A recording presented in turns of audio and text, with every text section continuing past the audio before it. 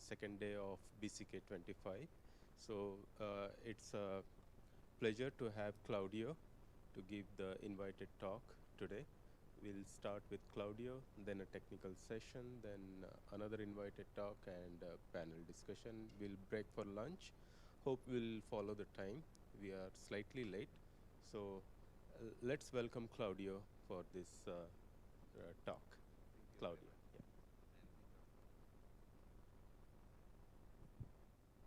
Yeah, thank you very much, Vishmas, and thank you very much, people, for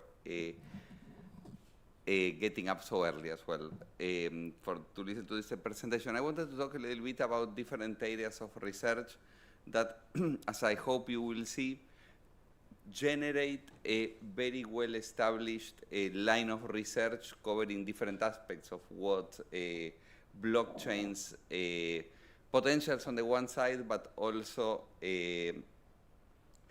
problems that they can come together with them. The first thing that we need to remember is that every time that we are thinking of blockchains, we need to remember that blockchains are actually competitive environments. With competitive environments, I mean that not necessarily all the users of blockchain-based systems are trustworthy, and exactly the way blockchains are implemented should allow the system participants to have trust on the system, at least at the layer of the information that is processed and therefore settled. But I am saying this to replace the fact that everybody should trust that the transactions that were executed were properly executed and there are no biases behind.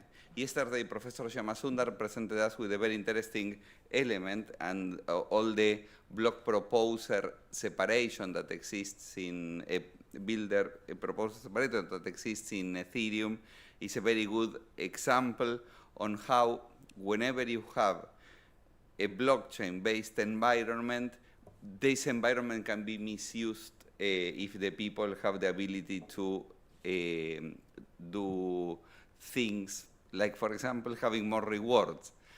The problem is that what we often see over and over in blockchain-based systems is that many users prioritize even their short-term profit, even if it costs stability to the system. Okay, they are much more important of the former rather than the later. So one of the perhaps one of the questions that summarizes the things that we are doing in our team, many of the research questions we have in our team is, these are complex socio-technical systems. How is it possible that we steer them through mechanism design that better leads to the original design choices or objectives that we had inside of the system? Sorry? Remove the current. Noise coming. Good, fantastic, thank you. How is it that we can steer these systems in such a way that whenever we have an objective, when we are designing them, we are able to do that, and whether just designing technical protocols is enough as a way of designing something that's going to be working as expected. All of this also builds on a basic premise of blockchain-based systems. As I say, they are adversarial environments, and therefore trust is not a prerequisite for the functioning of blockchain-based systems. And to me, this is a very interesting aspect. Blockchain-based systems work even in spite of the fact that all the stakeholders do not know each other and do not trust ex ante the system functioning. We will be looking at three different elements as time allows. You can stop me at any point, people. We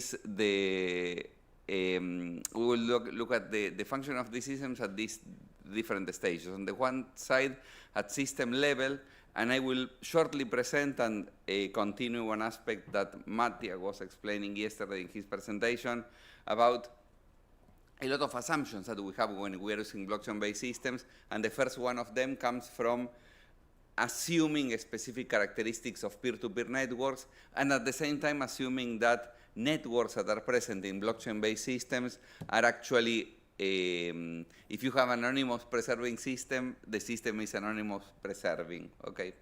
We'll go into this in a second.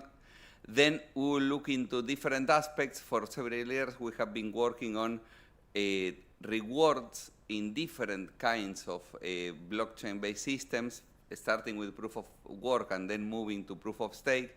I will review a little bit of the results that we have been building over the years there. Then, one thing that I like very much in these systems is that because you have this amount of data that is trustworthy, that is stored exactly in the same format, it is so simple to build, analyze on the one side, but also build much more powerful metrics that allow you to better characterize the economic functioning. We'll talk about this in a second.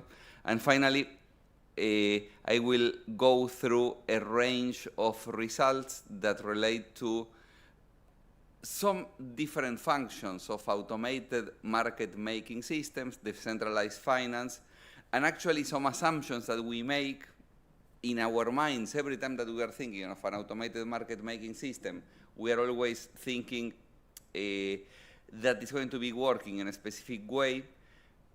We will see, as our result shows, that actually some decisions are made in the design of automated market maker, decentralized exchanges that allow actually that people scam others in a much simpler way. We'll talk about this at the last part. So let us begin.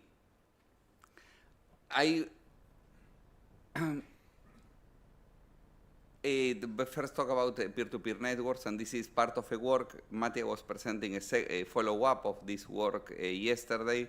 I'm going to briefly talk about how is it that we detected a peer-to-peer network specifically in a blockchain that is Monero. Monero is a blockchain that is actually privacy preserving, which means that whenever transactions are issued, it is not clearly stated in the token who is sending which assets to whom, okay?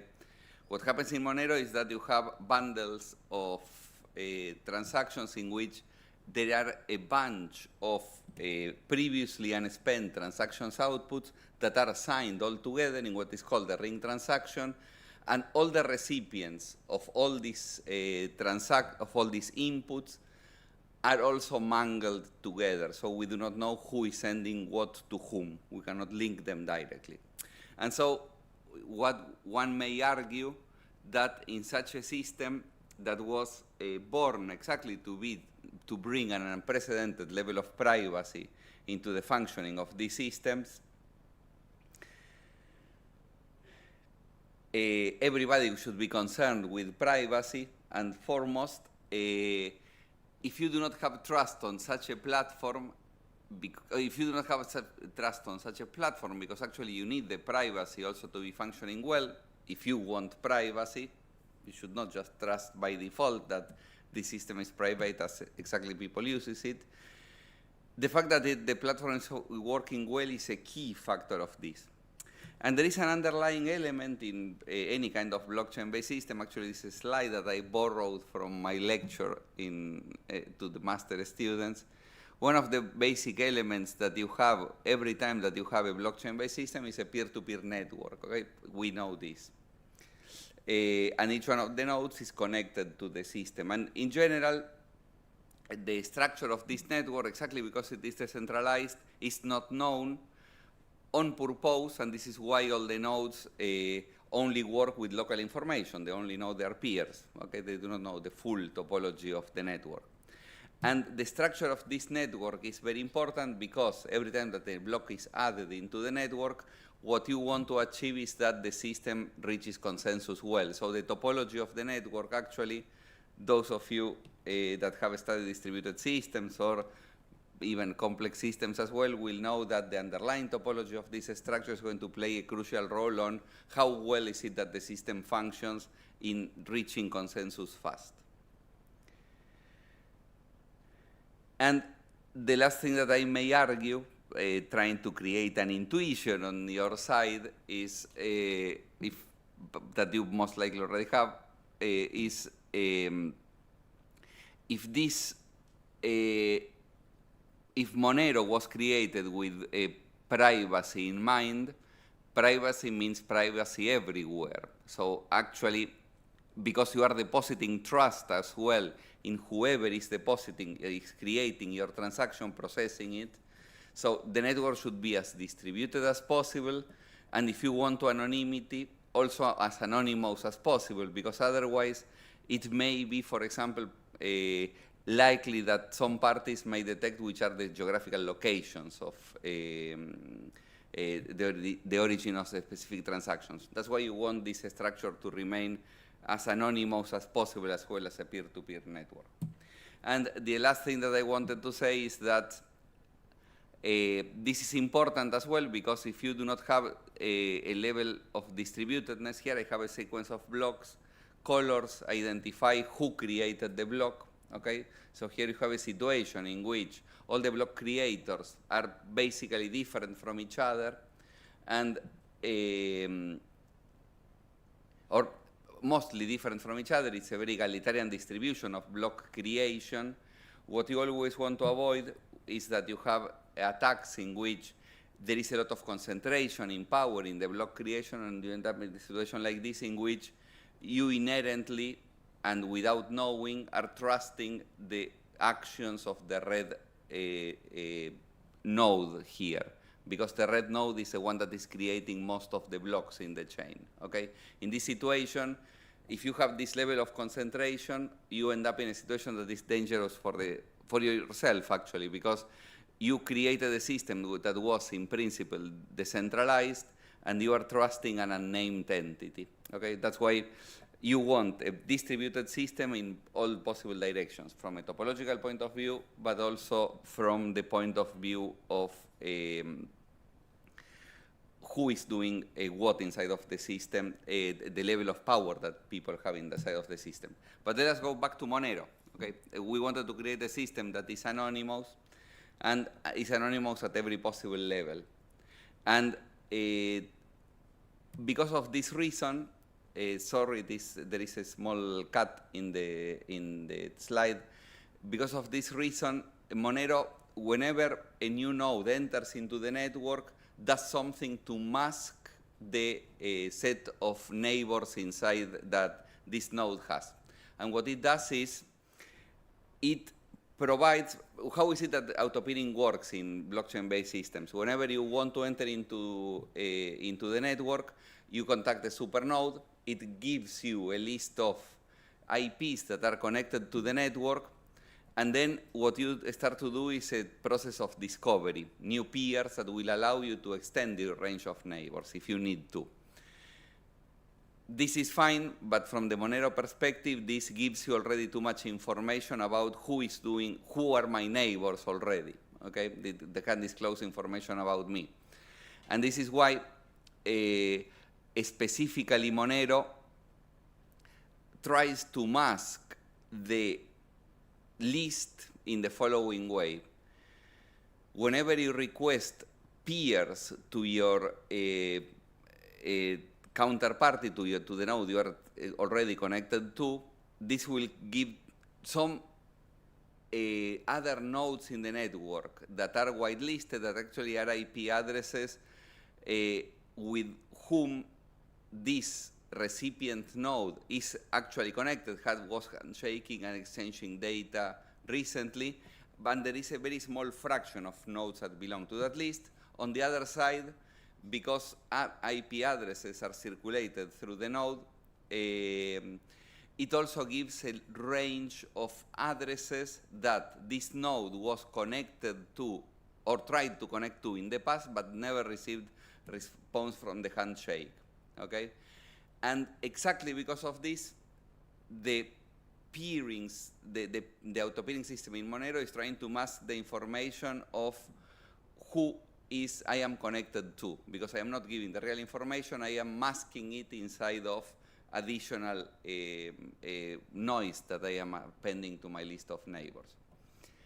And however, I will not go into all the details of this paper. However, this leads to a very pragmatic approach to try to detect neighbors in Monero and to reconstruct the Monero peer-to-peer network topology, which is as follows, in a nutshell, is you start to continuously ping your peers for their list of neighbors, and if you do it repeatedly enough, you will end up having a Bernoulli process experiment in which from time to time, simply because by protocol, each node is continuously selecting a small fraction from their actual neighbors, if you keep doing this and trying several times, you will start to rise a signal out of the noise, and then you will have repeatedly some nodes that actually the true neighbors of the Monero node.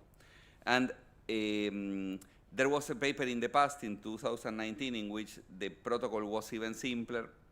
What we did was an extension to this because of the new version of the Monero protocol, and we installed 3 nodes, one in the United States, the other in Singapore, and the other in Germany.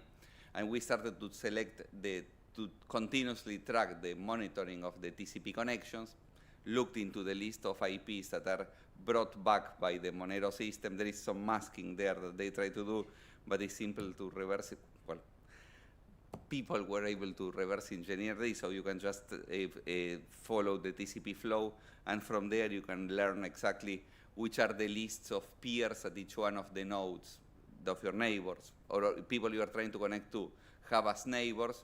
Eventually, after a few, actually, one of the most surprising things to me in this research was actually that with less than 1 week of observation, you can get most of the connections with a very large precision. The fact that we can triangulate and we know exactly which are the neighbors that each one of our nodes have allows us to check the validity of the approach, and works very well. And with very few days of observation, you can actually reconstruct the full network of Monero. I do not have a plot here of the network of Monero, but the other topological trait that the Monero network has is actually, those of you that know about network topology, that has a very large core periphery structure. So Mattia was showing it yesterday. You have a very small family of supernodes that are heavily connected with everybody else. These are only 14 nodes, and they form communities around them. And these communities actually are very sparsely interconnected. Okay, so you have a very heavily hierarchical structure that does not resemble actually the objective that peer-to-peer networks topology should have, that should be heavily structureless, should resemble very much an Erdos-Renyi network. When you start to analyze the networks, what you end up seeing is that the networks show much more interesting features than what the protocol designers were expecting to have. This research highlights the fact that actually, unknowingly, the people that is using this kind of system are using a system in which the network topology is known, and this also renders it much more prone to receive attacks from third parties, because actually cutting the network in pieces is doable, let's say. People say. Good. Then the second part that I want to talk is about, this is at the peer level, and in a way this is a kind of physical analysis of the structure of the peer-to-peer network, but blockchain-based systems work thanks to the fact, as we were listening yesterday, thanks to the fact that we have a range of economic incentives behind them. We cannot align the behavior of people we do not trust if there is not a range of incentives that we set up as at the beginning of it. And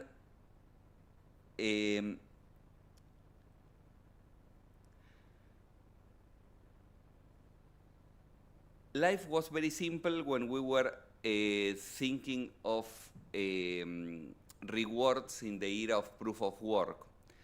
Bitcoin has two very interesting characteristics that makes it very simple to explain, actually. Most likely it happened to you that more and more you try to describe Bitcoin, you can do it with fewer words and still the explanation about the inherent functioning of Bitcoin still makes sense, or at least it's my impression. Perhaps when people hear to me do not understand anything, still I reduce the amount of time that I spend using it, explaining it. And Bitcoin has a very simple characteristic, which is the fact that Bitcoin works because you have, proof of work. In proof of work, you receive rewards because you were able to solve a difficult cryptographic problem. And the amount of rewards that you obtain is directly proportional on the long run to the amount of effort that you do compared with the rest of other people that's also putting effort in the same effect, period. That's all what happens in Bitcoin. There is another element in Bitcoin that now starts to decouple from this inherent property, which is in Bitcoin, all the Bitcoins that ever existed were created in blocks. They do not appear out of thin air like in other protocols. And the other thing is that the supply policy of Bitcoin is a very precise one, which is every 100,000 blocks, the amount of rewards halves, okay, because of block creation. And this is a completely arbitrary design choice. There is nothing in the economics of it, there is nothing, there is an incentive hidden behind this halving property. However, there is nothing in the need for coordination of behavior of people that tell that this should be the supply policy. This is an idea of the creators of Bitcoin at the beginning and nothing else. When you do the transition to proof-of-stake-based systems, the thing changes dramatically because the level of rewards, proof-of-stake-based systems are far more complicated. They are Byzantine fault-tolerant systems, and you need to either incentivize specific behaviors or punish specific behaviors in a way of creating, of taming the behavior of the people that is behind them. And that's why when you are someone is designing a proof-of-stake-based system, there is such a large range of design choices that matter a lot in looking into the functioning of these proof-of-stake-based systems. First of all, exactly like in Bitcoin, the monetary policy that people want to apply, how is it that the tokens are going to be released, is a completely arbitrary design choice by any designer of a proof-of-stake-based system. Then you have a lot of degrees of freedom, and one of them is I can create reserves because at the end of the day I'm creating my own token, okay, inside of the blockchain. And this is why Ethereum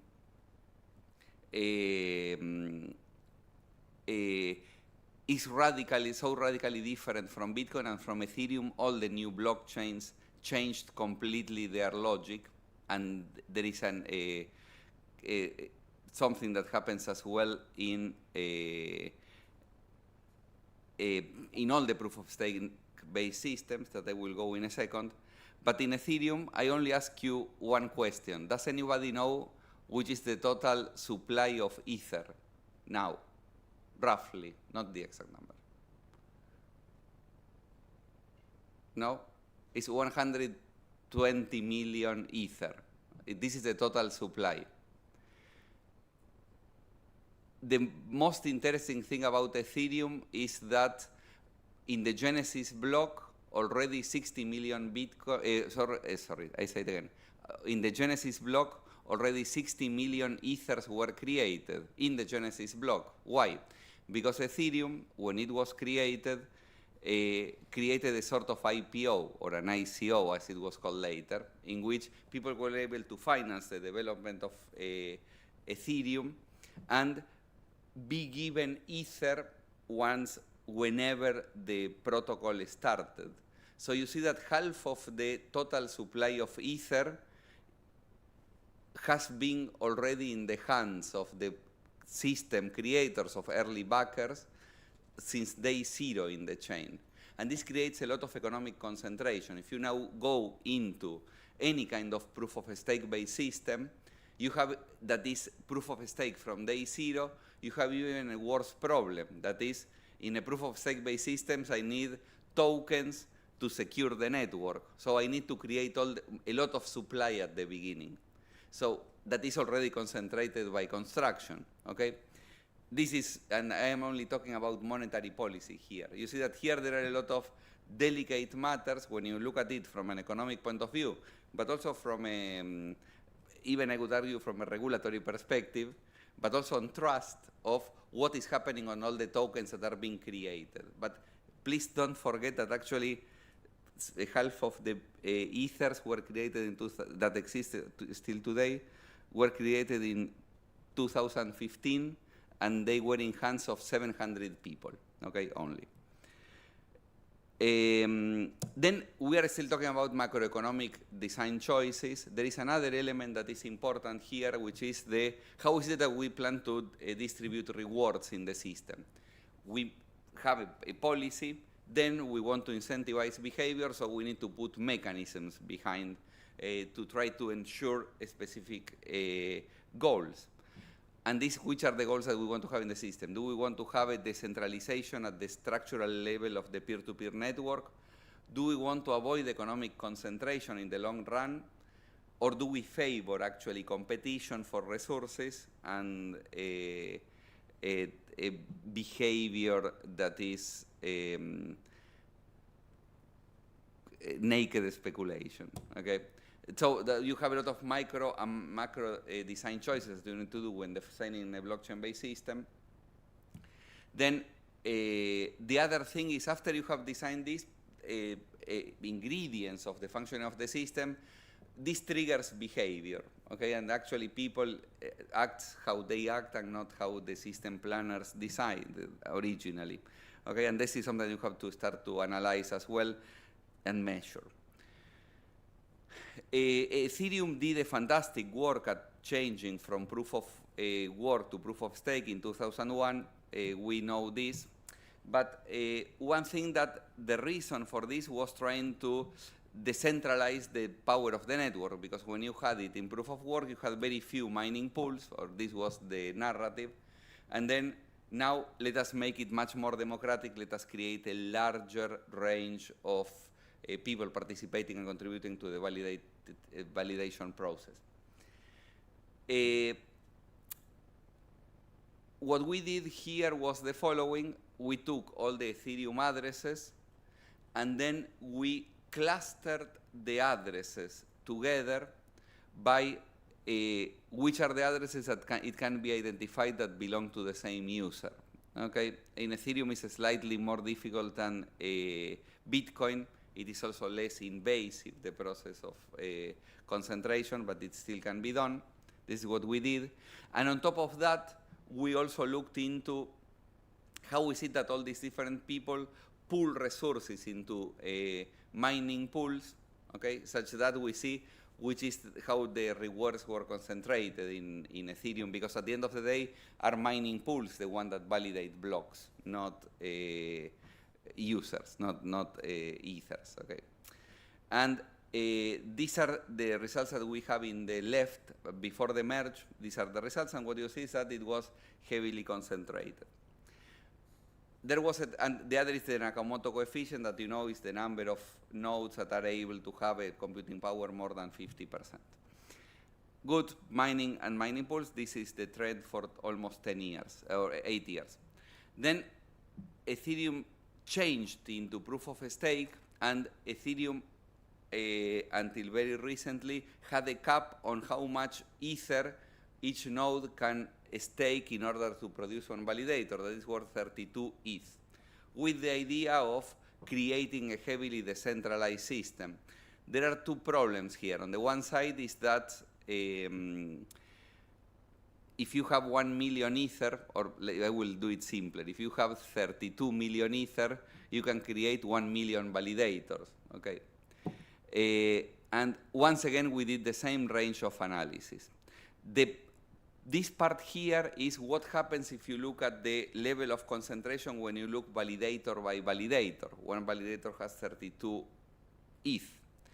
But however, when you do exactly the same analysis that we did before, and you start to cluster together addresses that belong to the same user, and see how many validators belong to the same user, you end up having the curve here, and you see that just at the level of who controls the stakes, now the production of blocks is even more concentrated than it was when it was in proof of work. And moreover, if you also take into account that people can pool together resources and create staking pools all together, you have the level of concentration that you see here in the top. Okay, it is almost 1, the inequality. And you see that as well, the Nakamoto index is even decreased with respect to what was happening when it was proof of work. Those of us that like physics and liked some of the crazy things that were happening in econophysics will also try to plot this thing that I am plotting here. What we were plotting is, which is the level of rewards, the distribution of how much rewards different actors are getting inside of the system. And what you observe here is that first look into the blue part. These were the distributions of how much rewards different mining pools or miners, okay, were obtaining in the era of proof of work. You see that more or less follows at least a skewed distribution. However, the interesting thing is that after the system transitioned towards proof of stake, the distributions didn't change much in terms of rewards. Okay, the distributions are quite similar still to this. So one thing that we have to remember is that the merge was in principle introduced in order to lower the barrier entries and also to encourage decentralization. But actually, what you see is the system became even more concentrated, if ever. There is also another part that is interesting just to look at this level of untamed behavior of people. That was an observation that we did in a recent paper that we got in, I think that this was in ICBC, which is the following. Selfish mining refers to a specific kind of action by people by which what they can do is they withhold a block in such a way that they can start to mine the next block before anyone else, if they have enough computing power. And they can do that as long as there is a lot of concentration, as the probability that they have to mine a block is large enough. There is a very simple effect of this kind of result, which is if someone is doing selfish mining, the probability of finding 2 blocks in a sequence by the same miner is going to be much higher than just mere chance given the computing power, because you will have a lot of observations in which you have consecutive blocks exactly by the same miner, actually. And what we were observing is actually that exactly before the merge, we did this analysis for other proof-of-work-based blockchains, and we saw that in smaller chains, selfish mining is a recurrent phenomenon. We didn't identify it in Ethereum. However, what we see is that exactly the last days when everything was valid, people turned on the selfish mining algorithm. At least what you observe is that the last days of the proof-of-work era, there was a much higher identification of anomalous sequence of consecutive blocks by the same miners, okay? Because perhaps at that point, reputation, I may argue, was not so much important anymore. This was with respect to system level. We looked into peer-to-peer networks. We looked into economic elements. Now we look into signals that what can we measure here in these systems. And velocity of money, when you look at macroeconomics, one of the first things that the student learn in the elementary course on macro, there is a Fisher created a notion of velocity of money trying to relate the price level inside of an economy with the quantity of goods exchanged, Q, is equal to the total monetary mass that you have times the velocity of money. Velocity of money in poor terms is how often is it that if you have a banknote in my pocket, which is the expected lifetime of that banknote in my pocket before I use it to pay for a service or a good, okay? This velocity is basically that thing. And those of you that studied physics will recognize here something that looks pretty much like thermodynamics for a non-equilibrium system. But funnily enough, the velocity is very important because it tells you, actually, I do not need so much monetary mass or a total supply of a currency to make the economy function as long as people is spending it constantly, okay? The one compensates the other. But the funny thing is that, as you may guess, it is impossible to measure the velocity of money in a real-world economy because you cannot control how long. It's very empirical. It's very difficult to measure. Now with digital money, simpler. But what we did, and actually, if you have a blockchain-based system, you can actually measure the velocity of money in an efficient manner. But what we did was going one step further, which is looking at which is the contribution of each one of the users in a blockchain to the total velocity of money. Decompose the individual contributions to better understand what is driving the economic functioning of these systems. And this is why we define microvelocity in any kind of blockchain. We studied it in in UTXO-based, in account-based, etc. And this allows for a very interesting elements that you can look at the economics at the mesoscopic scale as well. I can see which is actually the economic sector that is driving all the circulation of assets inside of these economies. And what we were analyzing, we did it originally for Ethereum, and what you see in Ethereum is that actually the largest use and flow of assets that you have in Ethereum in terms of velocity was during the period of the ICOs. It never went back to that level, also because there was a flow of assets outside of Ethereum into layer 2s. But the important thing is that when you look at the level of concentration of individual contributions to the total velocity, you see that just, let me say, 5 entities control in general 80% of the total money velocity that you have in Ethereum, okay? The other thing that is interesting in this regard is there is a trend that happened in the last 2 years, in the last 2-3 years in the Ethereum ecosystem, that is Ethereum has a staking that is non-liquid, meaning that you have to stake it, and then if you want to remove the stakes that you have for the process of validation in the system, you need to wait to enter into a queue. 1 month ago, you had to wait more than 40 days to get your money withdrawn from the stake, so it is certainly non-liquid. From the 120 million that I told you before, there are more than 30 millions that are staked, and from the 30 million, there are new protocols that try to create something that's called liquid staking.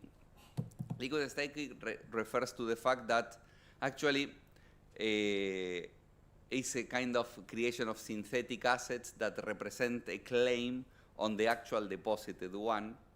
The idea is very simple. If I deposit Ether because I want to stake it into a platform that does the staking for me, what I do is actually my money is staked, and because it is staked, that start to produce rewards, okay, because it is used for validation.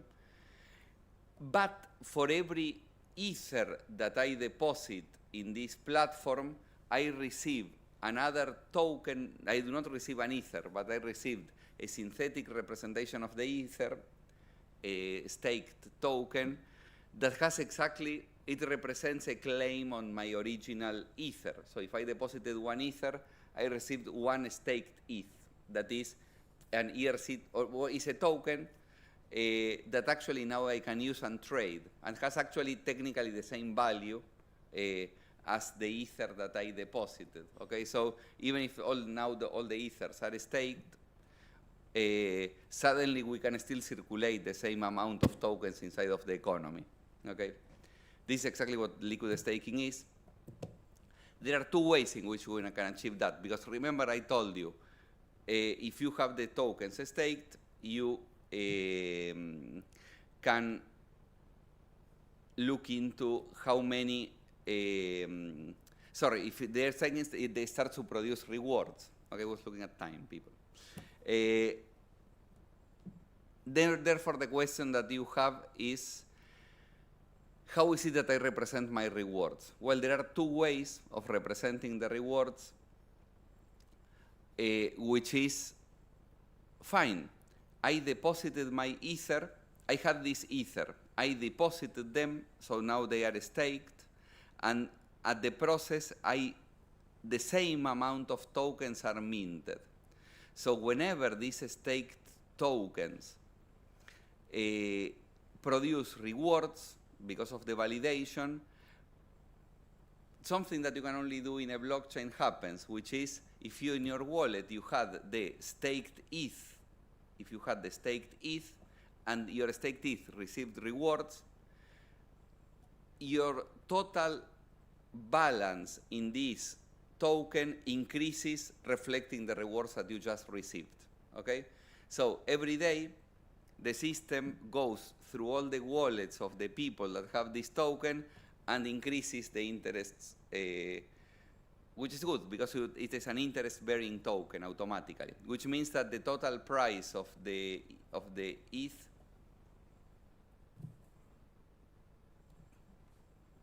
good. The total price of the ETH of this wrapped token is more or less stable. It has a problem that this is not ERC compatible because it's not predictable how many tokens you have in your balance because the protocol continuously changes your balance automatically, okay? And therefore you cannot integrate it into things like decentralized exchanges and so on and so forth, lending protocols and so on, because the protocol is continuously changing the amount of tokens, say that it is a non-composable. The other option that you have is reward-bearing tokens, which is if I deposited this amount of ETH, this is the amount of staked wrapped tokens that I will obtain, and over time, I will always have exactly the same amount of tokens. But the tokens, you will tell me, are receiving rewards. What happens with these rewards? Well, what happens is that the amount of tokens is stable, but representing the total stakes plus rewards. So the price that these tokens represent grows over time. And this has a very good thing, which is harder to do the math, because you do not see immediately your rewards. However, it is just a simple ERC20 token. That's a good thing. And then there are different protocols. You see that actually there is a lot of concentration. But the interesting thing is that these two tokens, in general, the most common ones are wrapped. So one is a staked ETH, that is the one in which they are interest-bearing. And the other is wrapped staked ETH, that is the one that is that the rewards are encoded in the price. And what you see is actually that the total velocity of these two tokens, remember, this velocity should not exist because actually they are of synthetic assets. The actual ethers are staked. But one thing that you observe is that these tokens circulate a lot inside of the economy, and that over time, wrapped ETH has taken over after its implementation, staked ETH, simply because they are much more liquid. You can put them everywhere, and you can speculate with them much more everywhere inside of the system. So it is becoming a sort of de facto standard on this. Can I have 5 more minutes? Good.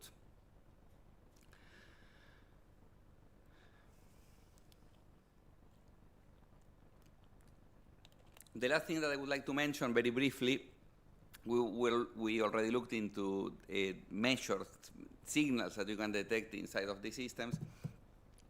Let us go into a funny example of design choices that happen in automated market making systems, the decentralized exchanges.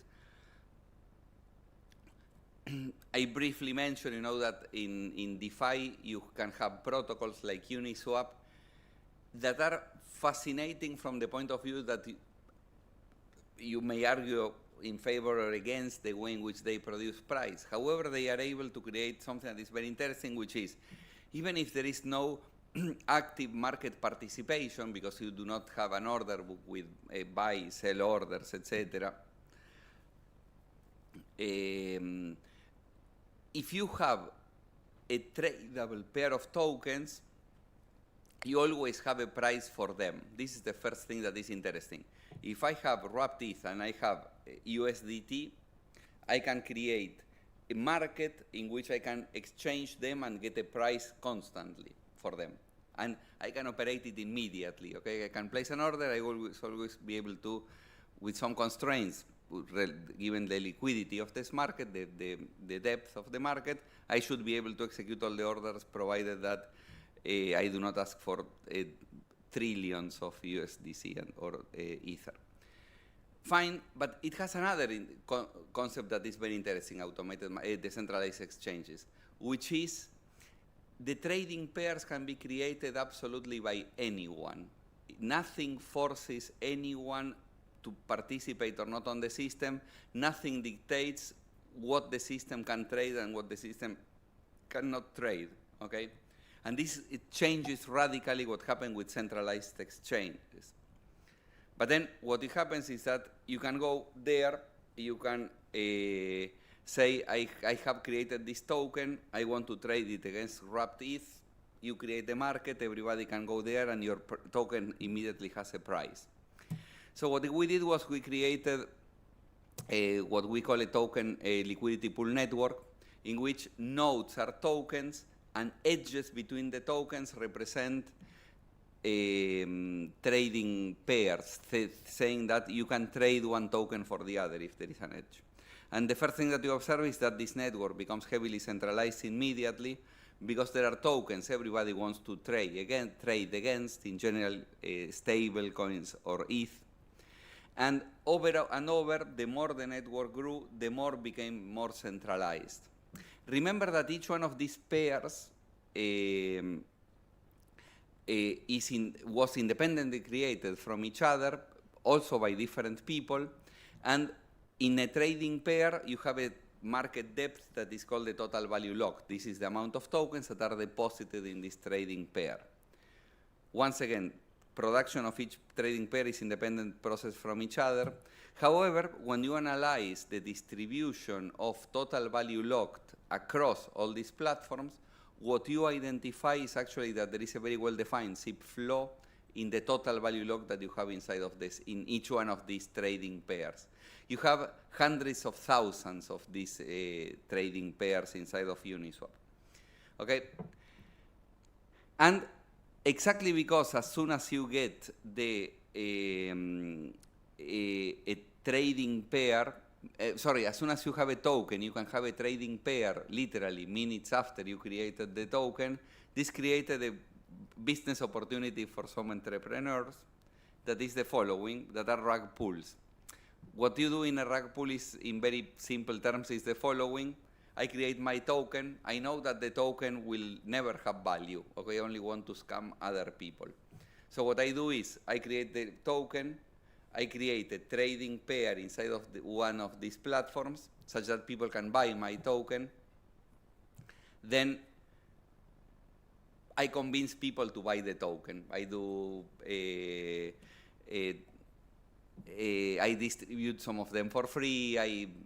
Social media, influencer talking about it, etc.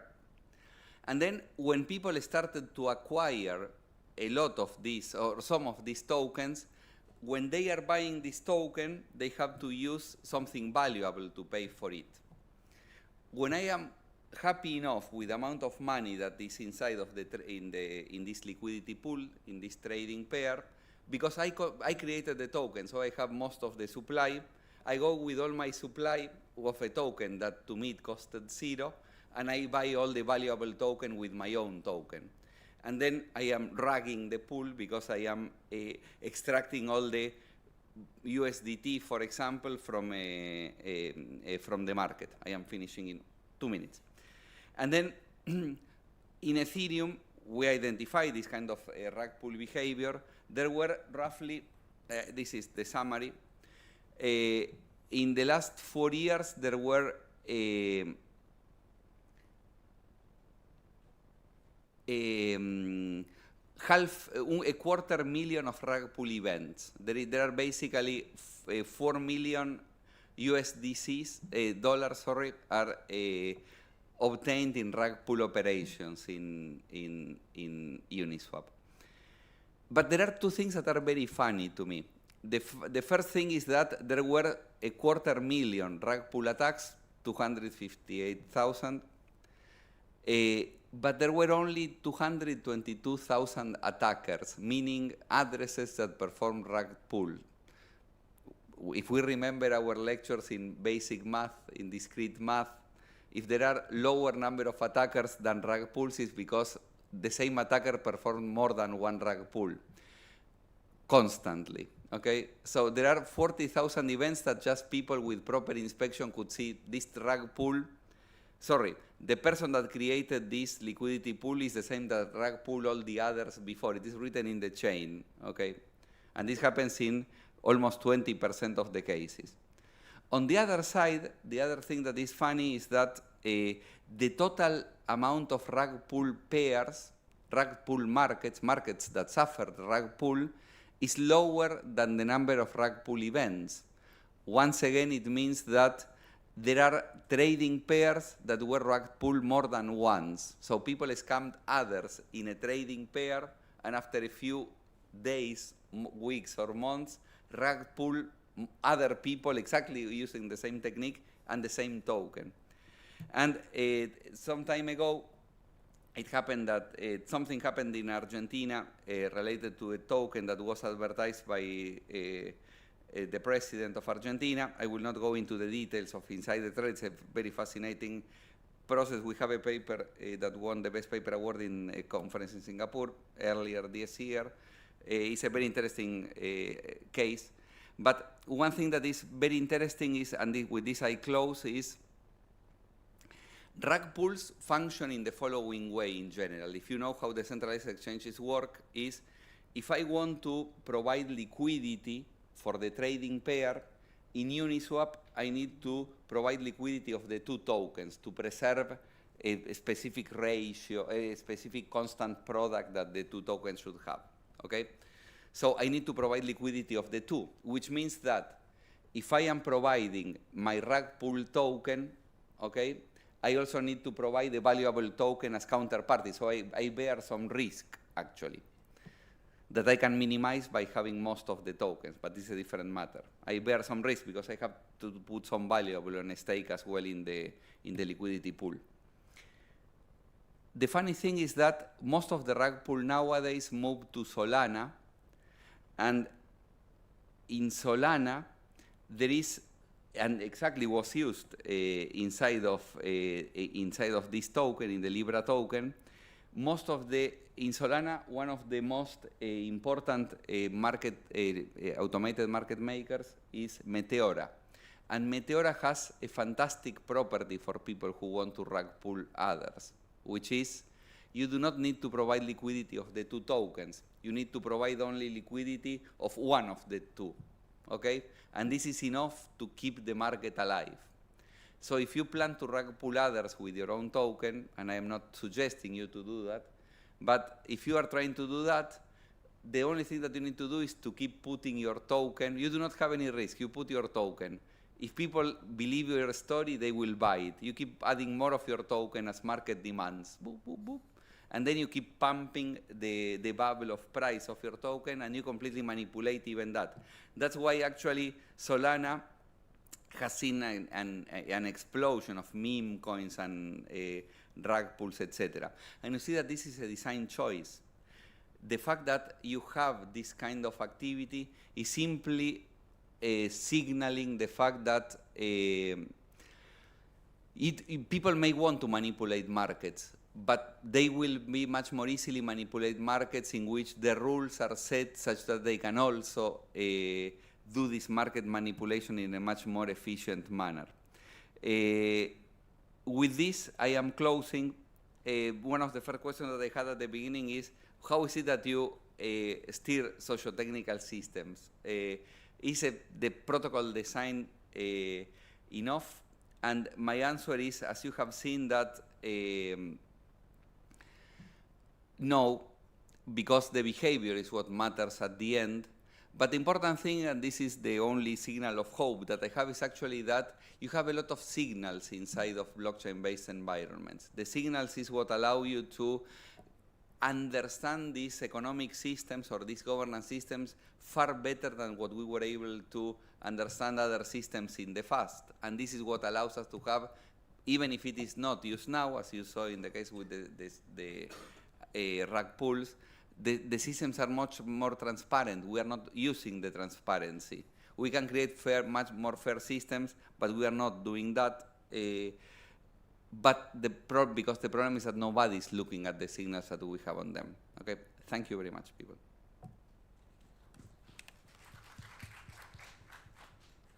Thank you, Claudio. Any questions?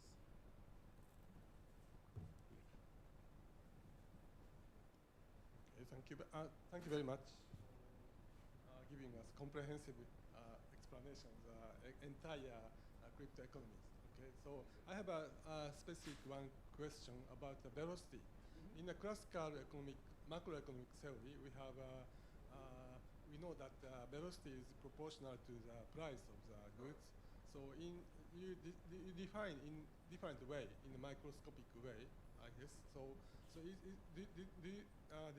you observe the increase of the velocity is related to the increase of the price in actual crypto asset? Thank you very much for the question. Actually, yes.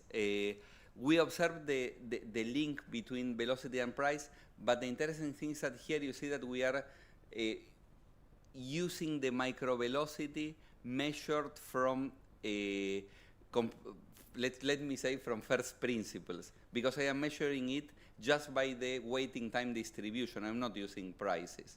I am just deriving the velocity from the how much time people is keeping their tokens in their pockets. I measure this, and then I make the relationship, and actually the correlation happens as well. Yes. Yeah, okay, thank you very much. Thank you. Any other question you had?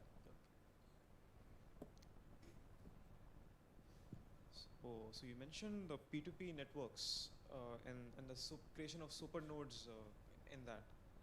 So when you talk about rewards in these networks, is there a possibility of decentralization, of the decentralization in the long term?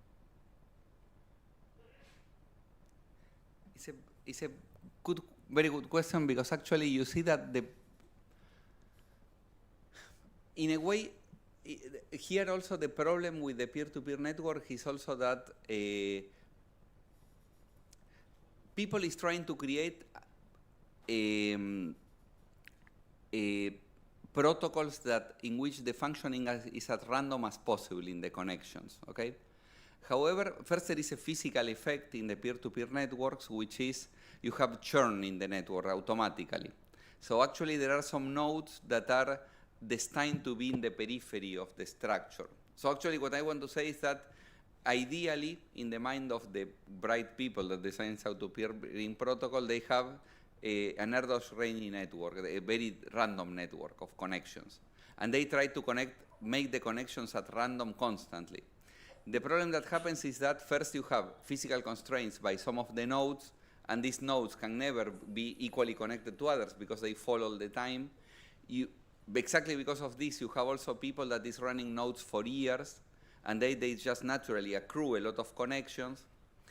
But also you have an economic incentive by some actors to control the network, because this gives them competitive advantage. This is very important, actually. The economic factor, when I teach network science, I always make one of the things that I always do is look at the internet, because it has exactly the same problem. Just property. When ARPANET was designed, they wanted a very distributed system. And the idea, because they wanted a resilient network that can survive a military attack, okay? And because of that, they needed just a grid of interconnected nodes that even if we cut a lot of things, everything still circulates there. Information can flow. In 1990, in the 90s. Okay, when internet starts to be open to private sector, the topology of the network changed a lot because it stopped being just a network of universities connecting to each other. It started to be who has competitive advantage to flow more information within us, within this node. And this created actually a scale-free network. The same economic reasoning happens here, even worse, because you have a real economic incentive that is, if I am a miner, specifically, and the networks that we analyze are proof of work, if I am a miner, I want to be as central as possible because I do not want to miss any chance to receive all the information as soon as possible, because even receiving blocks before others is important for me. And then this creates basically a very hierarchical network in which you have all the mining pools heavily interconnected among each other because they do not want to wait a lot to receive the block. If you're a mining pool and you are in the periphery of the network, you will lose opportunities of blocks because someone will receive information before of you. So naturally you have this kind of hierarchical formation of the networks. So you can do stuff. The economic processes, like always, try to lead to higher levels of concentration. Someone needs to act. You need some other policy that tries to counter it. No protocol is implementing that. But you need a sort of redistribution as well there, I would say. Okay. Thank you so much. You're welcome. Okay. Please. Happy to take the other question. He has a question, so he can speak. You can tell him to. There is a question online, Anderson. Can you please? We are happy to hear it.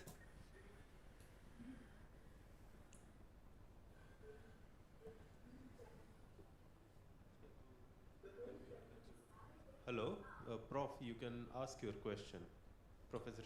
Claude, I wanted to ask you. You are using the velocity. Is there a way, if you measure the velocity, the sensors in the blockchain can be used to say whether MEV is on the right track or on the negative track?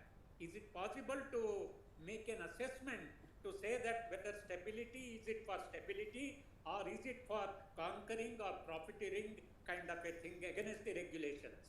Yeah, thank you very much. Actually, this is one of the things that we want to do, and that's why I was saying that you can measure levels at the, because you see that we see the concentration by every single address of the network.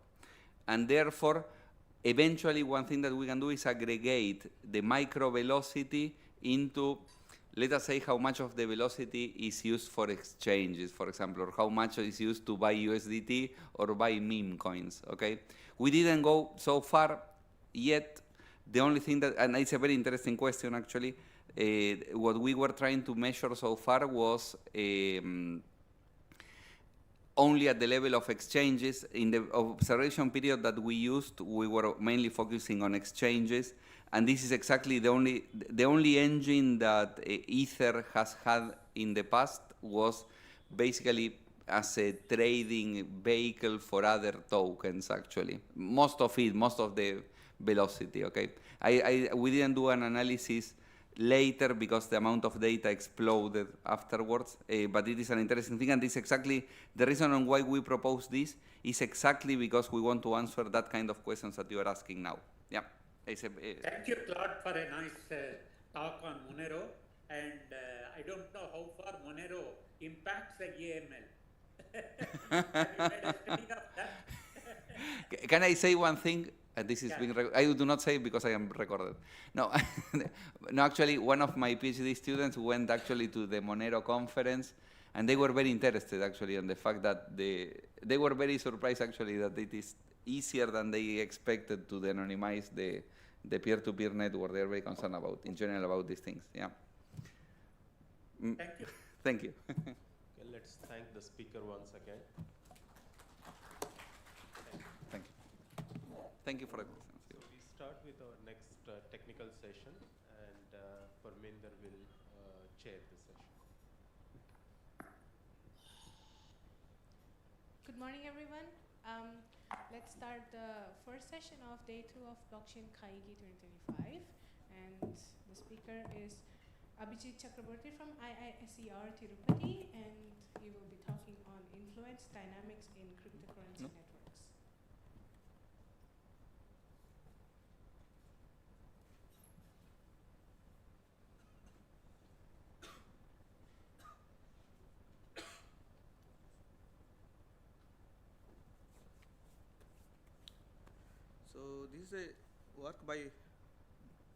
So this is a work by my student actually. So this is done by Subhangam.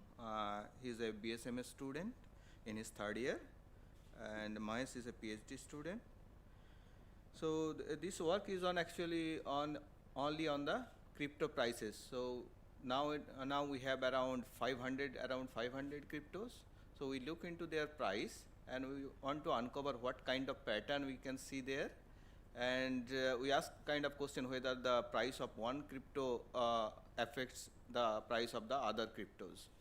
So and if it affects, so in which situation actually they affect more. And we will be also looking into their clustering behavior in this talk. So to measure the influence, we use this most usual method, the Ganser causality. So in Ganser causality, if there is a 2 time series, so you can just consider autoregressive model like so you have 2 prices, so a pair of price time series. So you just look at whether the price of one time series only depends on its past values, or it also depends on the past values of other time series. So we have one target time series, time series, and one is the source time series. So if the target time series depend on the source time series, then there will be a non-zero Ganser causality. So we have used this kind of reduced model where you only consider the past values of its own past values of the time series. In the full model, you consider the past values of the source time series as well. So in this model, you can check the goodness of this model just looking into the variance of the error terms. So we measure this variance of these error terms, and then we can calculate the strength of the Ganser causality by the ratio of these variance terms by this ratio of the reduced model, variance of the reduced model, and the variance of the full model. So this is the way we can measure the Ganser causality. So it gives us actually numerical value, how much it affects the other cryptocurrency. Yes. So here you can see there is we have used this time lags, like how long the past value we take, this P and Q. So we need to choose this lags value. So to choose this lag value, we have used this Bayesian criteria. Basically, it's a bivariate vector autoregression model from where we can choose the values of these lags. And we also use the statistical significance for this method. We use a 1% statistical significance to measure whether our Ganser causality measurement is statistically significant or not. So as a data set, we have used the crypto price data from Kraken crypto exchanges, where you can get all the trade data, like tick by tick data is a high frequency data, and each records includes the following fields like the timestamp, price, and volume.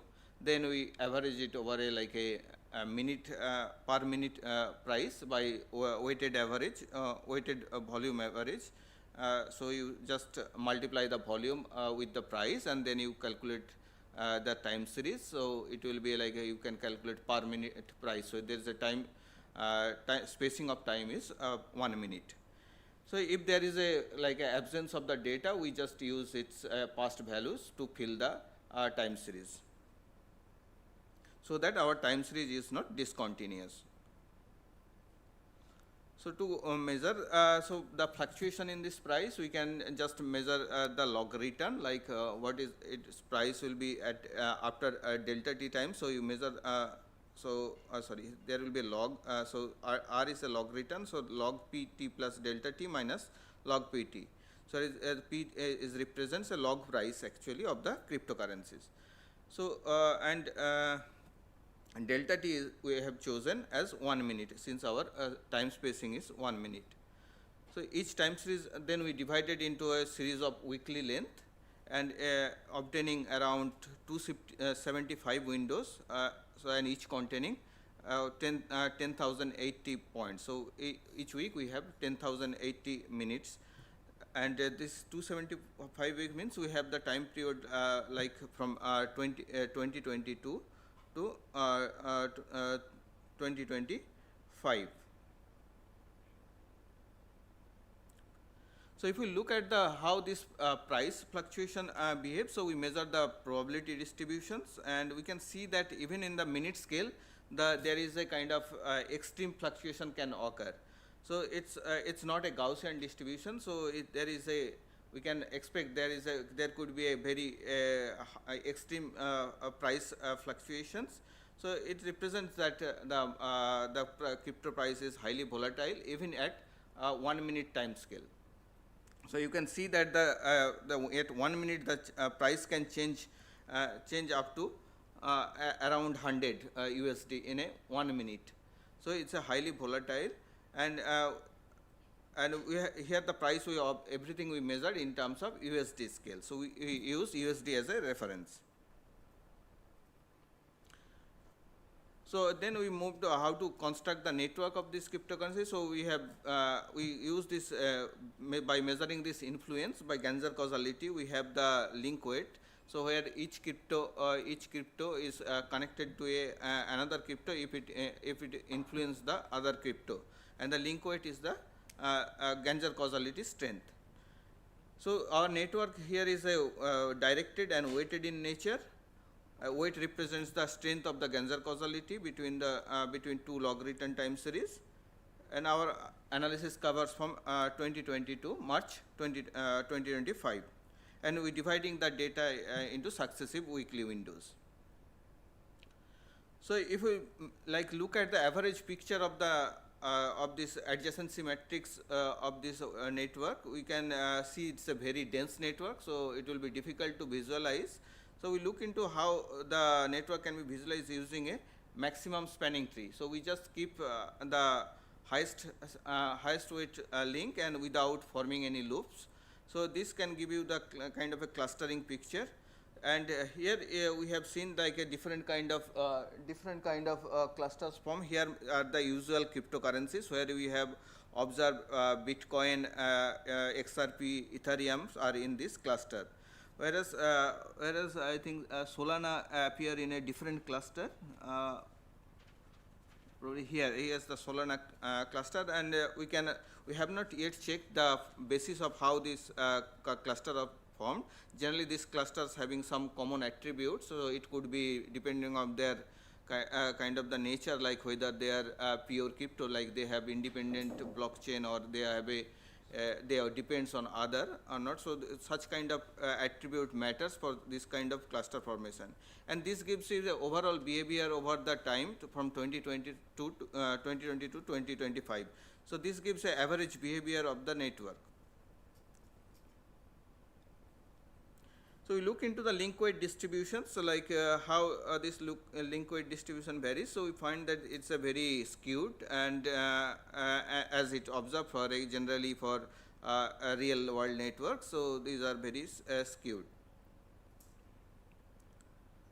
So next we look at how the ranking changes in terms of their degree of influence. So we can see that we have averaged their influence like in the network. So in network terms, it is just the out strength of this influence network.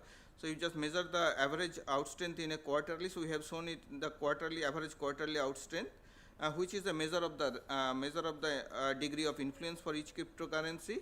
So here we observe that So initially there was so these black dots are for Bitcoin. So initially Bitcoin was the highly influential around 2020, but then we can see that Ethereum takes it over, and Ethereum becomes the most influential cryptocurrency since up to 2023.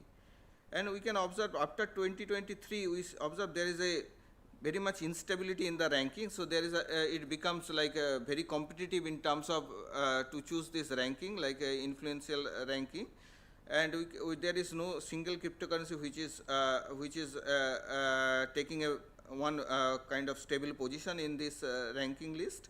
But except we can see that Ethereum is actually the most stable and a stable influential currency in this ranking list.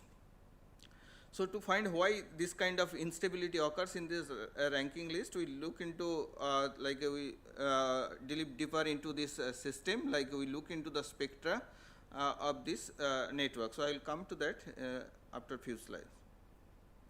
Also here we looked at how so this is the outstand, like how much it influence, and in the horizontal axis we plot the average log returns like over a weeks. So, so we can see that for the cryptos there is a strong negative correlations. So which actually tells us that whenever the price falls sharply, then it actually influences other cryptocurrencies. So, so this is actually when the price decreases, they affect more to the others.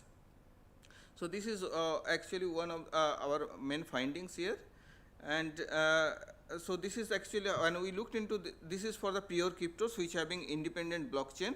But if we look at the stable coin, this behavior is actually absent. So stable coin do not affect the price of the cryptos when their price falls, or we do not see such kind of patterns in this for the stable coins.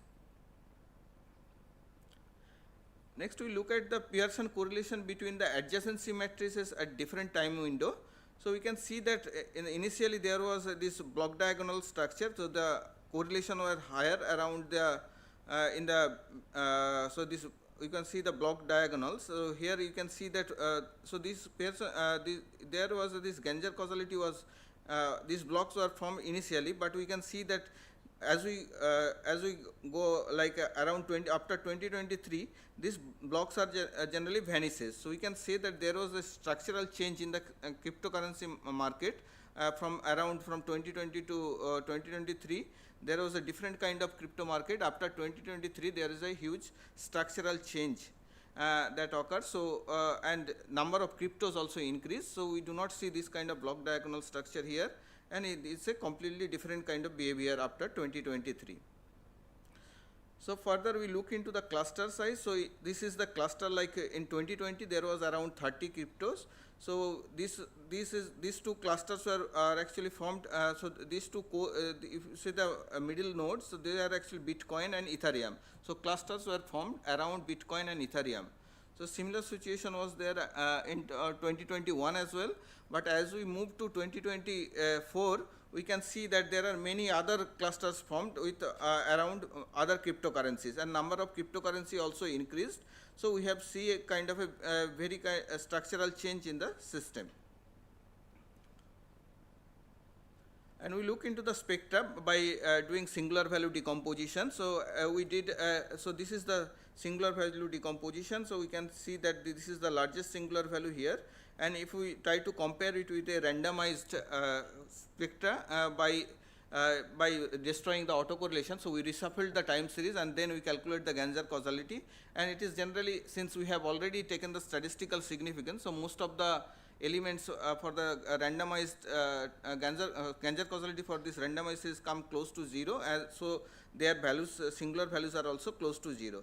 So you can see that there are a lot of significant singular values. So we would like to explore this thing in the future, and generally the largest singular value represents the market mode, and other singular values can be studied for the group formation. So we are interested to look into exploring this direction in the future. Here is the spectral gap. So as you can see that, so this is the week, so starting from 2020 to 2025. So you can see that the spectral gap was low generally up to 2023, but after 2023 we can see there is a huge fluctuations and the spectral gap could be around 7 after 2023. So it represents a structural change which actually created the instability in the influential ranking of the cryptocurrencies. So to conclude, we have studied the distribution of price fluctuation, which exhibits a heavy-tailed nature, even at the minute scale. A noticeable instability in the ranking of the influential cryptocurrencies is observed. Cryptocurrencies tend to become more influential when their price drops sharply. Stable coins display different kind of behavior, and a clear structural shift in the network is observed after 2023. With that, I will end my talk here. Thank you. Thank you very much, Abhijit. Do we have any questions?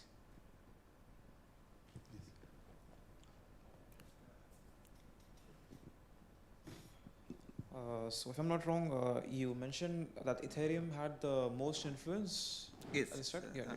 So you also mentioned that a market change was observed during the 2023 range. Mm-hmm. So can that be attributed to Ethereum's merge that happened around the same time? Can you comment on that? I think no, Ethereum was stable before that also, and there was like after 2023 we see there is a more actually cryptos came into the market, so number of cryptos also increased. So we are not sure that if it is only due to the merger of Ethereum or. Thank you. Thank you very much. Very nice, very interesting presentations. I have just two questions. One is about weight of the minimum spanning tree. Is that Granger causal distance? Okay, so that must be less than, must be larger than 1. Is that right? Yeah, it could be larger than 1 also. No, it could be means between. So it's a positive numbers, more than 0. Yeah, of course positive number. But if we have the causality from x to y, the sigma prime divided by sigma must be larger than 1. Is that right? Yeah, this one, this slide. No, I think no. Because sigma r square is smaller than sigma f square. Full node must have a smaller sigma. Mm-hmm. So that means that f x to y is larger than 1. Is that right? Sigma r is yeah, error is larger. Sigma r should be larger than sigma f. Okay. Yeah. Okay. So anyway, so this is f is f is weight of the minimum spanning tree. Mm-hmm. Okay. So then I think you showed that a negative correlation between the strength and price. Return. Yeah. Yeah. Yeah. This one. This means that if price decrease, almost all the crypto asset decrease simultaneously. So that might be kind of synchronization. Mm-hmm. So in the past analysis, many economic analysis show that if we have a economic crisis, the degree of the synchronization increase. So I think this is similar to the phenomena we know. So this is quite interesting, but I think you can analyze synchronization in this time series. Mm-hmm. Okay. Yeah. Okay. Thank you very much. Okay. Very interesting.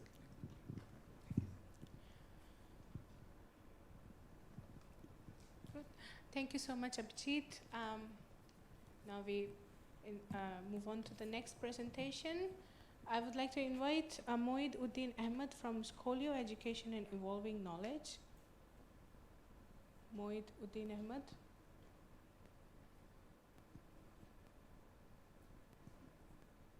Is it online?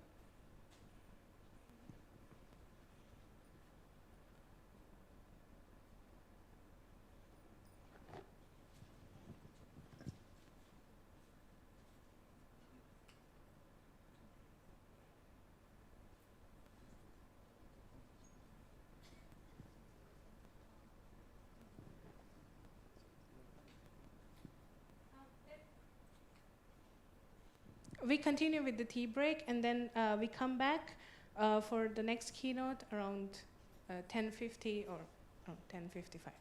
Thank you very much.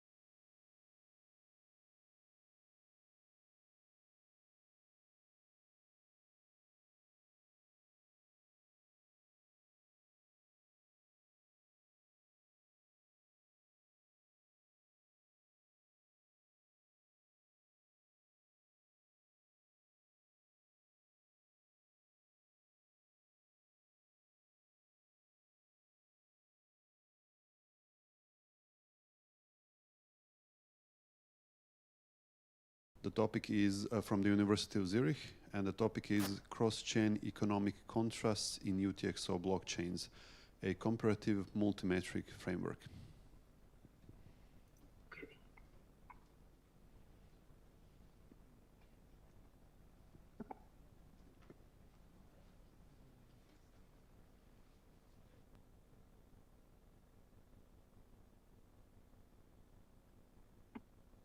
Hello, everyone. Can you hear me? Yes, we can hear you. Okay. Good afternoon, everyone. Good My name afternoon. is- Just give me 1 second. We are broadcasting your screen. Okay.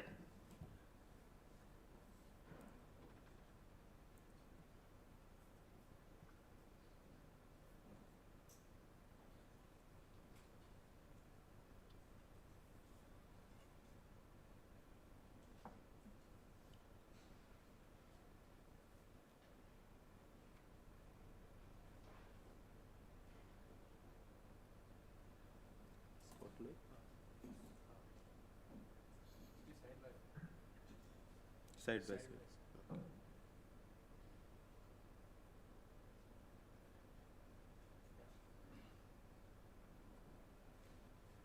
Yes, you can start. Okay. Good afternoon, everyone. My name is Yutian Lei, and today, on behalf of our teams, I am pleased to present the key parts of our research, which focuses on a comparative multi-metric framework across UTXO-based cryptocurrencies. First, I want to talk about our motivation. As we know, many public attention around cryptocurrencies Yushin, centers. can I just ask you, I think you're maybe sharing the wrong screen. Okay, this one. This one is okay. Can you also make it a full screen? Okay, So that we see the only the presentation. sorry.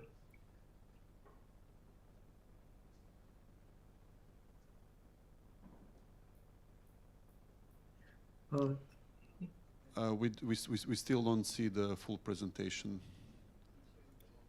I think you're Oh. sharing the wrong window, maybe. sorry. I was.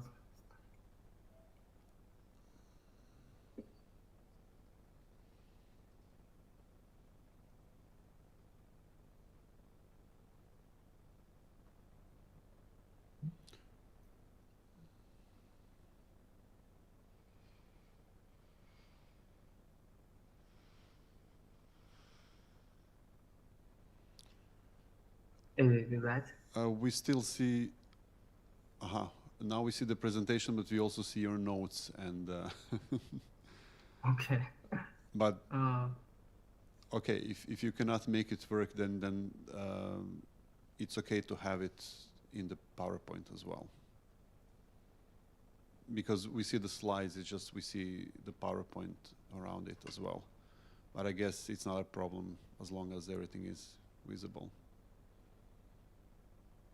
okay, but I think I. Can I So just let? you please?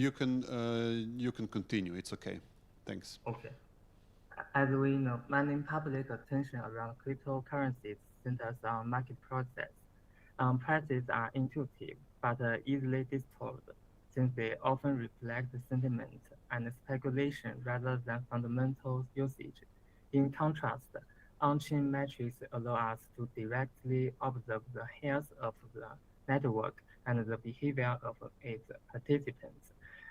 Since no unified reproducible cross-chain framework exists, so in this research, we built a unified and reproducible economic analysis framework, and we therefore emphasize 3 main dimensions of on-chain analysis. We also incorporate entity-level clustering for realistic actor representation, and finally apply the framework to 6 major UTXO cryptocurrencies. Let's see framework overview. In terms of scope, we selected 6 UTXO-based cryptocurrencies: Bitcoin, Litecoin, Dogecoin, Monocoin, Bitcoin, and Bitcoin Cash. These chains were chosen because they are representative yet diverse. Some are major global effects. Yushan, can I just interrupt you? I think you're viewing the full screen yourself, but we are still seeing the PowerPoint, so you're not changing the slides for us. So if you can just switch your screen to PowerPoint, yeah, this one, and now we can see your mouse, and if you're changing the slides now, we will see the slides as well. You're now on the scope and coverage. This is what we see. So if you continue from here, this is okay for us. Thanks.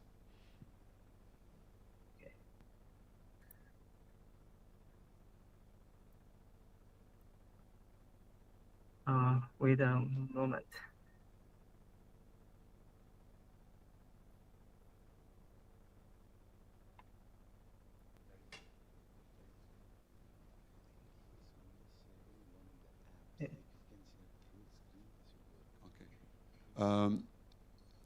I don't know, is it possible for you to share the full screen? I mean, now, okay. Okay.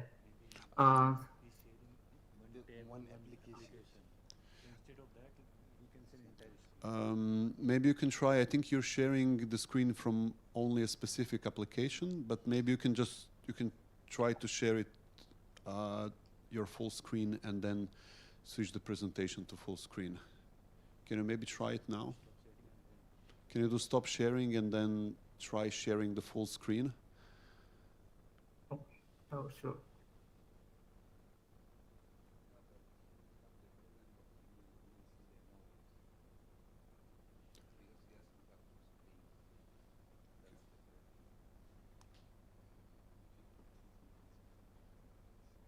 Okay. Okay, if it's not possible, otherwise, just make sure that we. Okay, now we see the full screen. Can you do the full screen? Yeah, now we see the full screen. This is great. Thanks. Okay. Sorry for the message. And also I'll continue. To reduce bias from address model, we apply clustering methodology. This uses block science built-in heuristics, such as multi-input heuristics and change address detection. Each cluster is treated as one entity, which provides a more accurate economic view. From these data sets, we can construct a metric systems covering three categories. First, the structural metrics, block size, transaction per second, and the fund flows across input and output. Second is the monetary metrics, such as inflation rates, insurance rates, and reward schedules. The last is the distribution metrics, the Gini coefficient, top X% shares, where concentration share shows, as well as activity-based indicators like coin distribution and macro velocity. As a cross-chain comparison, this layer has three main points. First, standardize the metric across chains. Second, cross-chain economic fears. Last is a normalized and visual comparison. The final output includes normalized cross-chain visualization that summarizes economic difference. In this section, we will demonstrate our research results by comparative graphs and a brief conclusion. For block size metric, we can find that Bitcoin Cash indicate a sustained high throughput, bit block strategy. Bitcoin and Litecoin shift gradually towards larger size over time. The other mostly show lighter heat maps. Capacity exists, but remain underutilized. And about fund flow, it confirms the standard one payment plus one change pattern for Bitcoin scale transactions, where smaller chain can show extreme spikes in input or output at certain time. The reward part is pretty simple, which directly shows the many reward differences over time. It also follows the protocol design. As we can see in the Dogecoin graph, a huge range of rewards appears at very low block height, because at the very first period after the creation of it, many rewards were not fixed but rendered.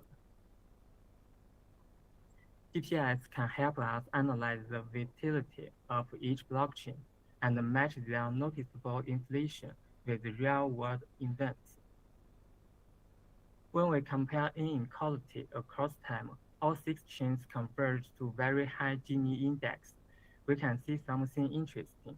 The Fiddlecoin drops in 2017 and again in 2023.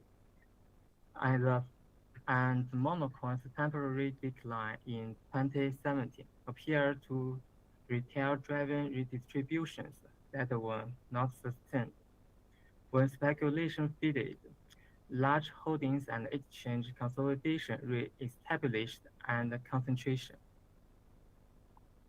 Next, let's look at the clustering-based metrics. Here, we move from address level to the entity level, using clustering to approximate real economic factors. The indicators are computed over the entire history of each blockchain, from launch until this month, and we also filtered out clearly problematic outliers to avoid distortion. Since Gini values are already close to saturation, we added two complementary measures, top 1% balance share and whale share, which is top 0.1% balance share.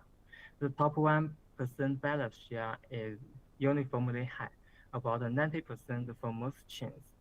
Whale share, however, shows much stronger variation, only about 9% in Bitcoin, but more than 80% in Monocoin, and over 70% in Fiddlecoin. The key takeaway here is the Gini index tells us that inequality exists, but the whale share tells us whether a few single entities can actually dominate the system and pose systematic risks. To better understand transaction engagement across networks, we analyze 3 complementary activity indicators: active UTXO rate, macro velocity, and coin base disjoint. Bitcoin and Dogecoin both have very high active UTXO rates, around 94%, but the underlying usage is different, which can get from macro velocity. Bitcoin circulation is broad but slow. Dogecoin is fast and speculative. This again shows that looking at one metric in isolation can be misleading. High activity rates can mask very different economic behavior.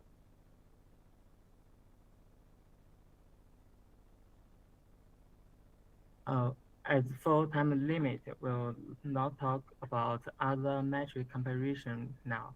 To summarize, we built a radar chart combining all indicators to show cross-chain comparison. Each indicator highlights a different characteristics of the cryptocurrencies. Then we can conclude Bitcoin is the most balanced, low whale share, steady activity, stable long-term value.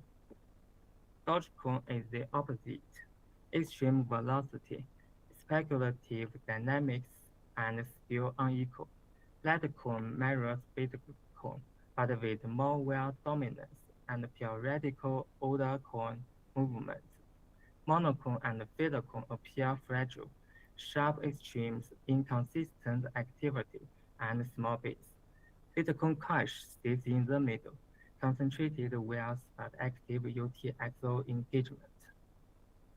So, across results, the message is inequality is universal, but usage and risks diverge sharply. Our analysis also reveals divergent growth pathways across these 6 cryptocurrencies. Bitcoin exhibits sustained long-term expansion over its 15-year history, characterized by gradual increases in network activity and steady infrastructure development. Bitcoin Cash, in contrast, pursued an aggressive scalability path immediately after the 2017 fork by enabling significantly larger blocks. They are fundamentally consistently high processing capacity regardless of demand.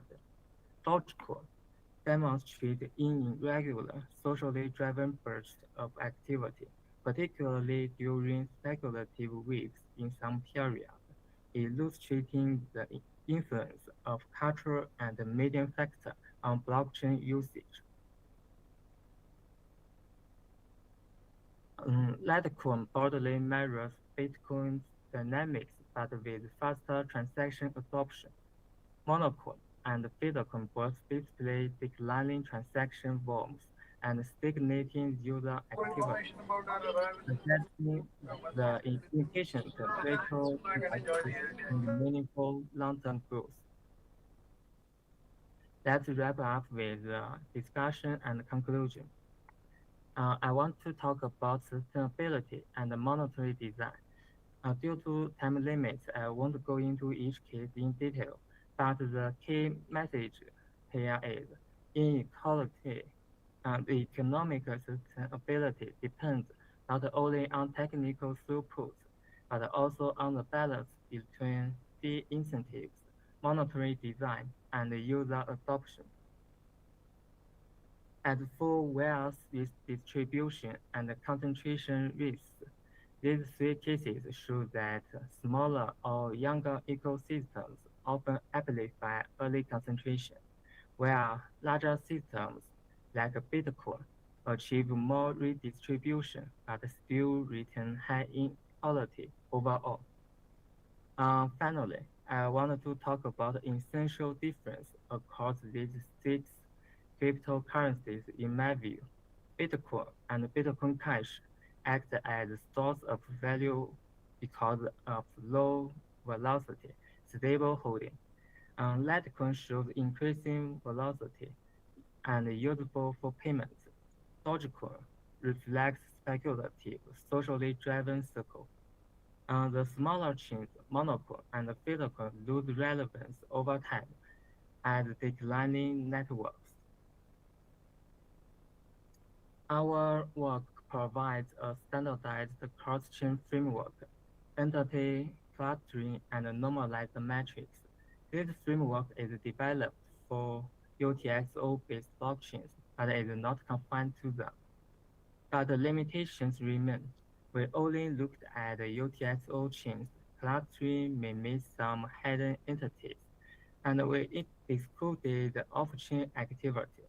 For future work, extending to account-based models like Ethereum's will be crucial. Off-chain and cross-chain data will also be key to capturing the full economic. And this is the end of our presentation. Thank you very much for listening. Please feel free to ask me any questions. Thank you. Thank you, speaker. Are there any questions for the speaker?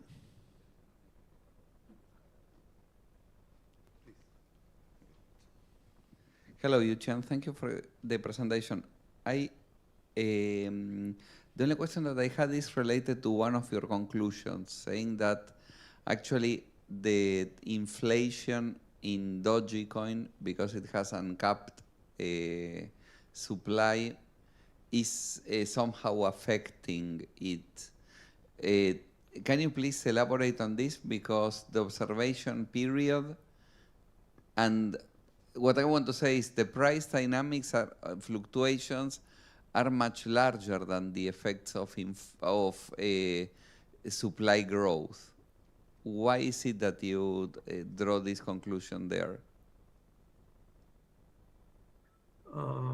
Okay. It was in the last slide in the conclusions part. Okay. You were talking about inflation, but you can use whatever email. Okay, that's a good question. You're absolutely right that in short run, Dogecoin price dynamics are mainly driven by speculative demand and social cycles, and those effects dominate any short-term supply changes. However, our conclusion about inflation is based on its long-term structural impact, and Dogecoin had a permanently inflationary monetary policy with continuous block rewards and no hard supply cap. In our inflation and insurance and value adjusted CDD results, this persistent new coin creation certain high circulation and speculative turnover. So our point is not that inflation directly determines short-term price structures, but that it shapes the long-run economic role of the network. Okay. That's all. Thank you very much. Thank you. Makes sense. Thank you. Yeah.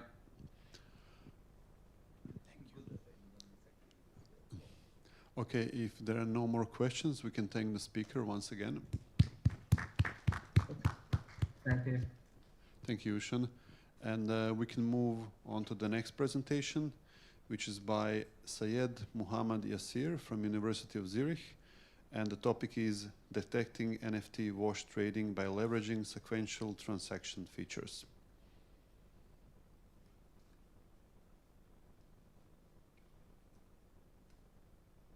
Good morning, or as there might be afternoon there, good afternoon, everyone. Can everyone hear me? We can hear you and we see your presentation. Splendid. Thank you, Mattia. So let's move on with this. My name is Yasser, and I will be presenting the paper that I wrote with Tao Shenglandi and Professor Claudio Tisson, regarding the multi-layer wash trading in NFT markets. So to start with, first things first, we have to look a little bit into what NFTs are before we talk about what wash trading is or how do we even detect it. So NFTs are basically special tokens which are on the blockchain, especially starting from the Ethereum blockchain under the ERC 721 standards.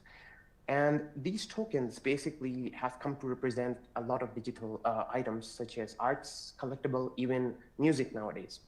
And the one thing that makes them very unique from cryptocurrency is that they are non-fungible, which means you cannot assume one NFT is interchangeable with another one. For example, in currencies, you can say, for example, one rupee is the same as another rupee, but NFTs do not have this fungibility.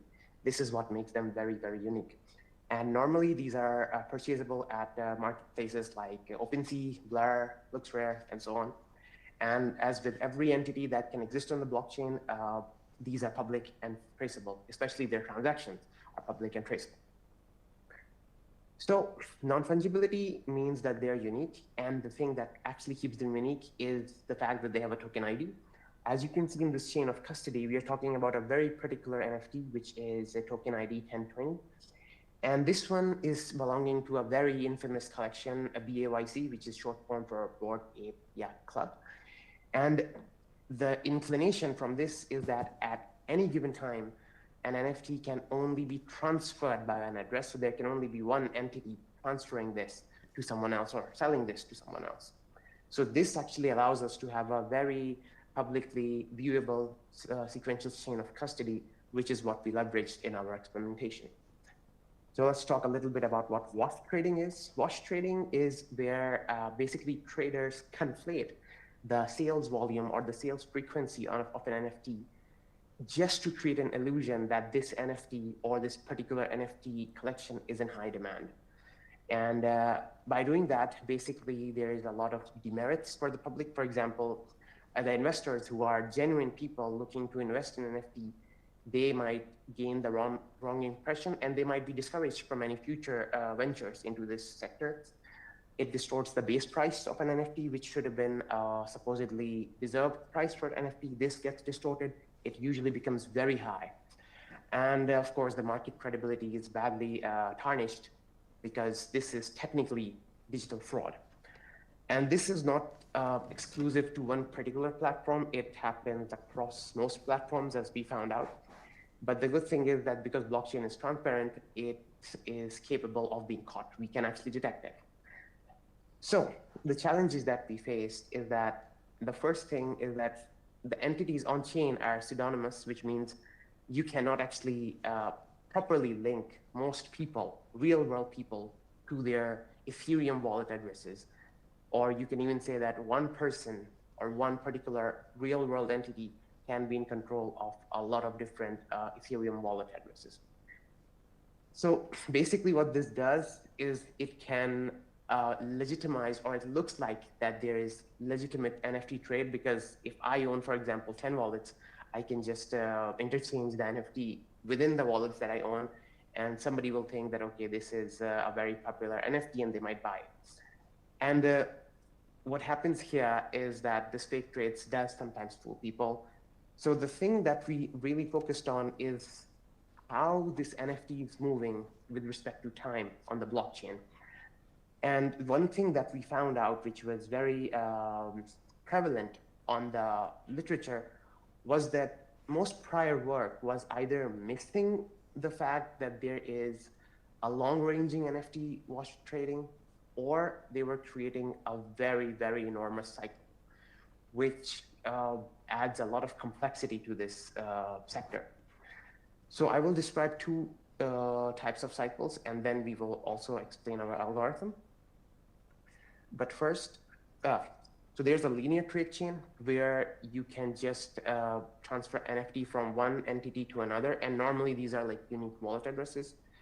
Or sometimes what happens is that if an address A appeared, let's say somewhere early on in an NFT trade, it might reappear again, let's say a few days, a few weeks later, which means that the same address basically bought back this entity, this NFT that it sold before, which is a very strong indicator of wash trading. But we will see more about this as we proceed. So the thing that we're actually doing is we are trying to track how the ownership of the NFT changes, because as I explained before, the token ID actually allows us to track how this NFT moves through the blockchain and through different owners. So basically we have a list of addresses for each NFT, and or for, let's say, the most popular NFTs, and basically we use these to detect cycles.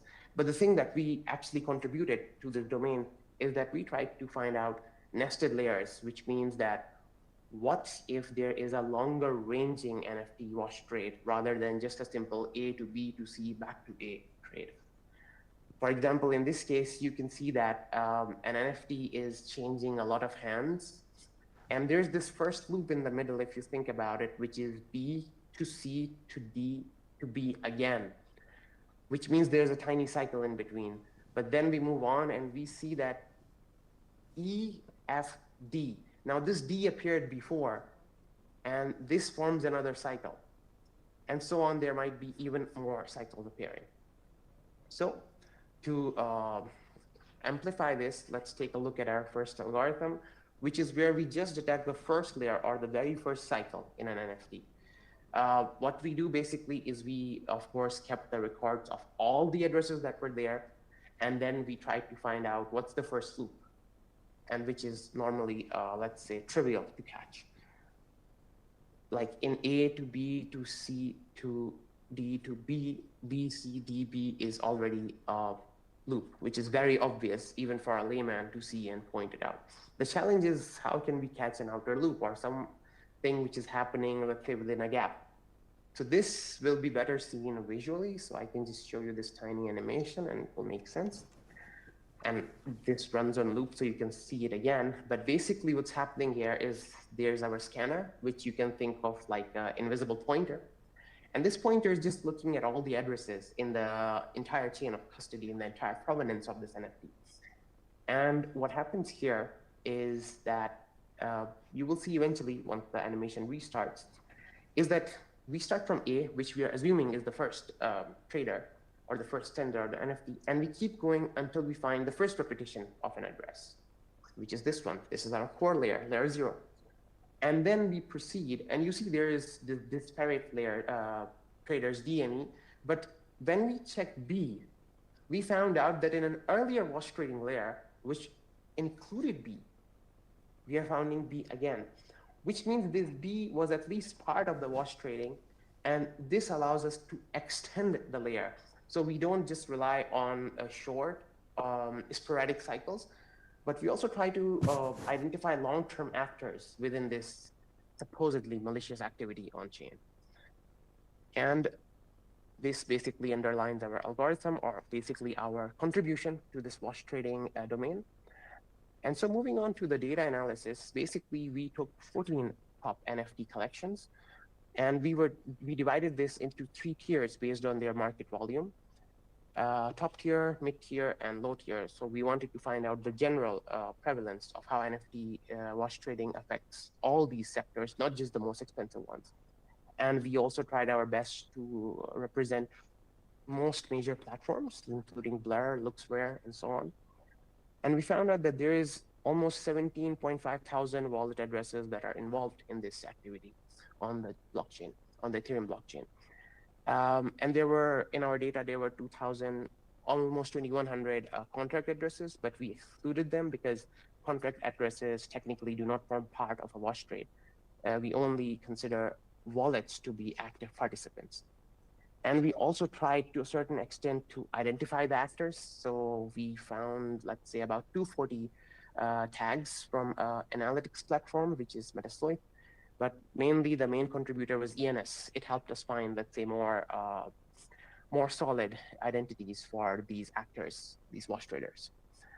So first things, prevalence over time. Basically, we're trying to see that over the long term, how this NFT wash trade evolves for all the collections that we found out.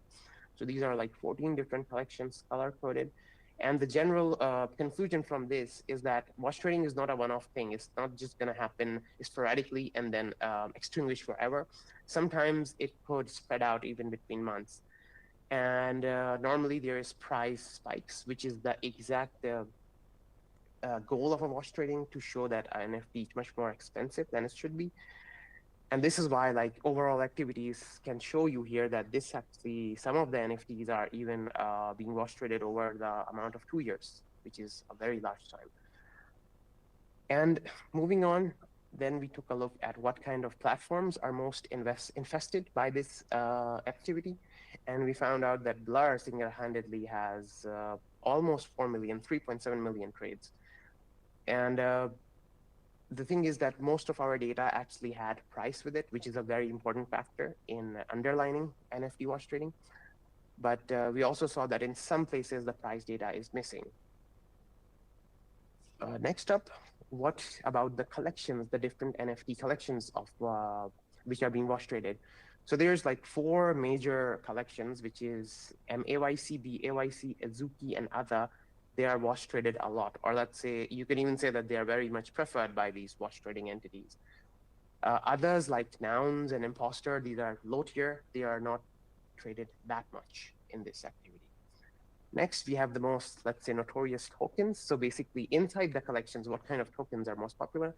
And we saw one, for example, this BAYC 5110. It's, let's say, a very favorite token of the wash traders. Others are not that frequently wash traded, even though they are involved still. And what about if we cross-reference unique traders with wash trading? So there is, let's say, some individual NFTs which had like many wash traders, like even almost 200 wash traders on a single NFT. So this means a lot of people are involved within this activity. And then we try to cross-reference what kind of marketplaces are wash trading, what kind of collections. And we see that Blur and LooksRare and OpenSea, these are basically the ones which are being most involved, especially with the major NFT tokens like Azuki or MAYC. Lastly, we saw what kind of addresses are wash trading the general collections, and we found out that mostly the top tier ones like BAYC or MAYC, these are basically Azuki. These are the ones which some addresses are really, really frequently wash trading. Now, for the identities, who are these people? So of course, we cannot like give away the entire identities of these people, which is why I censored this. But there were, let's say, some actors, as you can see in this graph, which are initiating these NFT wash trades, or which are the earliest accounts in starting this trading activity, which means they intentionally, most probably, started a wash trade in order to benefit from, let's say, inflated or conflated trading volume later on. Some of these, as you can see in this box plot, are really pushing, which means they are really persistent. They're appearing in the wash trade multiple times. So a larger box plot means that not only did they start, but they are repeating this wash trade activity. They're really persistent. Some of them, if you see, they don't have a box plot at all. They're like the blank line, which means they didn't really do much trading. They maybe started it and maybe appeared once or twice, but that's it. They extinguished, let's say, very quickly. And lastly, what kind of collections are the most favored ones? So as you can see in this heat map, there's a few entities which have these markings or these colored spots across the heat map, which means they try to wash trade more than one NFT collection. Others normally stick to just a single NFT collection. And some conclusions that we can give from our research is that wash trading is very concentrated, which means there's a few actors which actively partake. NFTs are sometimes recycled thousands of times. And finally, the layers are basically suggesting that this is a coordinated activity, not something that's happening sporadically or in a disparate manner. That will be all. I will now take questions, and thank you very, very much for listening to my presentation. Thank you for the presentation. Are there any questions from the audience? Thank you.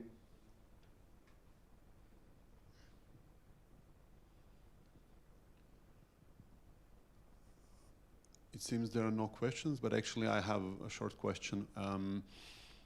Conceptually, it's not rare that people buy and sell the same asset over time. In large quantities, this can be classified as wash trading, but I mean, people are, in other markets, they're doing this. Maybe in art, this is not so common that you buy and sell exactly the same asset. So my question would be, do you consider the fact that some of this wash trading can be due to the normal activity of users that are just closely tracking maybe particular pieces, and then because the price of these pieces are going up and down, and maybe they're just trying to capitalize on this as well? So we actually tried to find the reasons behind why this is happening to solidify the fact that if these are actually malicious. And the thing we saw is that most of these marketplaces are very, they're very easygoing. So they don't really apply too much fees. And for this reason alone, maybe I can show you the slide that represents this. If you give me a second. It's this one, right? Yeah. So basically, we tried to find out what are these platforms doing to encourage this. And if you can see here, a lot of them are either incentivizing this behavior, or they're going very easy on the traders, which I think is one of the reasons to inflate this. So I do not think that most of these traders are doing this as an innocuous act. I think most of them are actively trying to benefit from price increases, because the ENS records actually were they shed a very nice light on this, that the very same ENS address was involved in a lot of wash trades, a lot of activity, which alone I think underscores that they're doing this for a reason. But it's not only the traders who are benefiting, it's the exchanges as well, right? Because it appears that they have higher volume and they're collecting fees. Of course, but I don't think the exchanges are gonna be complicit, or if they are complicit, they will never, of course, admit it. So maybe they are what's the word again? Passively being passive beneficiaries of this. Okay. Super. Thanks for the answer. I think there are no more questions for the audience, so let's thank the speaker once again. Thank you very much. And with that, we finish the session 6B on the network analysis. And now we continue with the panel. Thank you very much, Mattia. Welcome everybody to the last session.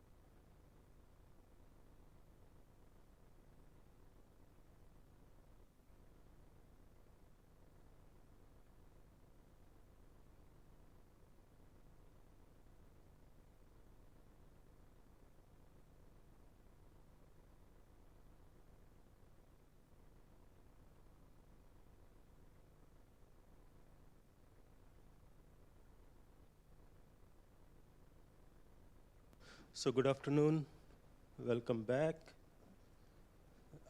Quick announcement, we have conference dinner tonight in Westin, okay? So all of you are invited, and those of you who want to go to their hotels and come directly there, you are free to do so. Those of who you want to start from here, there is a bus. You can coordinate with Babita, the lady at registration desk, and she will guide you where to get the bus.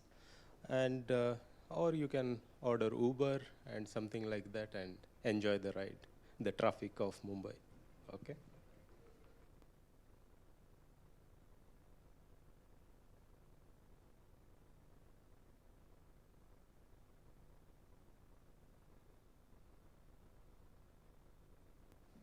I said, yeah, I just called you because we are going to finish the.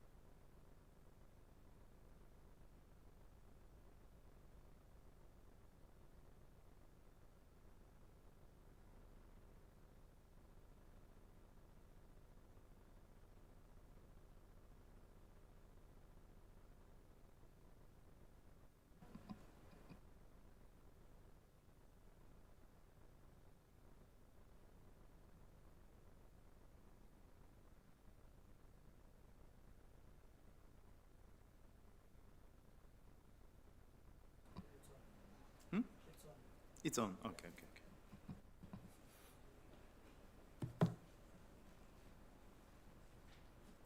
Hello, nice to meet you guys. I will introduce you. Oh, so you are the moderator. Yeah, I'm the moderator, yes.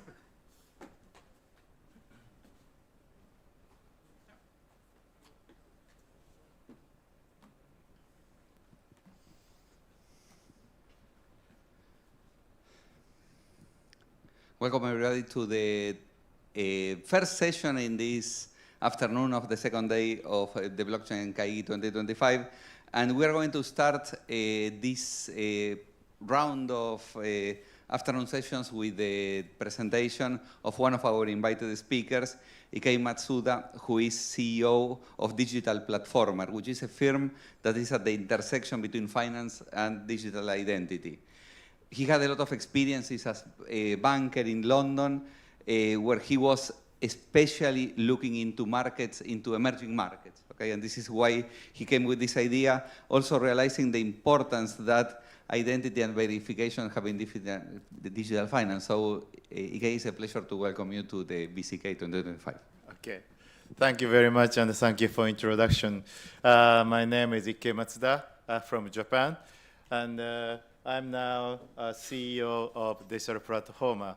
But as Claudia mentioned, Claudia. Correct. Yes. Claudio. Yes. Okay. So Claudia mentions, I used to be an investment banker. I'm a little bit old now, though. So I studied in France and got my MBA. Then I was seconded to London as an investment banker and covered Africa, Middle East, and Eastern Europe.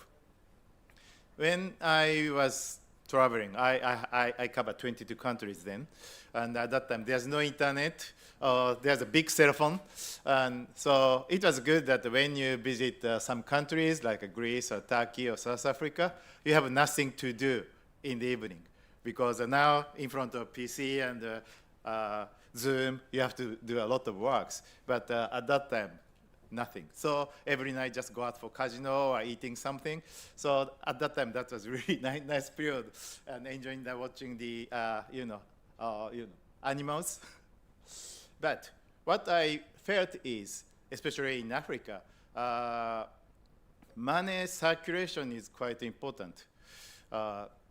When say I was from Japan, so Japanese government sent the ODA to some African countries. Say that budget was like $50 million, but eventually I saw that the amount they receive at the place is maybe less than a tenth or maybe a fifth. The rest disappears.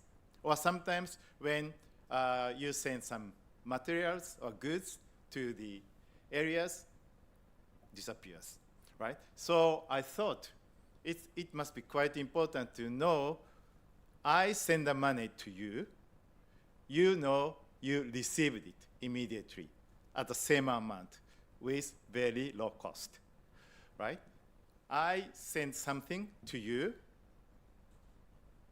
but I don't know exactly whom I should send, or someone who received the products, from whom I received the products, right? So you need an ID. So what I thought is important to create a kind of the world for the digital money, which can transfer cheaply, immediately to everywhere. And also, you need to create some platform, who you are, and who I am, and who you are. So this is the background of this company, Digital Platformer. But it takes a little bit, 20 years or something. Since then, I set up this company. In 2016, almost 10 years ago, I set up a company called Soramitsu. Soramitsu is a blockchain development company. At that time, I just quit my venture capital business and start up some small accelerator in Kyoto. Do you know Kyoto? In Japan, right? Yeah. Then I came across one kind of genius engineer in the blockchain, and just he said he wants to set a company, and he asked me to join as a co-founder. So I set up the company called Soramitsu. And Soramitsu is quite famous in the blockchain or CBDC area. You know, just we had a discussion about CBDC, stablecoin, tokenized deposits just, before lunch session. Soramitsu is a developer of Cambodian CBDC Bakong. Bakong is maybe one of the first CBDC central banks digital currency, starting from 2020. Currently, 15 to 16 million people are using it. and the annual and now the circulating amount is 15. Sorry, I accent. $150 billion or something. I mean, now currently the largest circulating CBDC and stablecoin in the world. And more important thing is just they solve the financial inclusion problem. At that time, only 20% of the people in Cambodia own the banking account. But with the launch of Bakong, now almost everybody has a kind of a banking account because it's a digital wallet. So this is what I've done. Then I realized that we thought Cambodia is a rather, non-developed countries. But once we launched the Bakong, oh, it's really good one. Quick, cheap, and convenient. Then I look back what is going on in Japan.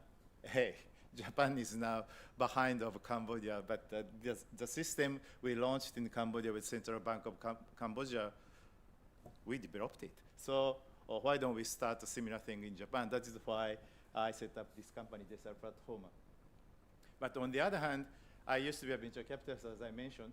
So I am a co-founder and former CFO of Immunolog. It's totally different area, but the biotech startup, since I have a PhD in medicine. Then also,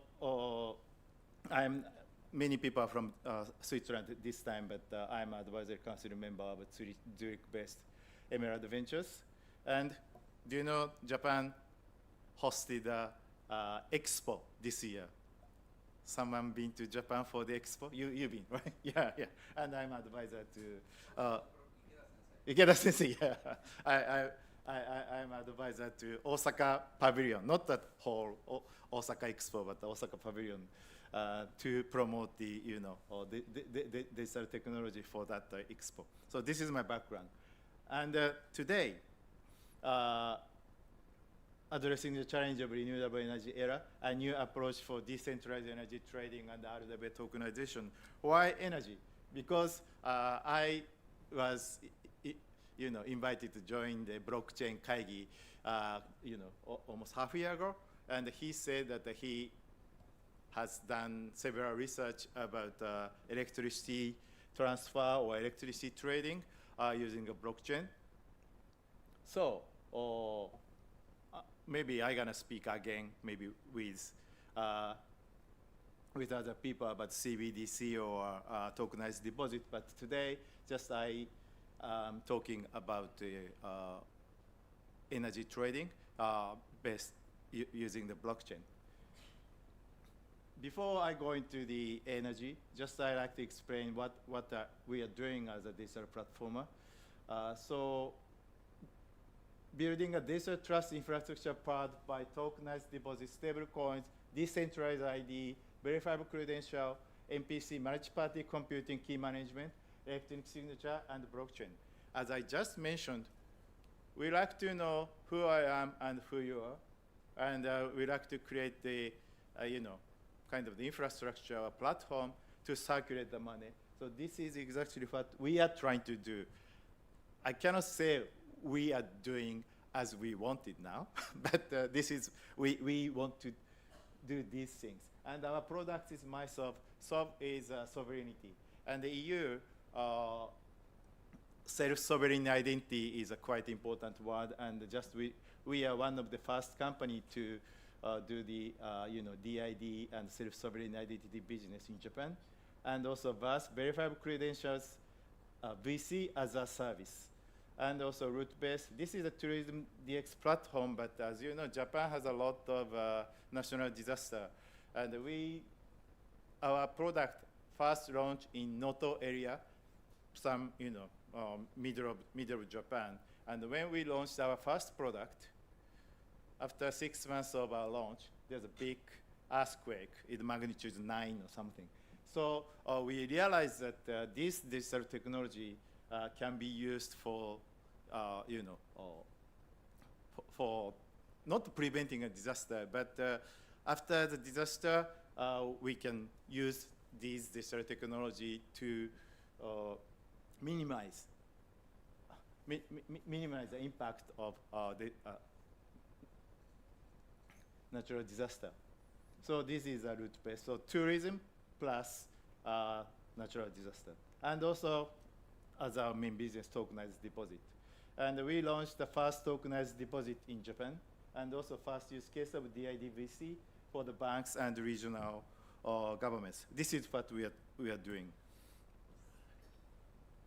Then, since we are blockchain developer and we are providing this kind of tokenized deposit, money or coin, as well as the ID, we thought we can use this technology for the renewable energy, kind of the green energy certificate, decentralized green energy ecosystem, and RWA as a green energy certificate. So first of all, our DID VC platform called MySolve. This is ID platform integrated by MPC's multi-party computing key management and biometrics ID and VC management. And obviously, because this is a blockchain Kaigi, so everybody knows about DID, but we are providing this self-sovereign identity, user control their own digital identity without central authority dependence, and MPC key recovery. Distributed key management prevents loss while maintaining security. Means, say, in many cases, if you lose your password, not only for the we had a big discussion about trading the crypto outside, but not only trading for the crypto, but most of all, online services, you need a password and ID. But if you lose your password, you have to ask the organizer to reissue the password. That is, in many cases, source of the fraud, right? So we developed the product that you don't have to ask the organizer to reissue the password. Just you can retrieve the password saved in some area, divided by several pieces. That means if you attack that places, people cannot know what is your password, or what is your, or personal information. So this is our MPC key recovery. Then verifiable credential. Verifiable credential is a kind of the, what kind of the, rights, or what kind of the qualification you have. So we provide this VC to each, activities, and also cross-border data connectivity. When you discuss about CBDC or stablecoin type of things, interoperability is quite important. The same thing for the DIDVC. If each country, each company creates own DID or own VC, not interoperable, or that will be the mess. So we are trying to create a kind of the interoperable or DID VC, and coordinate with, or just discussing with OpenID Foundation. This is what we are trying to do now. Then another product is the tokenized deposit. As I mentioned, first in Japan. This is different from stablecoin. Stablecoin is issuer is a private sector, not banks. Like a USDC by Circle or USDT by Tether, they purchase US treasuries. Then using these US treasuries as a backing asset, they issue a stablecoin. And in Japan, 2 months ago, no, last month, the first Japanese yen stablecoin launched called JPYC. It's same thing. Backing asset is JGB, Japanese government bond, plus cash. Then they issue the JPYC. It just started, so not circulated a lot, but trying to circulate as much as 1 trillion yen in 3 years' time. But this time, it's a tokenized deposit. It's totally different. Backing asset is deposit in the bank. So it's equal to the money. Just your deposit is digitalized to circulate. Quite similar concept of CBDC. CBDC, central government issue the money, that money is digitalized. This is a central bank's digital currency. But the issuer is not a central bank, but private sector bank. And in Japan, we are the first, Hokkok Bank is the first bank to issue the tokenized deposit in April 2024. Then we developed this platform. And now we are discussing with several banks. So maybe in year or two, maybe 10 or 20 banks gonna issue tokenized deposit.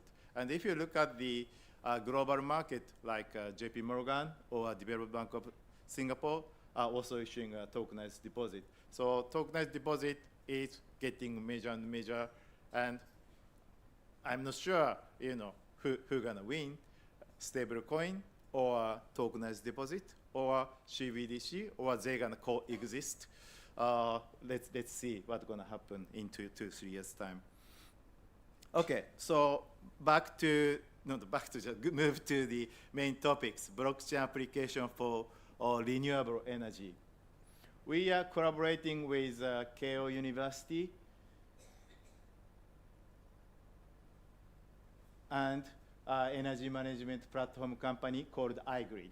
iGrid is a solar power company, but their solar panel is not on in the mountain or not in the desert, but on the top of the buildings or factories or shopping mall, right? So we are collaborating with them and currently researching and developing blockchain-based peer-to-peer system for green energy certificate with full traceability. Currently, many of the energy transaction is centralized one-to-many. One grid, then one grid deal with many users like household or companies, office, factories, shops, right? But what we are trying to create the world is decentralized many-to-many grid. So like P2P. But of course, for the transfer of electricity, you need a grid. But we called EVNO, Virtual Energy Network, to create the P2P transaction. So in order to create this P2P transaction, we use a blockchain to trace energy transfer. So traditional power grid, as I mentioned, characterized by one-way flow from large power plants to consumers. But it's a little bit too early to say, but it's becoming obsolete now. So proliferation of distributed energy resources like solar is creating a multi-directional many-to-many network. This is what we are aiming. Currently, many green energy provider says this is a green energy. And many consumer of green energy is saying that we are using green energy. But the fact is, green energy provider issue kind of annual green certificate. That means the energy you are using is not necessarily a green energy. Just that they are buying a kind of pool of credit or a green certificate. Then users are buying that pool of certificate. But it's not kind of the real-time matching of green energy provider and green energy users. So current energy attribute certificates are typically issued on annual or monthly basis. This marks the reality of energy consumption, allowing a company to claim 100% renewable energy use with still relying on fossil fuels during the nights or cloudy days. And if in the bad case, it's kind of greenwashing, right? And we think this creates a kind of granularity gap and prevents true 24/7 carbon-free operations. So what we are trying to do is resolve this granularity gap and provide a 24/7 carbon-free operations. So you see these pictures, and there's a big mismatch. Why there's a green energy after 10 p.m. or something? It's strange, isn't it? So solution part 1, granular certificates, GCS, for hourly proof of origin. Granular certificates based on standards like energy tag. And this kind of organization has started in UK, and it's now, getting popular, all over the world. That is create a kind of a pure granular certificate, and also prevents, greenwashing. So granular certificate like energy tag, timestamp energy generation intervals as short as 1 hour. And it said 1 hour, but in Japan, a granular certificate is based on 30 minutes. This is a kind of regulation in the electric power industry. And this provides verifiable, undeniable proof of when and where renewable energy was produced, moving beyond vague annual claims to precise hourly matching. So key attributes is high resolution time, move from annual or monthly claims to hourly or 30 minutes time stamped for when power is generated. Then verifiable attributes includes precise time using time, geographical location, energy source. So not only high resolution time for the generator side, but for the user side, where it is used, what time it is used, it's also clearly recorded. Then enable true 24/7 CFE, carbon-free energy tracking. So this is what we want to try to create. So you say this is a source of solar, then timestamp and location. And similar things has been done by Ikeda sensei using some Kyoto University's facility. But important things here, what we are trying to do is we are collecting data and making this system using real commercialized solar power.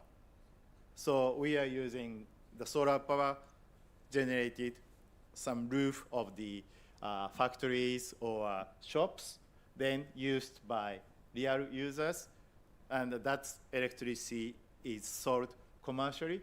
So we are now tracing these activities using this granular certificate type of things. Then next thing is a blockchain as a immutable trust layer. So public blockchain provide a transparent, immutable, and automated ledger for the entire life cycle of a granular certificate, from issuance to trading and final retirement. This creates a trust model that doesn't depend on a single central authority. So immutable traceability, every transaction, issuance, transfer, retirement means use or not used, permanently recorded, created an unchangeable and verifiable history of every unit of energy.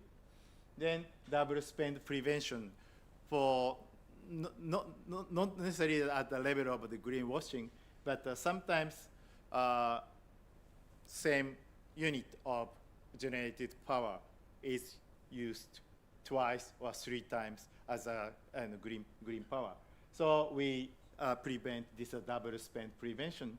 The public ledger ensures that once certificate is used to claim renewable energy consumption, it can never be used again. Then automated management. Smart contracts can automate the process of issuing certificates based on the metadata, matching them to consumption and returning them, reducing cost and human error. So this is a solution part 2. Then solution part 3, VEVNO as an intelligent grid orchestrator. An energy virtual network operator is a digital platform that acts as an intermediary to intelligently orchestrate the decentralized grid. It used GC data to match real-time supply with demand, optimize the local consumption, and overall grid efficiency. And why it's virtual network, as I just mentioned, in order to transfer the energy, you need a grid. So even this part, we generate the green energy, and this part, we use a green energy using a granular certificate every 30 minutes, every 1 hour, real time. But still, that energy goes through the grid.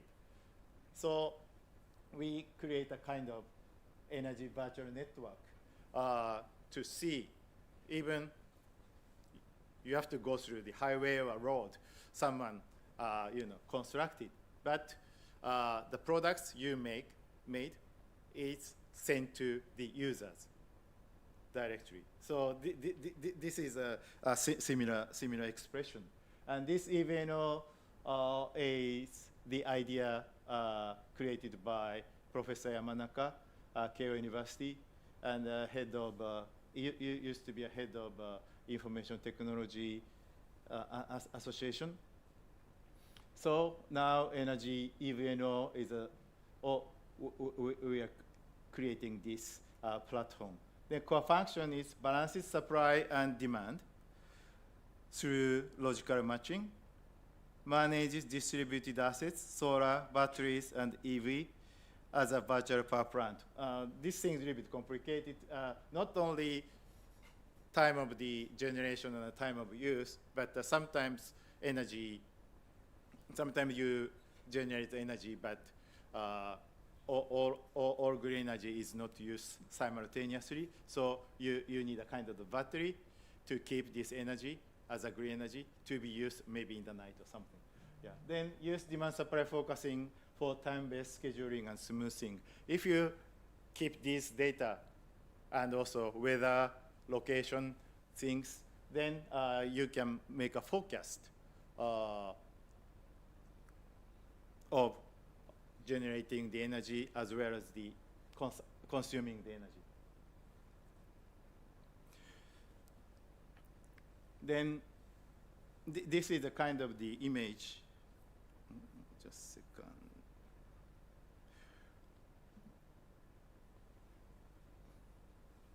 You see now 6, so it's getting.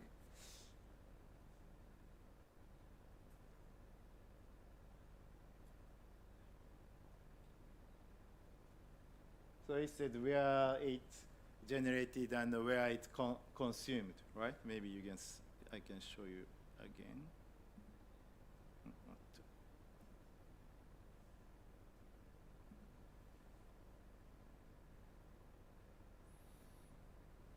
So this is what real-time granular energy management look like. System dynamically tracks solar generation across a wide geographic area and matches it against fluctuating demand, optimize grid stability, and maximize the use of renewable energy moment by moment. So this is a real case. And the iGrid, if iGrid business grows more, then you have a much more site to generate the energy. And also, if they are successful to cultivating their clients, then there's more site to use the energy. Oh, sorry. Okay, yeah. Okay, sorry. Hi. Okay. Okay. So this is a real picture. So if iGrid, our partner, grows, then number of sites will be grows to generate the power, and also number of sites to use energy will grow. So this is maybe not all over the Japan, but hopefully in 3 years' time, all over Japan here. And this is a kind of sample how they generate the solar. It's I think example. I think it's on the top of the I think I think this is a factory, yeah. And this is a power station they have. So now we are picking up several sites to, develop this program. But once our, our POC goes well, then we're gonna expand our, area to cover.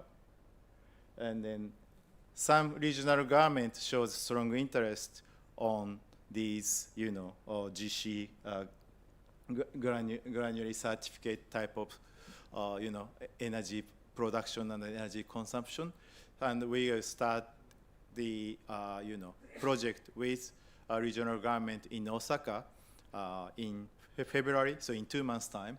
So hopefully next year we're gonna start several projects, not only amongst ourselves, I mean, Keio University, our company, and also iGrid, but also include the regional government to expand these activities. Then granular certificate as RWA on blockchain. Generating granular certificate on blockchain requires a gas-efficient architecture and chain utilize NFT for specific claims and SFTs for scalable high-volume trading. And this is, we are still considering which chain is the best. Each chain has some characteristic, good for one thing and good for bad thing, or very expensive or not expensive, but which one is very easy to use EVM or as a smart contract, and speed, transaction, transaction amount per second. So just we are checking several chain, which one is the best now. Then for the graduate certificate, timestamp, it's GC, and GC SFT, semi-fungible token, best for liquid high volume trading. And NFT is best for unique token control. This is what we are doing now. And also, we are talking to Ikeda sensei, and if we can use Ripple, Ripple Ledger, XRP Ledger for this one. This is what I'm asking Ikeda sensei to advise us. Then unlocking new markets and high value application. This new paradigm trusted granular energy data enables a host of powerful applications that were previously impossible with traditional low resolution energy certificate. So now, still we are in a POC stage, still using the real generated power, but still POC stage. So once we create this, platform, 24/7 carbon-free operation, traceable green EV charging, peer-to-peer energy trading, and optimized local consumption. This is what we can create. This is what we are trying to now. And powering a smarter, more transparent energy future. So convergence of granular certificate for precision, blockchain for trust, and EVNO platform for intelligent orchestration. This is a foundation for decentralized, efficient, and collaborative energy market. So this is kind of typical, endpoint why we are using blockchain, but from ambiguity to precision, from centralization to collaboration or decentralized, and from theory to reality. This is what we are trying to do. So today, I rather focus on the energy transaction using a blockchain, and I hope that that will be helpful for your understanding of the usage of blockchain. Thank you. Thank you very much, Ike. Very interesting presentation, a very interesting use case, and also very innovative also with these semi-fungible tokens. Are there questions from the audience? And I have to confess that I'm not an engineer, so if you ask me some technological question, I need to pass it to my engineer. But general question is okay. Yeah. Okay, good. Thanks for the disclaimer. no questions for the moment, I can start actually then. That relates basically to how is it, if you want to create certificates and to buy certificates, the idea is to create a market as well for all the possible, with the same level of granularity, in the sense that it is not that you just buy certificates, let's say that each one of them can have different prices as well.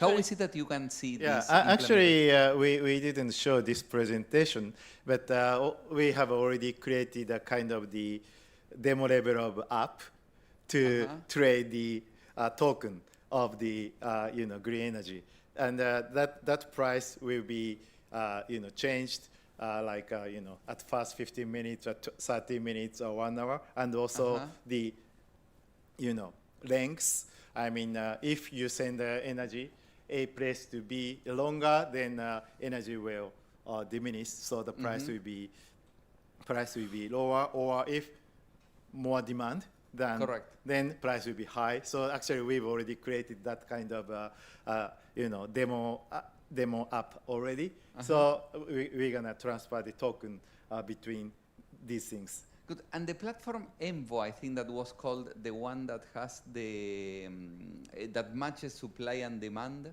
It was one. This one as well works. This one exactly. No. So is it also, what kind of information is it monitoring real time the demand, or is it also using historical data of demand to do the prediction? Prediction, you need a historical demand, but in order to do the prediction, actually you have some very specific data of each plant and each time, and several factors to check. And also use side is same thing. And also if you use a battery, or if you use a EV as a battery, then you need a little bit complicated things. But that is why actually blockchain is good, because you can trace these things easily. Yeah. Absolutely, and you also use it to train the model or whatever system you want to do. If there is no more questions, then let us thank the speaker event again. There is a question. Yes, there is a question. Then, because I didn't have logistic time to find myself. Thank you very much for giving us a very interesting presentation. I have a quick question about electric vehicle. Electric vehicle. If EV is penetrated into the market, that can be a new demand, and also can create a source of the supply. So if we want to use electric vehicle as a kind of storage, in the current system, can you apply to that kind of situation without large modification? Actually, using an EV as a battery, and also using a kind of the battery, located in the factory, is already in a basic structure. And we are proposing actually to one, EV car company in Japan, that we are using EV as a source of the electricity. Then, if you park the car, and when you're parking the car, actually you don't need energy. So if you park the car, you can get the money, not paying the parking fee. So this is a kind of the proposal we made to the actually company starting from N. Company, yeah. But eventually, this program didn't go. But this kind of concept is also included. I see. Thank you very much. Okay, Stan, thank you very much for the presentation again. And we have a small token of presentation. Okay. Thank you. Thank you. Thank you. It's here. Thank you. Thank you. Well, it was not. But that's it. Thank you. Thank you very much. Thank you. ありがとうございます。Because I would like to talk about the presentation. Yeah.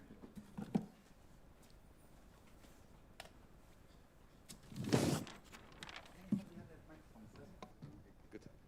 Thank you very much. Then we let Krongtum guide the next session in the afternoon. Krongtum. Okay, so thank you so much. So welcome to the next sessions on DAOs. The first speaker will be Pamenda. So when you're ready, you can start.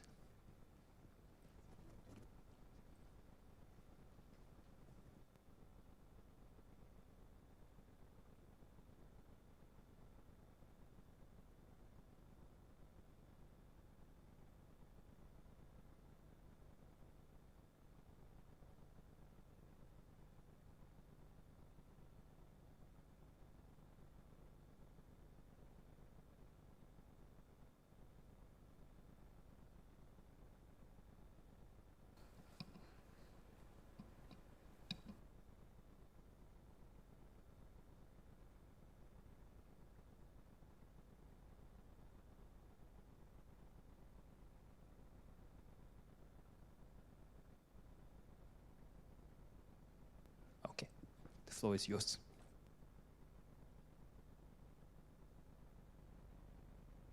Multiple screen. Oh, okay, thank you. Yeah. Good afternoon, everyone. My name is Parminder Kaur Makore. I am a PhD student at the Blockchain and DLT group, the University of Zurich. Today, I'm going to be talking about decentralized autonomous organizations, how we can balance and balance the decentralization and the governance mechanisms in DAOs that manages physical assets.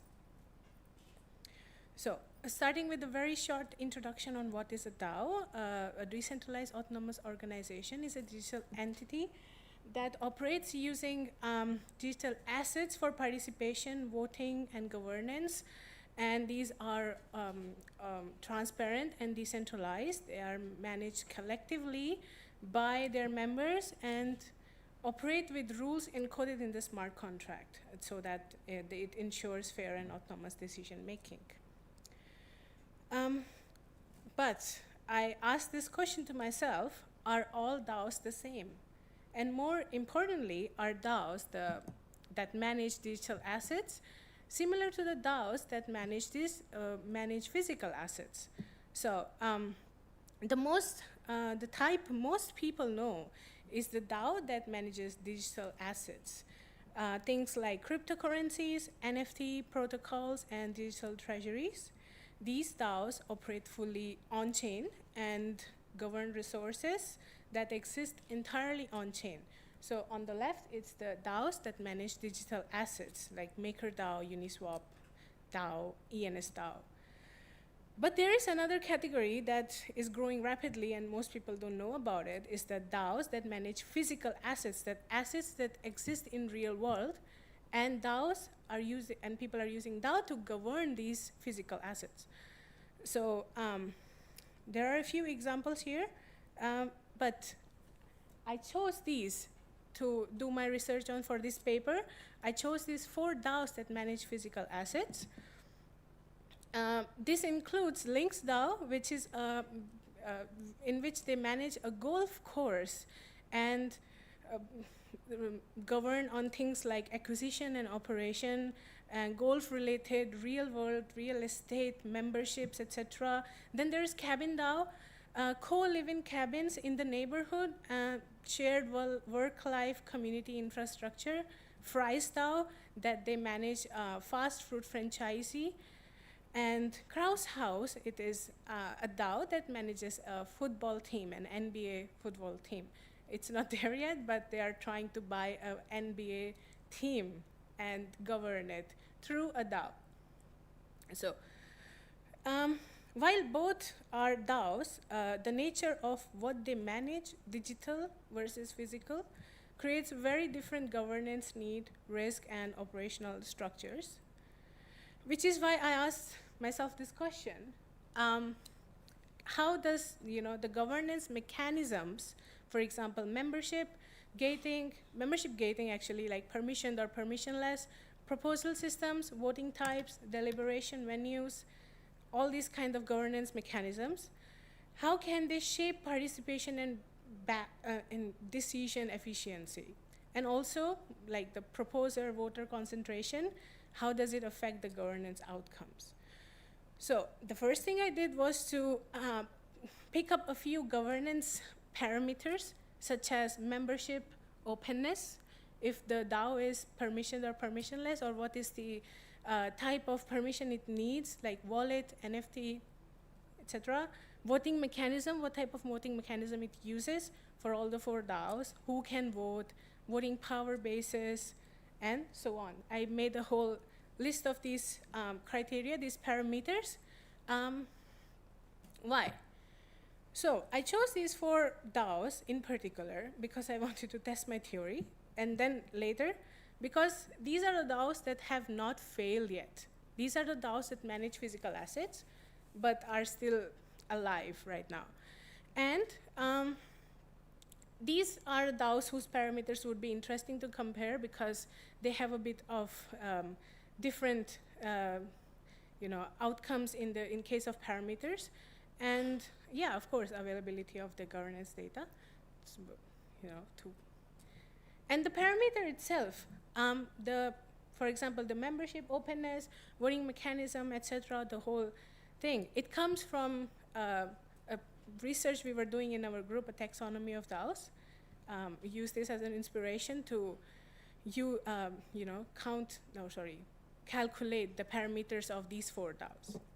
Then, of course, the next thing would be after to collect the data of these 4 DAOs. So I use Snapshot and Deep DAO, where you can collect the DAO data freely. You can download the whole proposal, the voting, the transactions, and who are the voter and the token, all of these details from there for free. And I collected the data for these 4 DAOs from 2022 to 2025. And then we calculated some simple metrics, participation metrics, such as average voters per proposal, median voters, unique voters, voting retention, as in how many people were voting regularly, how many people were proposing to make some changes in the DAO, or how many people came back again to vote, right? And how many people were part of the community from the first day. So like agenda setting, as in, are the people who are there forever, or maybe if it is centralizing rather than decentralizing. So it's a bit of a comparison between the 4 DAOs on what are the results that I got. For Links DAO, I noticed that it had a very low entry barrier, and it had a large token supply, and it was widely distributed. It had active Discord governance, which means that they had a lot of deliberation. Deliberation is the discussion between themselves before they vote on any proposal. And then it had complex governance, and anyone can vote, and many people could also propose. Then Fries DAO had open token-based membership. It was smaller community than Links DAO. It had clear operation goals. That means they know what they are voting on. They're not steering away from their criteria, their idea of proposals, and they're just doing what they're focused on it. And it had a very simple proposal structure. Kraus House had open membership but targeted purpose, and there were many members but not very active voters. And proposal volume also was moderate, and community was strong. There were many people who wanted to buy an NBA team together in Kraus House, but they were not participating enough. Cabin DAO was the most gated community of all. It had NFT gated membership. Also, you had to buy a citizenship to get into this Cabin DAO. Smaller community by design, and this DAO focused on operating physical co-living spaces. Therefore, they needed quick actions. So they were very fast with their governance. And also the proposals were discussed heavily. So there was a lot of deliberation when they were for their proposals. And there's also some data on the participation metrics, which is Links DAO had highest average number of voters. And Cabin DAO had the lowest number of voters, average voters, which is understandable because Links DAO was huge and Cabin DAO is a very small gated community, which brings to my my results. In terms of openness, Links DAO is the most open, and therefore it had the highest number of average voter and also unique voters, followed by Fry's DAO and Kraus House. And then the least open and the most restricted DAO was Cabin DAO. It had no, a least number of average voters and unique voters. This pattern says that more open membership leads to large electorate, and it leads to slower decisions. And more gated membership leads to smaller electorate and faster decisions. So, in easier terms, when there's more open membership, there will be more wallet which will be eligible to vote, and more people can actually vote. And when there's a large and diverse electorate, and it increases participation, but it also slows down coordinated governance. But when the membership is restricted, the community is smaller and more aligned and coordinated, and it becomes faster. So this was something I interpreted from the results, which was open token-based governance led to inclusivity, but slower decision. So that was demonstrated by Links DAO, that it had most extensive electorate, but slowest coordination, and also NFT-gated governance led to fast decision, but less inclusion. It's like demonstrated by Cabin DAO, where it had the smallest electorate. That's why they had faster governance, and they had a really clearly defined goals that they want to make quicker actions. And yes, agenda setting, which is proposals, is centralized almost in all 4 DAOs. So even in decentralized DAOs, proposal authors are a small repeated group that make the proposals and the decision. And these findings, they matter because they show that different governance structures lead to different participation outcomes, and membership gating directly impact decision efficiency, and proposal power remains concentrated even when voting is decentralized. So that's why I asked the question, are all DAOs the same? So this was just a small preliminary work. I began with 4 DAOs that manage digital assets, physical assets. I want to expand it to beyond 4 physical DAOs and analyze the DAOs that have failed as well, because there are many, using the same governance metrics, maybe more, and identify the patterns that explain why DAOs perform effectively or ineffectively, like why they failed and so on. Thank you very much. Thank you, Pam. Is there any question? Okay.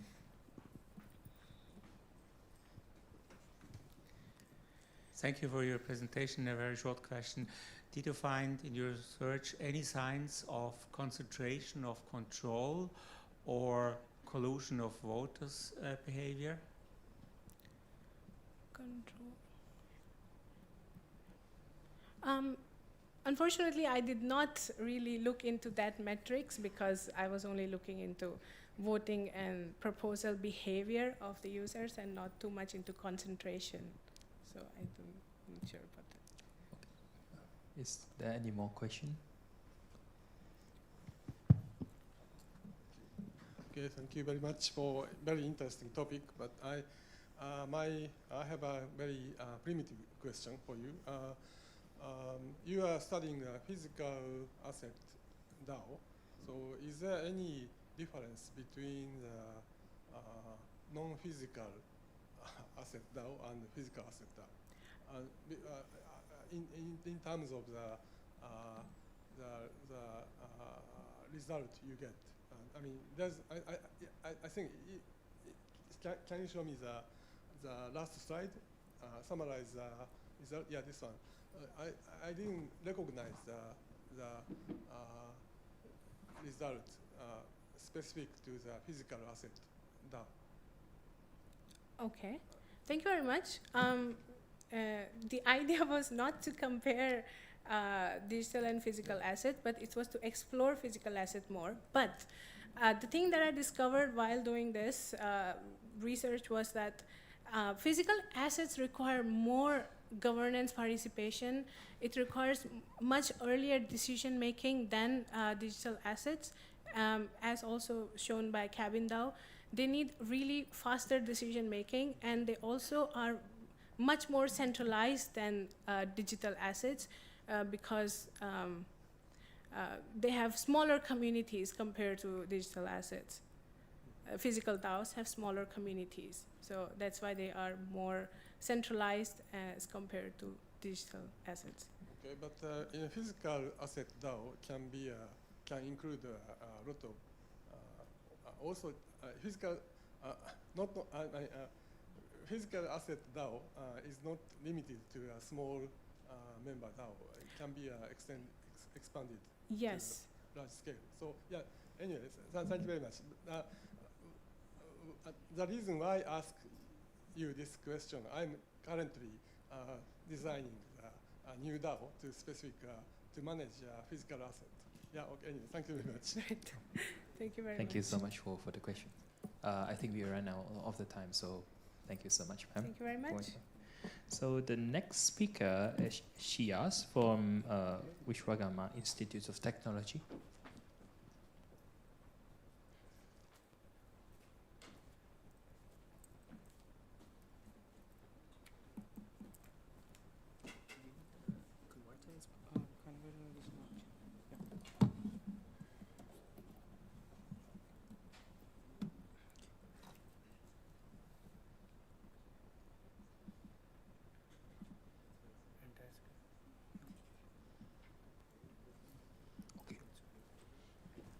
You can start when you're ready.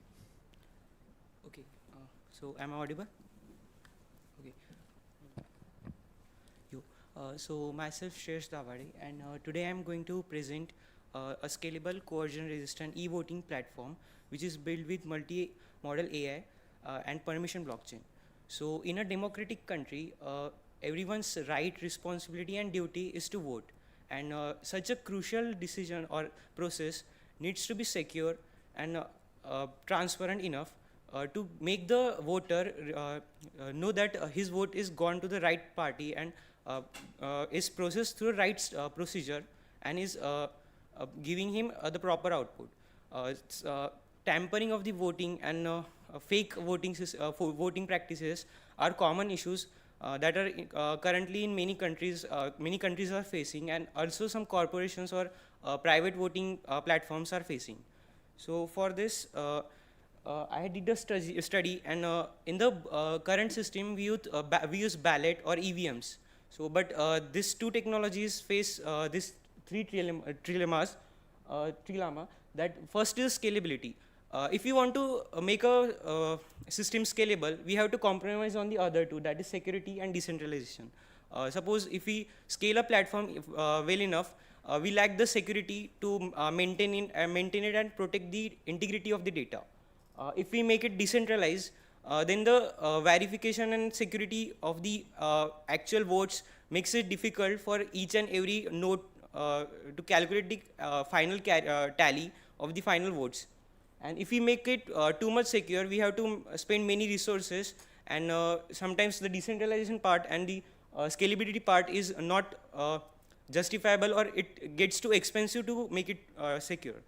So for this, we have implemented this methodology of using a POA, that is proof of authentication blockchain, and IPFS technology, that is interplanetary file system for storing the ballot, the encrypted ballots. In this technology, we deploy a private chain. Usually, we have decided to go with the GoQuram, provided by the Quorum company.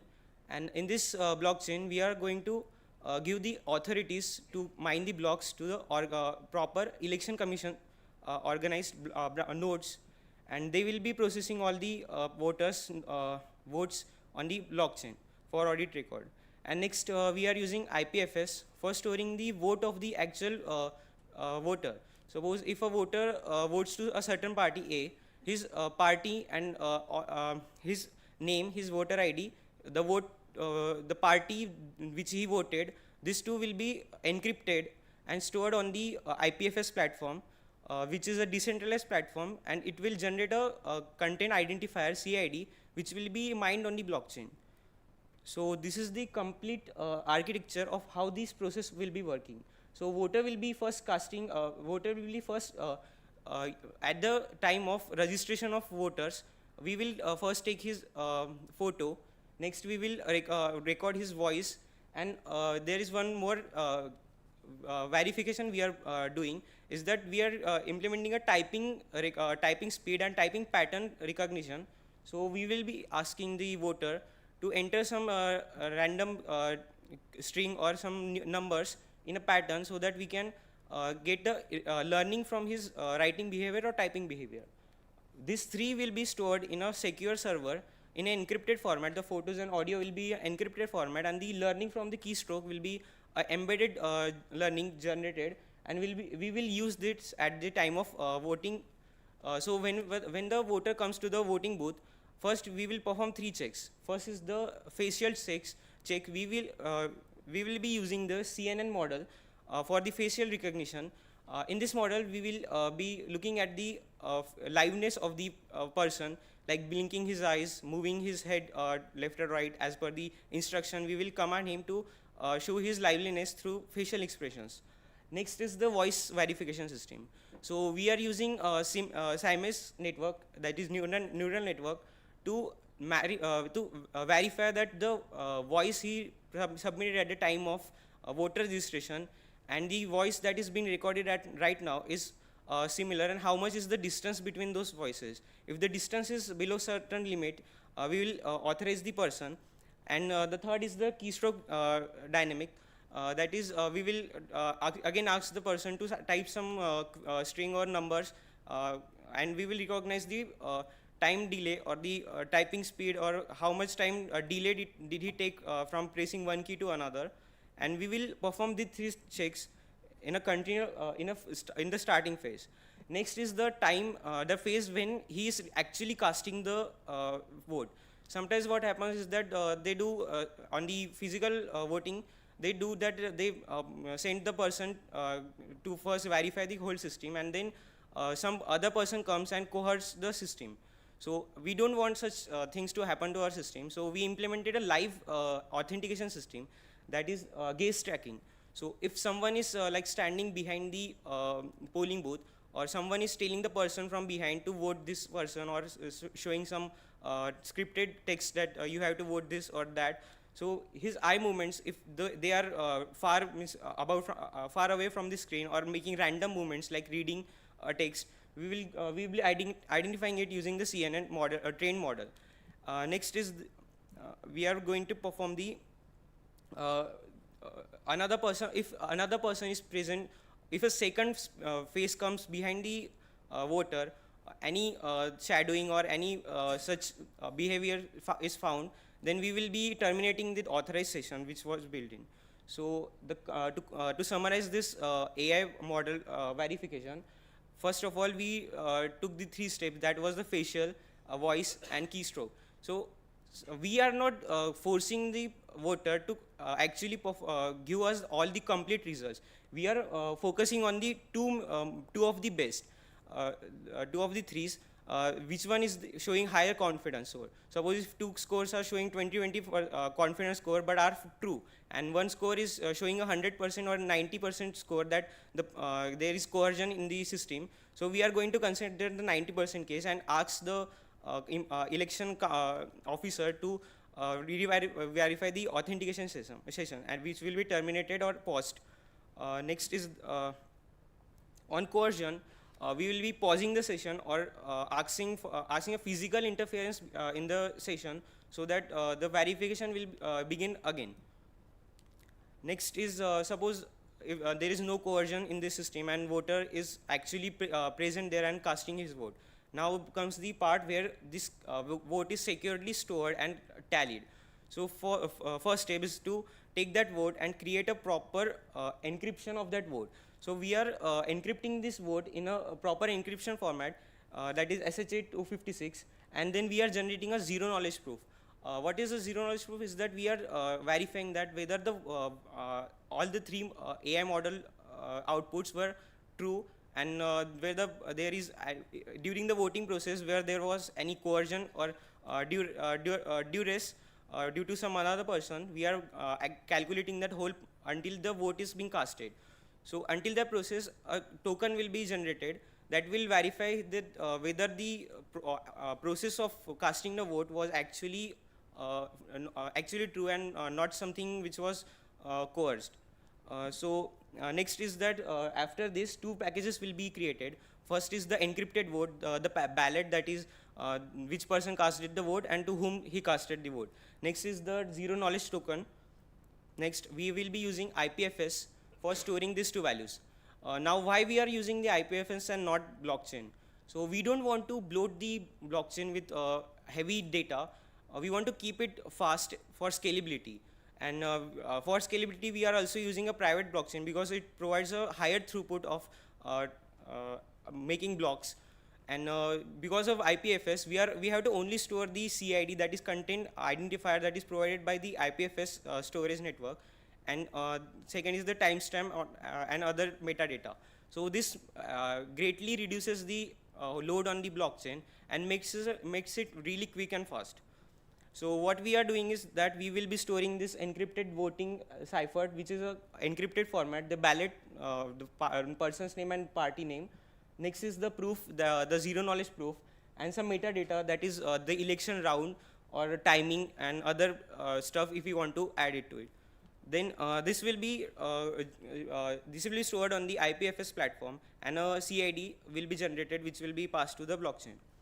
So now comes the final stage, that is verification of the votes, the ending tallying of the system. So we will look into the CIDs of all the votes casted on the blockchain, and we can use two methods, whichever will be implemented by the voting election commissioning scheme. First is to decrypt aggregated decryption. So there are two methods for this. First is homomorphic encryption. So in this, what we do is that we don't actually decrypt the ballot paper which was stored in the IPFS. We will actually do is that we will take all the ballots that were encrypted, and we will add on the contents of the ballot. It is an internal algorithm that does not decrypt the content of the ballot. It will just add up the encryptions inside. It is a proper algorithm that will encrypt the data, that is the tally data of the vote party which the voter has voted, and it will finally generate a separate encrypted block that we will decrypt to get the actual data of the total party votes. Suppose you can see in the diagram. So firstly, there were many ballots that showed that the encrypted vote number 1, vote 0. Suppose there are two party, first party and second party. First party shows that the number to vote the party is 1, and second party is a 0th number party. So the first number party got 3 votes. So we will perform the homomorphic operation is to continuously encrypt and encrypt the vote casted to that party inside the algorithm. The algorithm will finally generate something, a final encrypted block. That encrypted block will only contain the votes that were casted, not the voter ID, nothing the personal information to the voter. So in this way, we are preserving the privacy of the voter. We are only taking the tallied sum of the party votes. And when we decrypt this final block, we can get the sum of the votes that the party received. So here 3 votes were received by the party 1. So next is the method to mix nets and generate a zero knowledge proof. So in this method, firstly we shuffle the inside content of the encrypted ballots. This is a proper algorithm which takes out the fields that were in the encryption and generate a random ballot papers which will random generated ballot encrypted papers that will not contain the actual voter's ID. There will be randomly assigned, some string will be there, and the party name will be there. So we can individually decrypt this ballots, and they will give us the actual number of votes that this string voted this party. And we can also use this method for tallying. So now comes the biggest issue in current and also in the blockchain existing technologies, is that we want to, the paradox between provability and privacy. Suppose if I voted the party A, but I don't know if I actually voted that party. But if I reveal that I voted that party, it will compromise the privacy of the vote. In our system, we are solving this paradox. First of all, when the voter casts the vote, he will get to know that he casted the vote on the screen. After that process, his voter ID will not be shared or will not be encrypted either by the client, server, or election commission. No one will be knowing that this vote was casted by this voter. Everything will be inside the encrypted ballot. This encrypted ballot, as we seen in the previous aggregated decryption methods, we are not taking out the actual identity of the voter. We are only taking out the vote that he casted. So in this, we are solving if someone third party says that show me your vote casted to this person and we will give you money. So in this case, he can't show that he casted the vote to that specific person. The voter only will get to know that he has casted the vote, and his vote is been actually calculated in the final tallying, because he will get the CID of the content identifier of his vote on the blockchain. Next is that results that we are achieving. We are achieving the scalability, coercion resistant, and remote voting system. So why I'm calling it scalable? Because the POA mechanism makes this blockchain really lightweight, and the IPFS makes the suppose if one one ballot is compromised, then that same ballot is also available on some another node of the IPFS. So this is also a scalable system.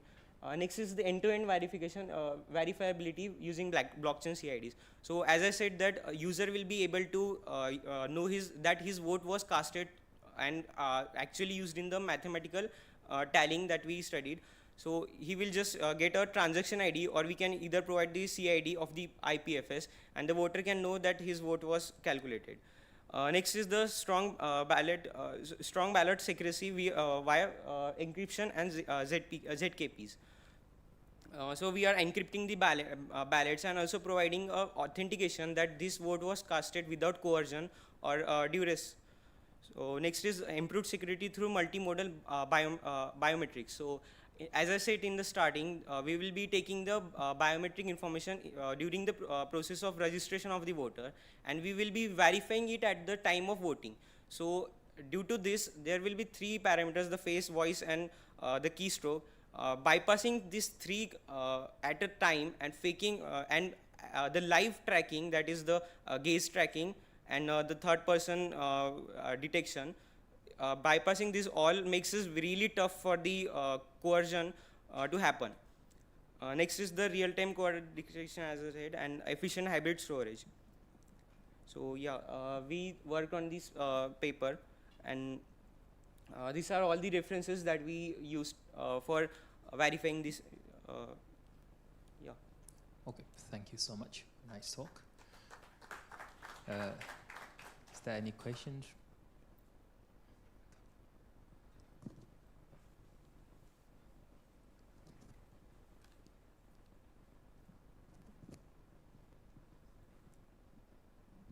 Yeah, nice work. I have a query. You have created a package where the voters' information, encrypted one, right? And then the voted ballot, right? And then where you separate it? It is basically it will be a package, the voter ID and the party that he casted the vote to. Correct. These two string will be encrypted using an algorithm and will be stored on the IPFS storage platform. So Okay. so we want to take out the party name that he voted to. So Correct. there is special algorithms for it that I mentioned the slide here. Aggregated decryption. These two algorithms are designed in such a way that in the encrypted data we can extract the proper fields that we want to decrypt without actually looking into the data. We have to first decrypt the data, encrypt the data in such a way that this decryption can be possible. So if we want to use the homomorphic encryption, we have to first perform the homomorphic encryption using the algo that is available, that is provided in that encryption Yeah. format. So you are doing homomorphic encryption of the user Ballot. information and the Yeah. voted information, Yeah. and then you are separating also Uh, or decrypting. Yeah, decrypting the only the vote that was casted, not the voter's ID. That is the speciality of that algorithm. You can actually take out the specific data without looking into the entire data. Okay. Thank you so much. I think we have time for one more question. If not, I actually have one questions, maybe two. The first one is like you're starting with the trilemma. So this is how actually this one solved the trilemma, so that you introduce the first page. And I think you also use the multimodal AI, you presume. But I don't see that how can you actually use the connector. So typically when you have multimodal AIs, you have connector and then you pass the data through the connector. But over here, I presume that you pass all the data from each of them separately. Is that correct? Means at the time the voting node will be calculating the the actual AI will be running on a secured server. The live feed and all will be transferred to the server. We can either do it on a client side also, but the client needs to be strong, needs to be powerful enough to run the processing and all. So yeah, we are doing it live at the node level. Okay. Yeah, actually this leads to my kind of like related questions is how actually, I mean, how computationally expensive will be like for the first types of verifications? Yeah, so CNN face recognition will not take more than like 4 or 8 GBs because we just have to compare the facial features of the person to the stored encrypted data that was on the server during the time of voter registration. Second is the voice comparison, that is we are using SIMS network, neural network. This is not a computationally expensive neural network. We just are comparing two learnings, that are voice learnings.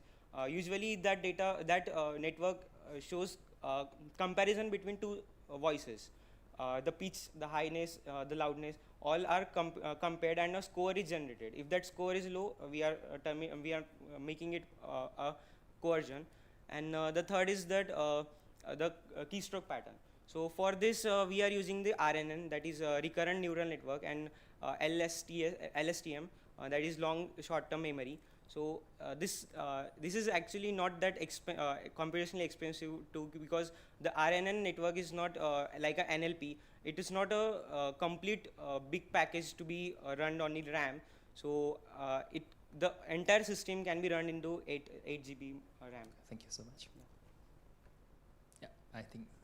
Thank you so much for your nice talk. So the next speaker will be online.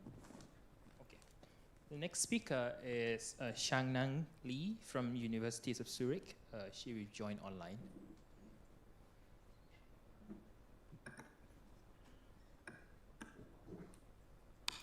Yes. Can you hear me and see my slides? Yeah, I can hear you, but I cannot see your slide. So please wait a minute.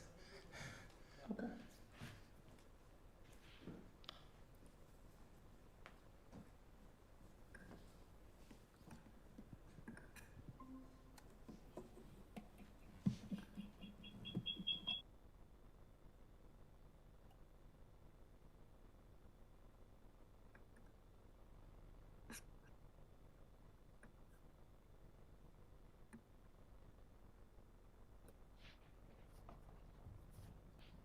Okay, you're good to go. Okay, thanks, Quantum. Hello, everyone. My name is Shengnan Li. I'm a postdoc researcher from Blockchain Distributed Ledger Technology Research Group in University of Zurich and also a member of Usage Blockchain Center. It was a pity couldn't go there, present or exchange in person, but I'm happy to see everyone like Professor Ikeda and also Quantum, who is in charge of my session now. So I also appreciate the opportunity to present one of our current projects, which we want to ensure a fair and representative on-chain governance model. By this, we will focus on the incentivized mechanism and the voter behaviors. So let's start with the background. Nowadays, we know more and more blockchain projects, they shift from the off-chain decision-making process from the off-chain or official process, which may be done by some foundation, also co-founders, they discuss internally. They pure change to the on-chain governance, which means the different stakeholders, they can directly submit their proposal and the vote will through the protocol itself. So once the protocol passes, then all the upgrade or the change will immediately applied in the system. That's why the blockchain platform need to be more careful when they design the protocol and how they want to maintain the fair or the representative of the voting and opinion of the users. So there was this kind of mutual effective behind always the blockchain system want to maintain the consensus, security, and stable without the central authority. But as we always know, the blockchain environment was like a computation. So the users compete to earn more profit with the higher priority. So by doing that, it tells us when design the protocol, we are not just to design the protocol from the technical aspect. We also need to learn how to trigger the honest behaviors with the good incentivize. So by doing this project, what we want to answer is how to promote the on-chain governance design by investing better incentivizing the true opinion and the votes. Then when we do the modeling, there was some general framework behind, was several main components behind. By doing the voting design, at the beginning, we will set up the different voting policy. So you may have the different main roles of the voter who is doing the vote.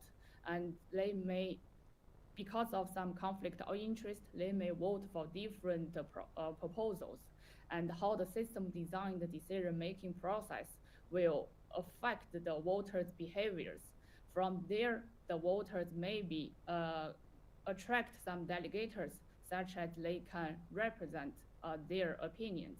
And also when put the incentivize in the voting design, we need to consider whether the power was decentralized or it's egalitarian distributed with the powers and the opinions. Also, the opinion shouldn't be biased by some external effect. Then the system should always measure whether there was enough participant rate to represent the global opinion of the system, and also whether the voting design now could be sustainable, or is there any potential risks by current design. So this brings us think about two important aspects in the decision-making process. So we were thinking there are two main common used mechanism by most of the system now. They always use firstly one token, one vote. So it means the voting power was related amount of tokens the stakeholder holds. And the other part is how they reach the consensus or the decision at the end was mostly mainly the simple majority. So once the period finished, the decision will just pick the option with the most votes. Now we will consider whether the one token, one vote is the good strategy. Of course, some advantage side because it's straightforward for the governance process. So it means the higher staker will have more incentivized to make decision, which should be benefit for the ecosystem from the long-term point of view. But also on the other side, it also reduce the token liquidity. So it means maybe the user have more incentives to keep their token bonded or locked in the system, such as they can do the voting for the future change. But there also triggered some issues is there will cause the power concentration. So the richer people who owns more token, they always have the more voting power. They may propose the actions to benefit them more. And the small stakeholders, they may feel they don't have too much power, so their opinion may be always not be taken care by the systems. So they will feel insignificant. And also because you need the token to be more powerful, so maybe there was some economic manipulation. People just buy some voting to achieve some proposal to pass in a short time. That's maybe also a huge attack or issue for the system. Then we propose some solution. For example, you will allow the delegation also happen in the voting, which was commonly used in the staking process in most of proof-of-stake system. So in the voting, you also allow the delegation, which will create a liquid democracy, which means the people maybe can gradually and secretly build some reputation for the opinion leaders. This kind of reputation will keep the voter or the opinion leaders can stay longer, such as they can accumulate a better reputation in the system. And also the vote should be somehow related with the time, such as people cannot just buy the token to achieve some proposal in a short time. If the age or the time, how long the stakeholder hold the token can affect their voting power, which can migrate to this kind of voting buying issues. So the conclusion of this part was like, we understand the one token, one vote can be a starting point of the blockchain governance process. But when they design the protocol, the project should also consider some more sophisticated models to ensure the fairly and more inclusive in the decision making process. The other concern was beside the simple majority. So always the decision will, at the end of the voting, the system will just decide the option with the highest vote. This for sure is good. It's clearly to help with the fast governance process. And it's also prevent the deadlock. So there shouldn't be a very long decision-making process. But however, what may happen is this kind of unhappiness between the users. Like it just passed because of the slightly majority. So it was only 51% people vote for yes, but there was also a huge amount of people which disagree with this proposal. But just by simple majority, the proposal will be passed and will be implied in the system. So maybe it will trigger some issue of the unhappiness of the ecosystem. That's why we propose some index which we should consider this kind of degree of consent between the different votes, so which can ensure the decision can reflect a broader consensus. So we will consider the difference between the agree and disagree, and also consider the different effect of this kind of absent, so who didn't vote. So which means if the proposal reached the extreme agreement or disagreement, it will go in that line, which will be more fair from the decision-making process. Then by following this step, one thing we can do if at the first round, if the proposal didn't reach a very high degree of consensus, so it means the system can apply this kind of multi-round voting.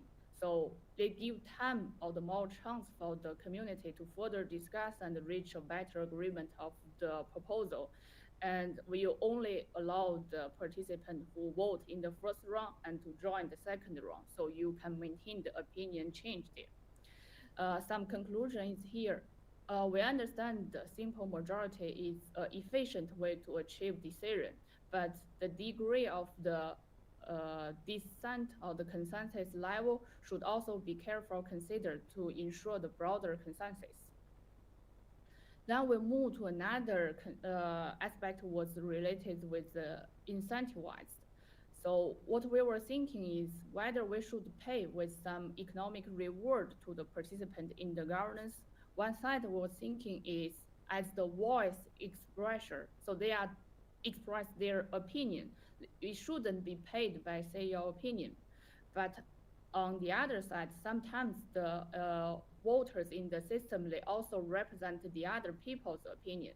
So by doing this job or service, they should get some payment. So there was a trade-off behind this. The economic incentivize for sure, like the monetary rewards can increase the participant in the vote, which means higher security in the system. However, this kind of incentivize maybe also bias the voting behavior because they may just want to achieve the high profit. So what we are thinking is there another type of incentivize can be used for different voters?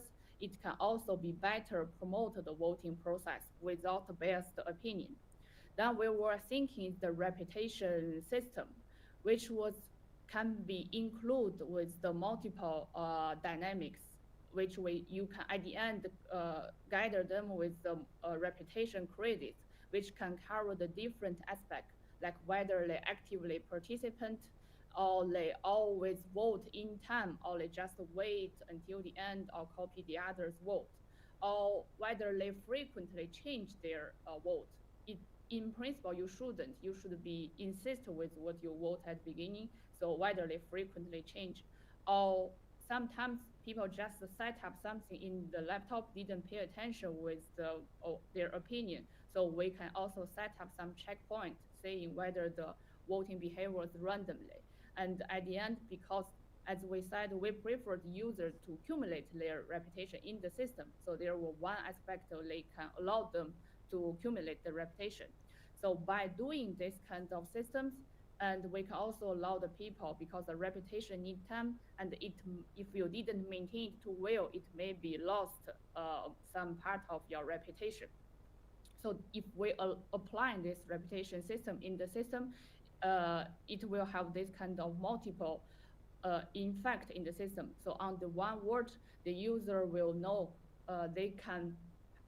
their voting power was related with their reputation. So the higher reputation will also affect the better voting power. On the other, downward, it also affects the trust between the delegators. So the delegators was always trust with the high reputation voters. So which was also encourage or regulate the opinion direct behavior. At the end, some conclusion as the take-home message is we know the on-chain governance is not just a technical problem, but it's also a social political problem. Then the effective decision-making requires the balance between the enough participants, which we can achieve the collective intelligence, also the fair reputation, and the decision should be effect. And by combining the reputation system with the economic reward, can multiply the fair and long-term participant and avoid the power centralized or dominated by where only the rich stakeholders. But at the end, one thing it's worth to mention is the reputation system in the on-chain governance is still on the optimizing stage. We need to improve it, and how we calculate this reputation credit and on which level it affects the voting power, the reward, and the trust among the delegators was still in the discussion. So we are really happy to present here and receive any questions, comments, or suggestions, such as we can improve the system and better benefit the design of blockchain ecosystem. This all of my presentation, and really happy to answer questions or any comments. Thank you, Xiangnu. Is there any question from the audience?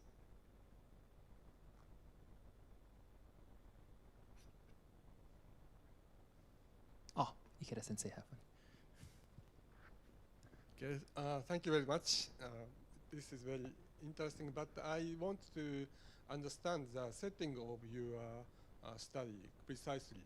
So you are currently studying voting mechanism to be used in a blockchain system. So what kind of purpose? What do you? What is the purpose to use this voting system in blockchain entire system? Not some blockchain system. Yes, because of the time issue, we didn't introduce the use case. Like for example, in the Cardano, they have the different role of the vote. So different people may represent for the different proposal, and they have the way how they decide the decisions. Like each row here, if you can see my mouse, each row here was the one proposal. So like I want to upgrade the parameter of the system. For example, today each validator was received 10 token as a reward. Now they are unhappy with this, so they just propose whatever we say is correct or not, but they want to propose. Now we want to increase this parameter to 1 billion token in the system. It sounds realistic, but if the proposal passed, because now it's on-chain governance, if the proposal passed by the vote, then it will be changed or the system will upgrade in that way. So how to well define the voting mechanism, make it fair, and avoid this kind of people who just randomly propose something was quite important for the blockchain system. Okay, so is this a voting system for decision making in DAO? Not only for DAO. Sorry, yes. Not only DAO, you mean? Yes, because like Cardano, Polkadot, they are the layer 0 blockchains. So the parameter of the system itself can also be voted by the parameter of the protocol can also be changed by this voting. That's why we call it on-chain governance. Okay, yeah, okay, thank you very much. Understand. Thank you, Professor Ikeda. Is there any question from the audience? Okay, if not, I have actually two questions. Yes, the first one, the first one is maybe about the tokens, the very first one that you discussed. So I'm just wondering if now you introduce the lifetime of the tokens, so that the people cannot stack up the tokens, what will be the effect of that? That's one. And then the second one, because of now you're using the reputations, I'm not sure, but I'm thinking about reputation as kind of like similar to token because you can somehow obtain it. For example, like if you run on the vote maybe 10 times of the vote, and these particular people got the very best reputations on purpose, and then on the 11th vote, he do something very badly. So if that happens, how can this actually, what is your comment? Yeah, thanks for the question. I think the first one you are saying, if we consider the age or time of the token, what may be the effect of the governance process? Yes, right? yes. For me, I like this idea. That's why we propose it, because we don't want, like what we were saying today, I just want to improve my income. So I propose a proposal saying I want to change parameter to 100 to 1 million, and I want to achieve this goal. So I buy some token. Then it becomes something I just balance my profit and my cost. If it's durable, then I do this thing. That's why I think it's a huge attack in the on-chain governance system. So we shouldn't allow this thing happen. That's why we should somehow consider to avoid this kind of token buying to achieve the voting power. Yeah. Then it's also, I like this token part instead of just one person, one vote, because it somehow gives some cost for them, just not blindly created more entity to join the voting like that. Okay, okay.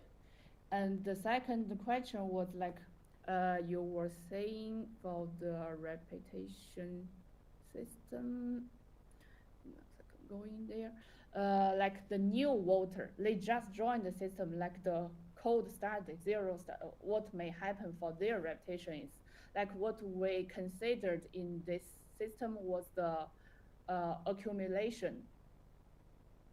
So we don't want, like you joined with the false vote, then you can only have one judgment of your behavior. But in this system, we consider this a factor. That's why we have the reputation accumulation. So you need to stay there by vote more, just as you can collect a better reputation. I see. But because of this one, I somehow like think of like you have a memory term in your reputations calculation, right? But the problem that I came up to my mind is like, if every single vote you have on different types of issues that is not particularly same actions in that sense. So will that affect on the memory? Because of now you are accumulating the reputations based on like series of votes that is not somehow maybe it's not related to each other. I think here in this kind of radio plot, when we say the reputation accumulation was similar like the age or the time weight of the token. So we want them behave more, such as we can have a more correct judgment.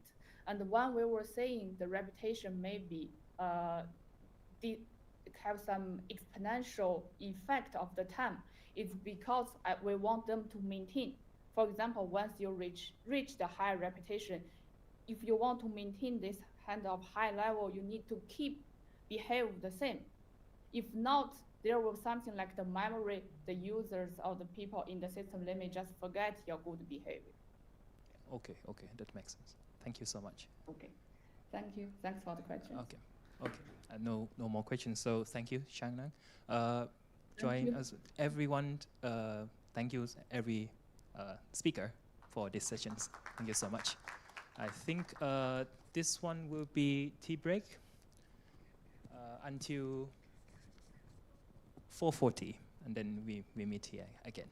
Thank you.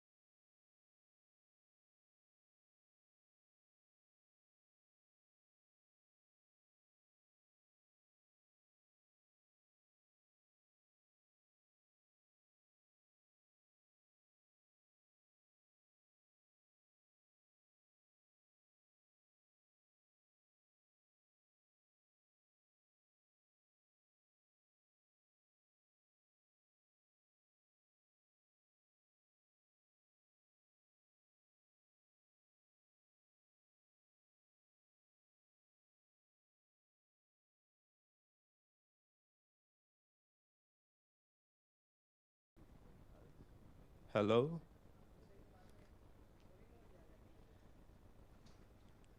Hello, hello, hello, hello. Wake up, wake up, wake up. I think we are only half of us, so let them come in.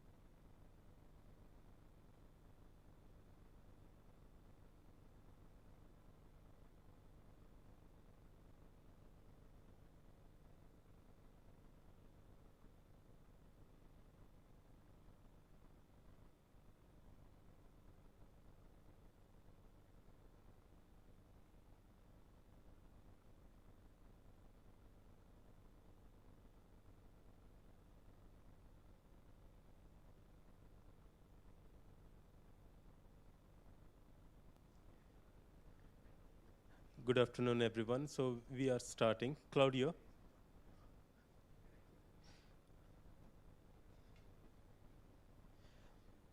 We'll finish this talk and then we'll go out. So I'll make an announcement. Yeah. So it's a pleasure to have with us Professor Kazumasa Omote. Did I pronounce it well? Who is with Japan Advanced Institute of he received his PhD from Japan Advanced Institute of Science and Technology in 2002. He worked at Fujitsu Laboratories during 2002 to 8 and was engaged in research and development for network security.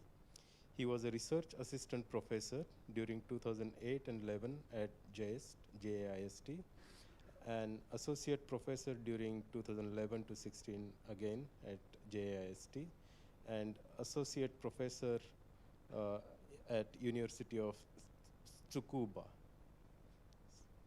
He has been a professor at University of Tsukuba since 2022, and his research interests include applied crypto, network security, blockchain, and he is a general co-chair of ACNS 2023, WSTP 2019 Best Paper Award winner, and he serves on the board member of Japan Virtual and Crypto Asset Exchange Association. Welcome, sir.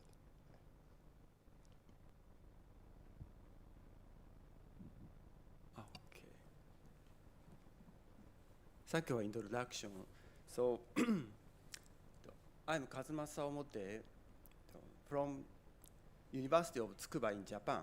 So first of all, I'd like to express my sincere appreciation for the opportunity to give this invited talk. So my talk is about toward malware-resistant signature generation for blockchain system. So let me introduce myself shortly. So as a professional career, so work for company at its laboratory. So I work for two kinds of universities, so JAIST and University of Tsukuba. So my research area is mainly cyber security. So fortunately, so blockchain security is mainly based on network security and cryptographic technology. So and my committee is like this. So first, I will present the purpose of this talk. So I introduce concept and practical approaches for securely generating digital signature even in environment infected by malware. So even when using smart contract, say SC in this talk, or trusted execution environment, say T. So there remains a risk that the signature may be tampered. So if the input message M is altered like this figure, so we will explore realistic countermeasures. So central question of this work that what mechanisms are necessary to ensure that only signatures intended by the user are successfully generated. So here is an overview of this talk. So first, I explained the importance of signature risks and countermeasures in the age of malware. Then I overview the attack models. After that, I introduced the two kinds of case studies. So first, I signature generation model using smart contract, and then a new cold wallet based on hardware trust platform. Then finally,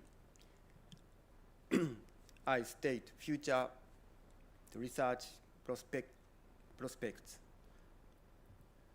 So I'd like to discuss signature generation using smart contract or T. The first, I will explain smart contract and T's in comparison. So as for tamper resistance, so smart contract is guaranteed on the blockchain, while T is guaranteed through hardware isolation. So regarding private key handling, so smart contract doesn't hold private keys for signatures. So I explain in detail later. So in T's case, the keys are securely stored and used internally inside the hardware. So as for strengths, so smart contract has flexible condition control and transparency, while T has isolation of the execution environment. So I explain smart contract and T. So smart contract enables secure and transparent management of signature operations by handling signature-related logics, such as conditions, verification, and delegated control. On the other hand, T is isolated from the OS, allowing secure processing of signature logic and private keys. Even if the OS or application are compromised, for example, by malware, so signature can be generated securely within the T. So let me start by explaining how realistic threat models are shifting. So if M input into smart contract or T is altered like this figure, signature forgery can succeed. So for example, user sent message M, but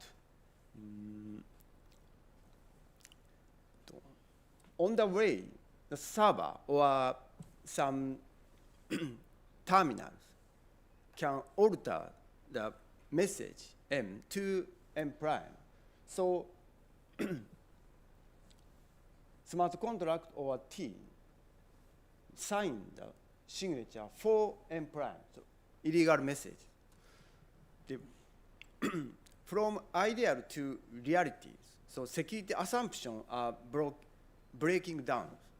So because many existing systems are designed under the assumption that signature processing is executed in a secure environment. But in real-world environment, there is always a risk that a device may be infected with malware. so paradigm shift in threat models we considered. So that shift is from secure by default to always at risk. What are needed now is mechanisms that prevent unauthorized signature even in the presence of malware. Here I present the core question of this talk. The problem we face today is that we can't always trust the user device or execution environment.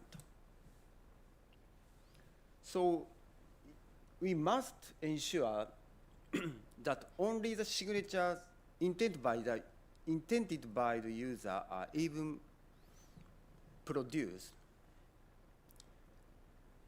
How can we guarantee that only the signatures truly intended by the user are generated? So we have two approaches to this question. So software-based approach and hardware-based approach. The first software-based approach are method for securing delegating signature generation to an external machine using smart contract. The second hardware-based approach is method for physically isolating signature verification and generation from malware using T. Here I explain typical attack pattern in signature generation with smart contract or T. So content tampering, so impersonated signature request and screen spoofing. In content tampering, so, maliciously alter the transaction contents. For example, recipient address or amount before the signature is generated despite the user input. For example, actual malware named Ether Clipper in 2021. The second, impersonated signature request. So malware makes an unauthorized signature requested for the message M. This malware actually exists, so named fake ledger live in 2023. Finally, screen spoofing. So display a fake screen to make users upload incorrect information. This is also conducted by the malware fake ledger live.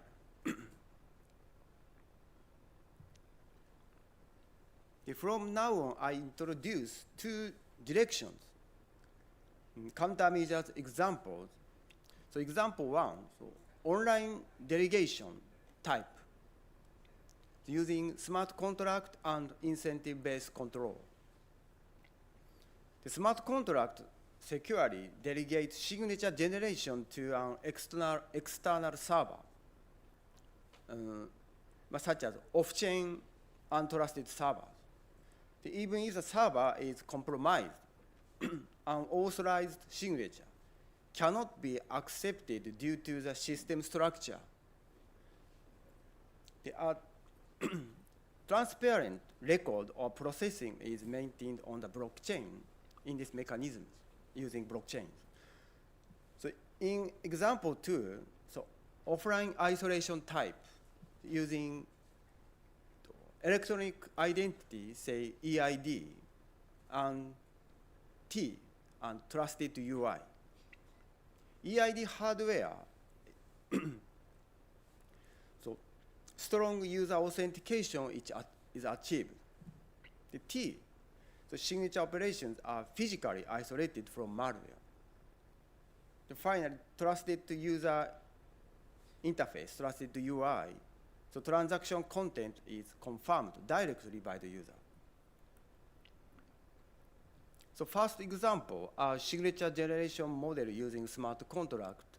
This was published in the International Conference on Blockchain Computing Applications this year. So let's start by considering digital signature generation using smart contract. So this seems excellent. So smart contracts are programs that run automatically on the blockchain. So a user triggers a smart contract, and its execution requires no third-party intermediary, providing transparency and consistency in processing. If a smart contract could generate signature like this figure, so user send message to smart contract. The smart contract generate a signature, sigma, and return back to user.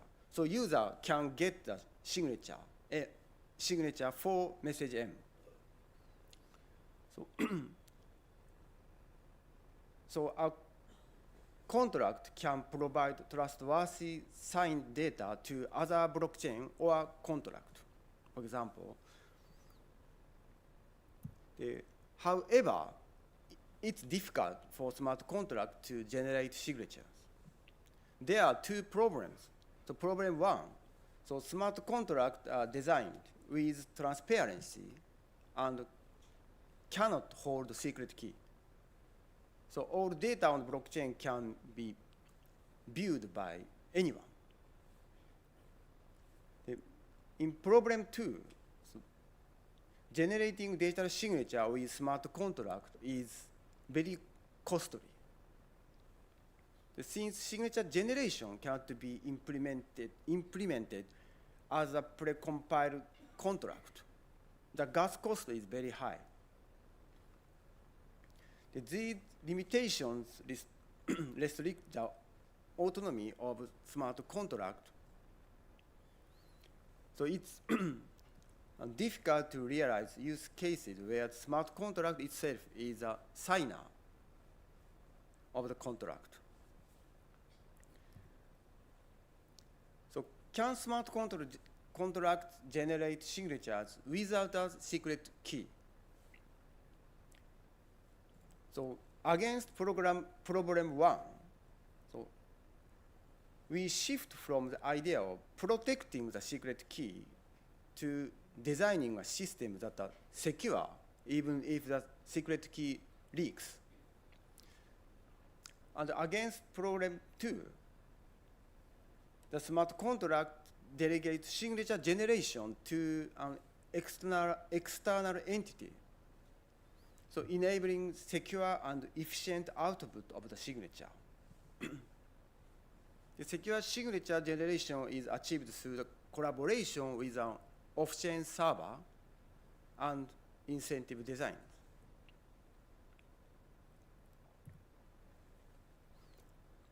So I introduce a new approach to generating signatures.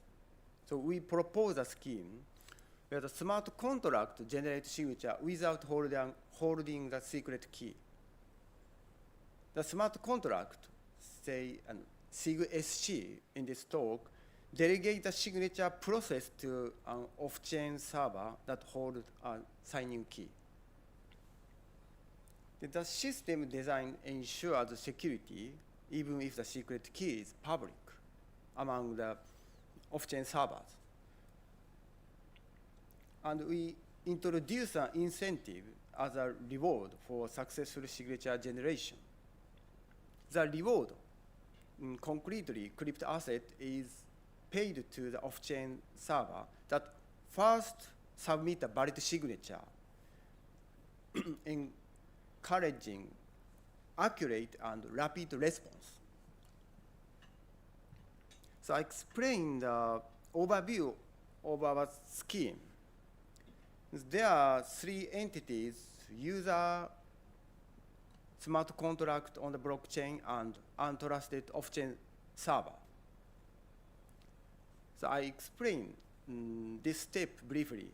So user send message M and phi P1 to SIG-SC, smart contract. So multiple off-chain servers obtain M, message M, and generate a signature using the secret key. The server and sigma to SIG-SC, and only the first one is accepted. Upon successful verification on the SIG-SC, the reward P2 is automatically sent to the server. Forged signature will not be accepted. So like these figures. So first one, so legitimate signing key and legitimate message, so accepted.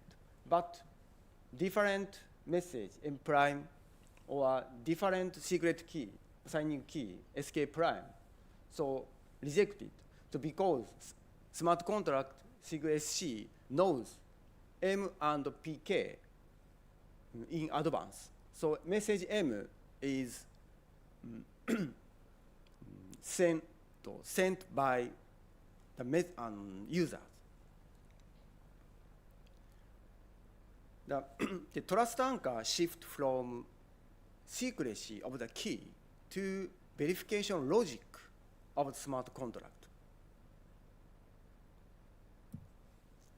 As a second feature, first, signature generation via incentive-based competition models. So we introduce a mechanism to pay reward, so incentives for signature generation. The reward is automatically sent to the off-chain server that first submits the signature by smart contract. So this existence of reward motivates the multiple off-chain servers to actively participate in signature generation. The first to submit rule induce a computational competition. This competitive principle minimizes signature generation delays.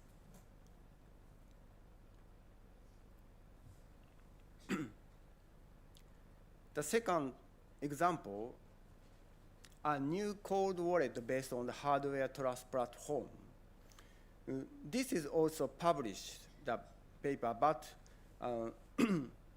in domestic conference, so only written in Japanese. So first, I will discuss the limitation of crypto wallet. So in 2024, crypto asset hacking losses amounted to approximately $2.2 billion by chain analysis. So crypto wallet are generally categorized into two types, so hot wallet and cold wallet. So in hot wallet, so allow instant transfer, but always online, and thus vulnerable to attacks. So on the other hand, cold wallet offer higher security by staying offline, but at a cost of usability. So there are limitations of existing approaches. So current systems are largely based on trade-off between security and usability. So in real-world usage, convenience is often prioritized, so exposing user to significant risks. The perspective of this research is that the goal is not to completely prevent attacks, but rather to ensure security under the assumption that attacks will occur. So a new generation of wallet design is needed. With the goal of total security architecture for attack resilience, so we try to propose a third type of wallet and that extract the best of both hot and cold wallet. the transfer right cannot be hijacked even if the OS or application is completely compromised. The technical components consist of 3 components: cryptographic technology, T, and trusted UI. So cryptographic technologies, digital signature generation is used. So in T, securely generate digital signature for transaction. The entrusted UI, so final line of defense that allows user to verify actions against malicious manipulation. We employ a technology that makes man-in-the-middle attacks visible. So why it is significant? So even if private keys are stored securely, so that threat of signature operations being hijacked, as say, man-in-the-middle attack still remains. The fraudulent signature requires requests are still possible even with a T. So like this figure, so user send M to smart contract or a T. So on the way, server can conduct man-in-the-middle attacks. So message is switched from M to M prime. So even if smart contract or T is secure, but signature is invalid. So key point of this research, so we leverage this trusted UI to force users to confirm signature details beforehand. So on-screen checks help detect unauthorized transfers.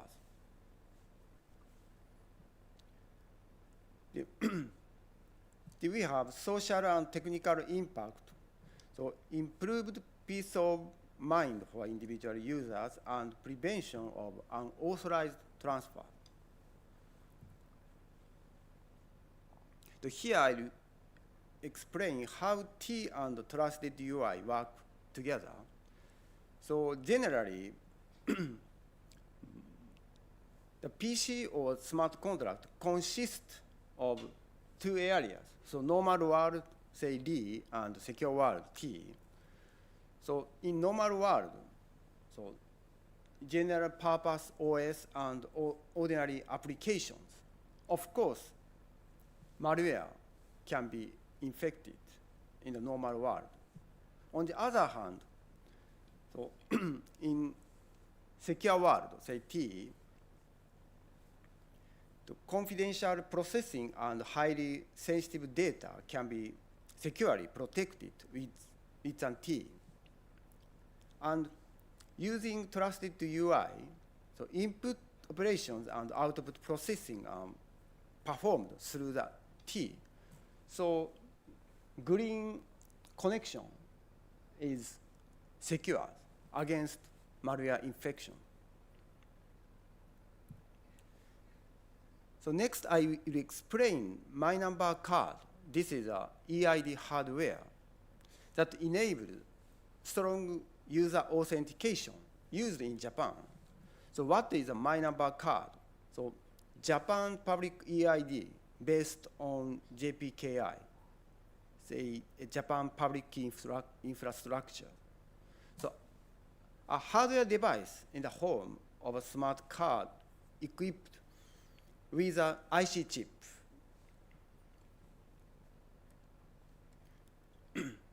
We used for identity verification, electronic signature, and authentication.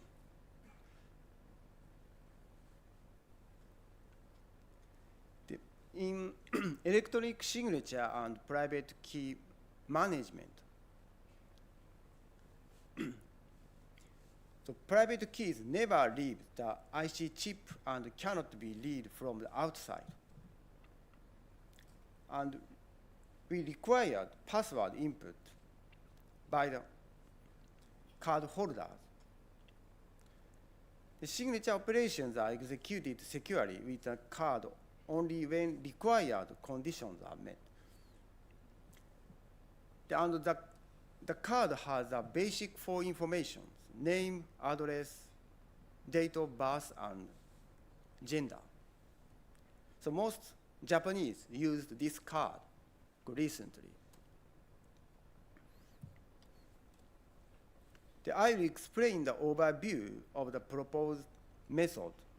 So we propose a cold wallet that integrates EID, T, and trusted UI. So strong authentication is used because challenge and response via EID and PIN-based user authentication. So it prevents unauthorized signature request. And the signature is generated with a T, so private key is never exposed outside the T. And transaction details are displayed directly from the T via trusted UI. It ensures consistency between what is displayed and what is signed. This is the full architecture of the proposed method. I'll briefly explain the process. There are 5 entities, so blockchain network, user with EID card, PC, wallet, and trusted UI. We assume both the PC and the wallet can be compromised, like this. So trust zone, say T, is protected by the malware. So first, the user create the transaction data and authentication credentials, and then send signature request for transaction data to wallet. The wallet verify the authentication information and generate signature and return back to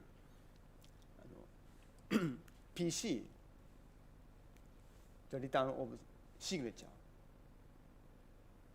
So finally PC broadcast the transaction to blockchain network.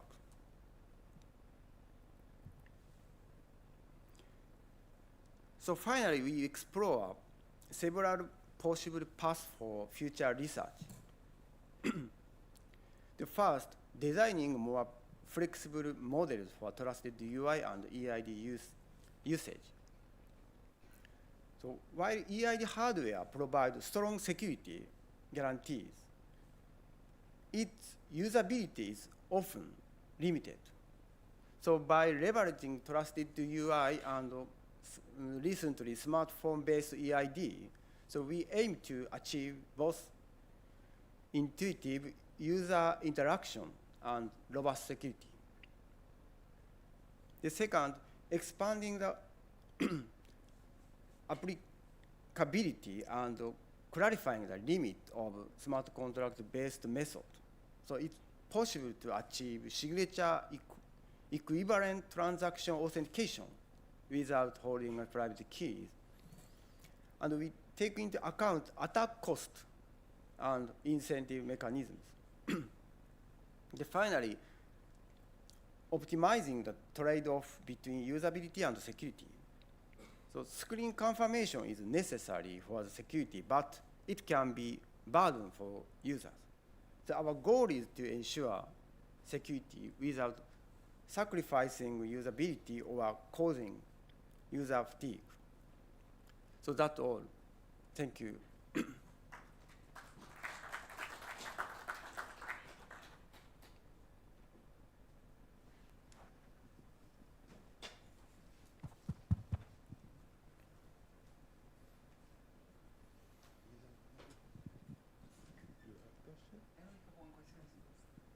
Thank you very much, Vishwas. And thank you for the presentation. I had a question related to the rewards, and what you were saying is that you were also planning to incentivize the people that is producing the signatures. And you plan to do that by ensuring that the first one that receives the first signature is the one basically that is paid for that process. That's why you have this market. I understand that logic. Yes. My only question is, how do you ensure that this is a fair market and there is no collusion between the one that creates the signature and the one that is accepting it afterwards? This mechanism, about this mechanism. So, what is your question again? No, it is.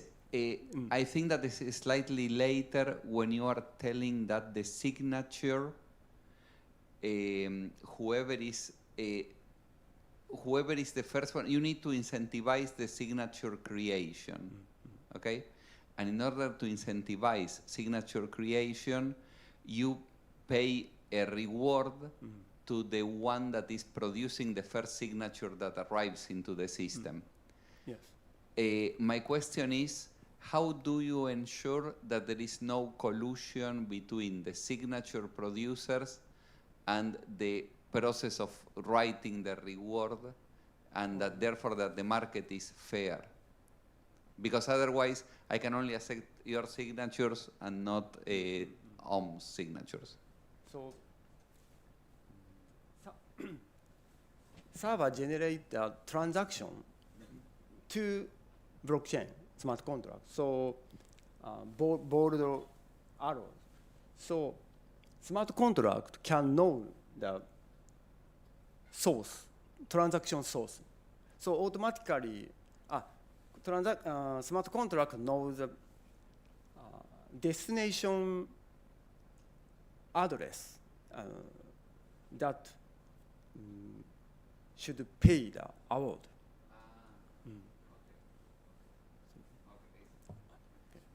Thank you. Question.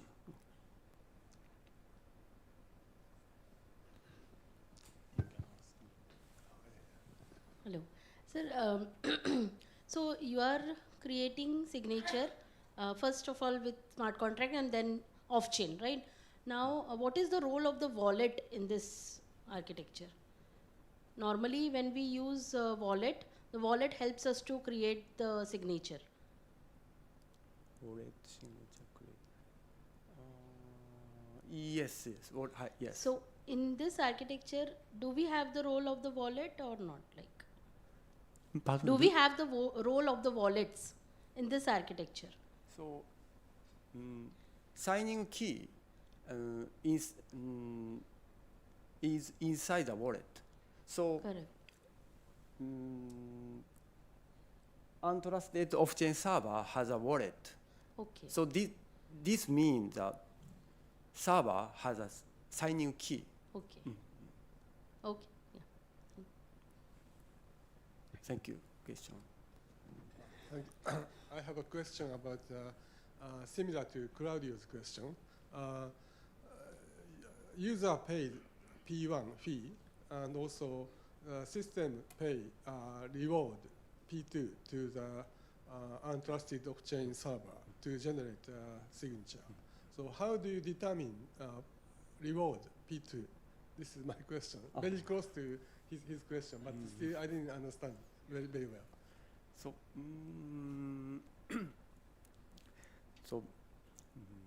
how to determine is not clear, but there is one condition. So P1 is larger than P2.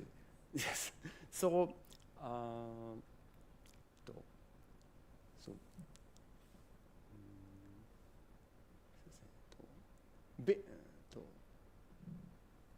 yes. So as a result, smart contract can get the P1 minus P2. So this is a incentive of smart contract. So, but concrete P2 value not determined. So, So the constraint is just P1 is larger than P2. That's it. Okay. Yeah, thank you very much. But can I make a further comment if you do not mind? Because I take on exactly what he's saying. And actually, to solve the problem of collusion or whatever, one of the things that you can have is that there is a market for P2s. Then the market for P2s depends on how much people adjust the P2. The best bidder is the one that gets it, and then there is no incentive to have collusion also between the two parties as well, between the smart contract creator and this guy here on the right, because everything is clear. Good, thank you. Thank you. Yeah. Let's thank the speaker. Thank you very much. And may I request Claudio to give a small gift to the speaker, please? Please come on stage.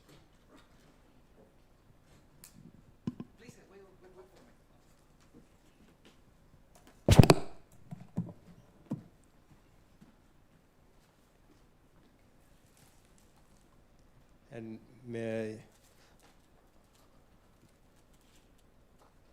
also request Ikei Matsuda to accept the gift from us.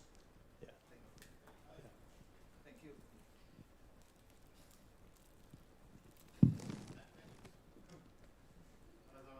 The flowers we didn't give you. We missed it. Thank you very much.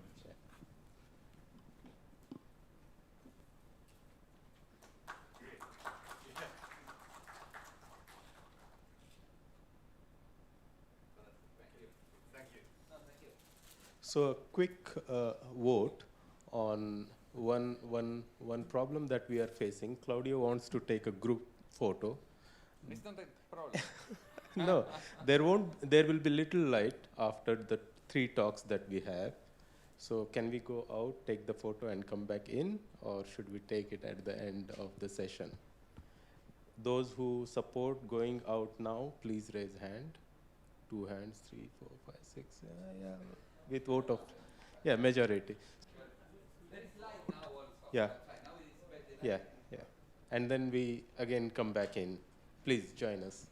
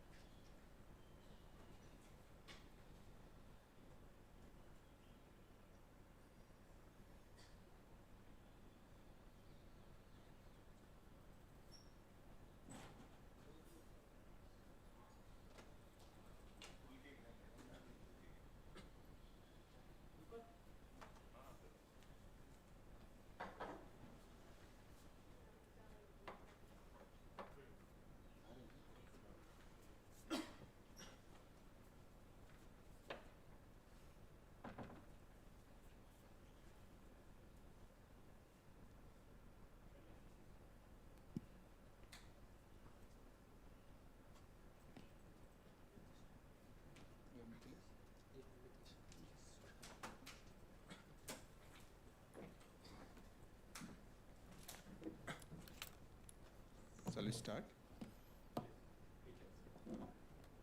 Welcome to the final session of today. So first speaker is Mithilesh Khemani from IIT Bombay.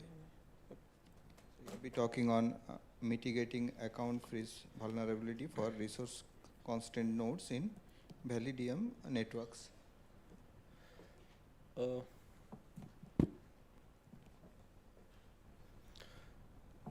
Hi, so I'm Mitesh from IIT Bombay, and I'm gonna speak about mitigating account freeze vulnerability for resource constrained nodes in Validium networks.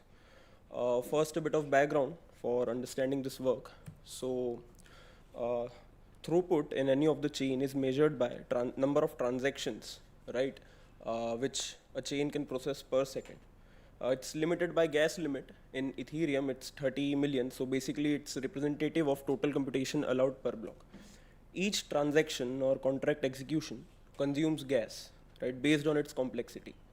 These are some of the examples, right? And then why this gas is required? It's for computational cost coverage and economic incentives for network maintenance.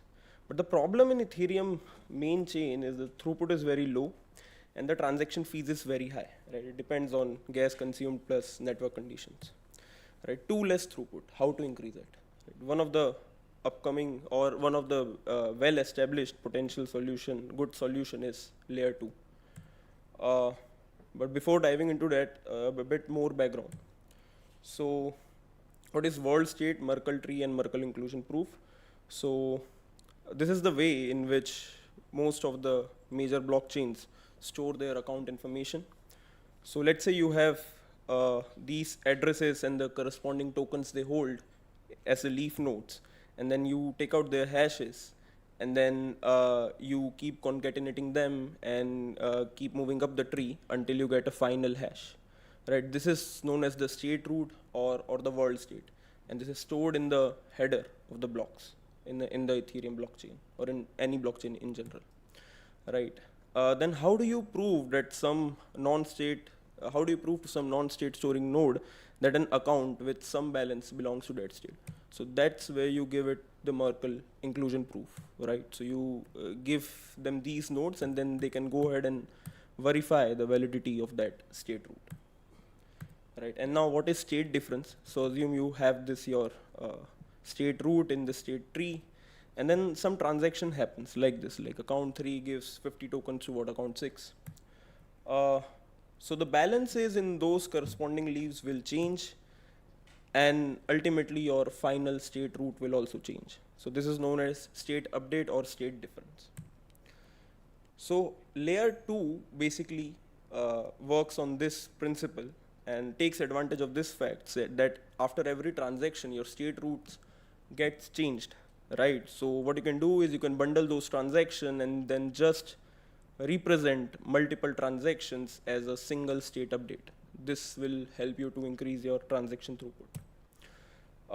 The base Ethereum blockchain itself is called layer 1. All transactions here are directly validated and recorded by the entire network of validators, whereas the secondary protocol built on top of Ethereum, also known as layer 2 solutions, processes transaction off the main chain, then batch and submit final results back to layer 1 for security and settlement.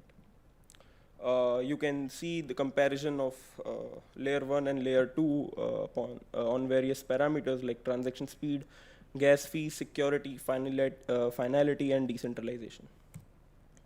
So there are a couple of very popular layer 2 solutions like rollups, Validiums, Plasmas, right? Our work is on Validium. So what is Validium?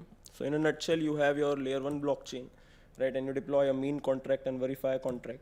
And then you have your users which submit the transactions to layer 2 memory pool. And then there's an entity called sequencer, which takes these transactions, gathers these transactions from layer 2, and then creates a batch, creates validity proof, and updates the layer 2 state. And it gives the transaction data to DAC nodes, data availability committee nodes, right? And then when data availability committee nodes, they give K out of N attestations. Basically, they are verifying that this transaction data was indeed released by the sequencer, right? It's different from rollup in the sense that you don't you don't anyway give your transaction data onto the main chain and you don't bloat your main chain. Right, so some of the advantages of Validium are it has quick finality, the layer 2 transaction cost is very cheap, it's safe because it requires DAC nodes attestation key out of n policy for a block to be considered final, and then rollup user can exit rollup by submitting its layer 2 accounts Merkle inclusion proof on the main chain. So current method for exiting any layer 2 is that you will have your layer 2 exit smart contract deployed somewhere on the main chain, and then any user operating on layer 2 can provide Merkle inclusion proof to its account corresponding to the latest committed state on L1, right? And for full nodes, it's easy. So full nodes are the nodes which are computationally capable and have enough resources. They can store the entire layer 2 state, can generate Merkle inclusion proof easily. But the only thing is to run these nodes, to maintain these nodes, you would have to spend $100 or so per month. Whereas light nodes are the nodes which are not that computationally, they don't have much computational resources. That's why the name light, and they don't store the entire layer 2 state, right? Hence, they would need the help of indexers for getting these Merkle inclusion proofs. So, but there's a thing, right? In this setup, there's a chance of user's account getting freezed on layer 2. Basically, he may not be able to exit layer 2. Some of the possible scenarios are sequencer is centralized, which in most of the implementations of Validium is. So it can ignore transaction, collude with malicious entity, take bribe, go offline, or fail due to some any XYZ reason. It processes transaction, but its job role doesn't have the criteria that it has to serve the state proof queries. So the sequencer can be a bit unreliable. Then there are light clients which don't store entire state. They rely on third-party indexers to help them exit layer 2. What are these indexers? So indexers are nothing but specialized services storing full layer 2 state history and providing APIs for serving light clients on demand. In this case, indexers definition is this. They are centralized and therefore not completely reliable. So leaving light clients unable to exit even when the sequencer is functioning normally. And then there's another very rare condition is complete Validium failure, where sequencer and DAC nodes conspire and don't release the data or censor selective data. So Validium is a good layer 2 solution, but the only pitfalls or the only disadvantages are it's not entirely decentralized, as almost all implementations are based on a centralized or semi-centralized setup. And the account freeze vulnerabilities, as we discussed, are present. So user's account can freeze. Right. So if you are a node and you want to exit Validium, what do you do? Are you a full node? If yes, then it's easy for you. Create your own Merkle inclusion proof from your stored state, invoke exit contract on L1 and exit. That's it. But if you're not a full node, you're a light node, then you need to get Merkle inclusion proof from either some full node or third-party indexes. Now this is troubling because this would need either an honest full node or third-party indexers, which we as discussed are centralized and unreliable. So, but the thing is, the centralized indexers are really cheap, so they work on a subscription-based model. The problem, there is no in-system economic incentives for proof providers, and hence the reliance is on external indexers or altruistic full nodes. This is the potential point of failure, as centralized indexers do not also give fair data exchange guarantees, right? Because there's no trusted third party involved, right? So there are no fair data exchange guarantees. So this is what we propose. So we propose to have an open market buyer-seller solution for your Merkle inclusion proofs using layer 2 smart contracts. So the primary entities in this protocol would be client or buyer. So these are those light nodes that need Merkle inclusion proofs to exit layer 2, and the seller, which are full nodes, including DAC nodes that can provide valid proofs. The broader system context has sequencer, that is the centralized entity that orders layer 2 transactions, batches them up, and posts the updates on L1. DAC data availability committee nodes that validate and attest to layer 2 state updates. Layer 1, which itself provides the trust anchor to verify the validity proof and invoke exit contract. And then there are third-party indexes, which are centralized and they typically can help like clients. So the threat model which we assume is the sequencer and DAC nodes are rational and online. Buyers and sellers are rational, other nodes in the network are rational. The indexers are however unreliable. Layer 1 guarantees liveness and safety, and the network assumptions are the timeouts are sufficiently long relative to network delays, the timeouts which we consider in our protocol. Right, so this is how it goes. So client can request for inclusion proof corresponding to Merkle root M to a seller off chain, and then the seller can give it encrypted proof corresponding to and a challenge ID CID. Now the client will call initiate challenge, it will submit the Merkle root and the challenge ID, plus it will give some of its stake. The seller also commits to the challenge corresponding to that challenge ID, and it gives the hash of the encrypted proof plus some stake. Now before timeout, the seller is also supposed to reveal the key of the hashed encrypted proof, and it calls reveal key with challenge ID and the decryption key. Now client, assuming client is active on L2, it checks the validity of the encrypted proof using the decryption key. Let's say it was correct. Then just seller can call settle function, and it can collect both stakes after fraud proof timeout. Both stakes, by both stakes I mean its own stake and the client's stake. And the protocol terminates. But let's say if the validity of the encrypted proof was incorrect, it was not valid, then the client can submit this fraud proof, challenge ID, and the encrypted proof of which hash the seller has already submitted on the L2, and then after some time it can call settle, and it can collect both the stakes, which mean its own stake and the seller's stake if the encrypted proof is invalid. So, and this is the way the protocol terminates.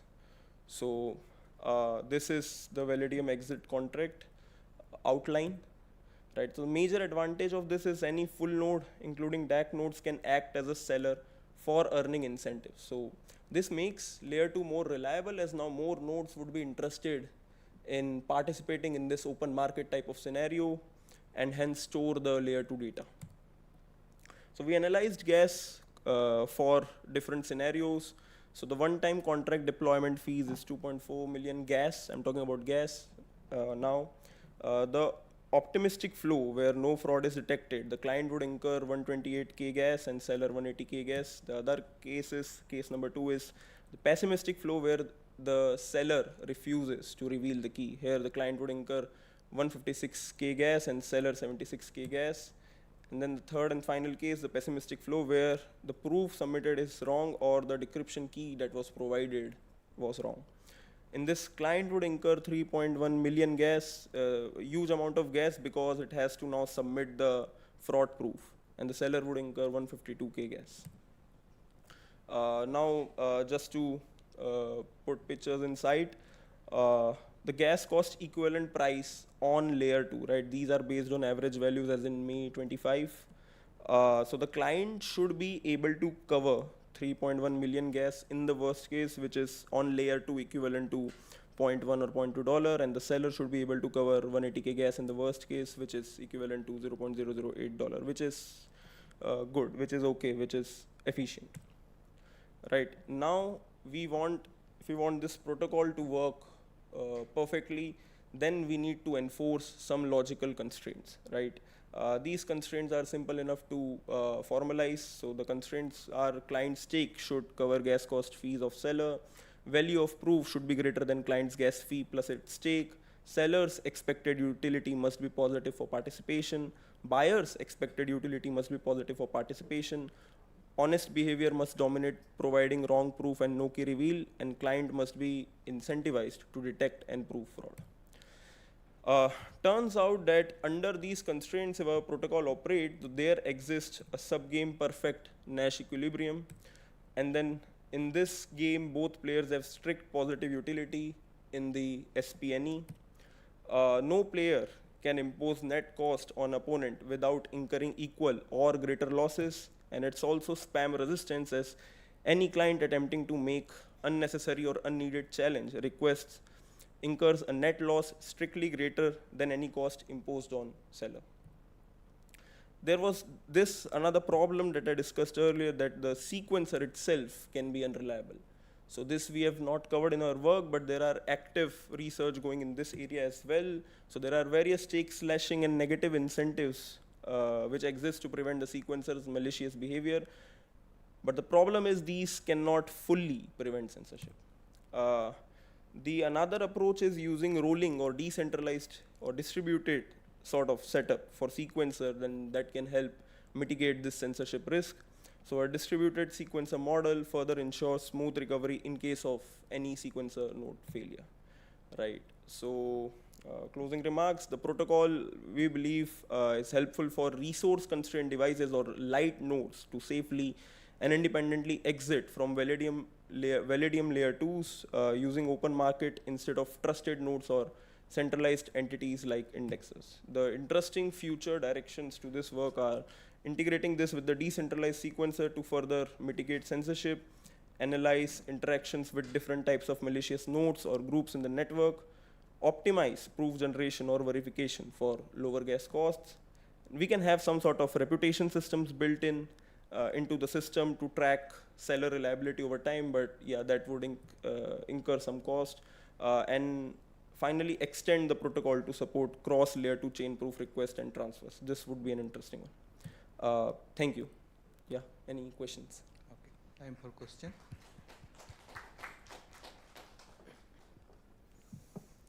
Yeah, are there any questions?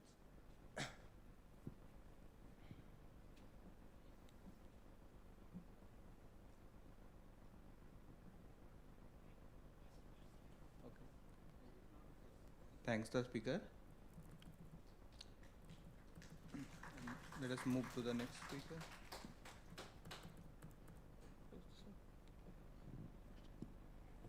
Thank you. The next speaker is Sangeeta Rai from Thapar Institute.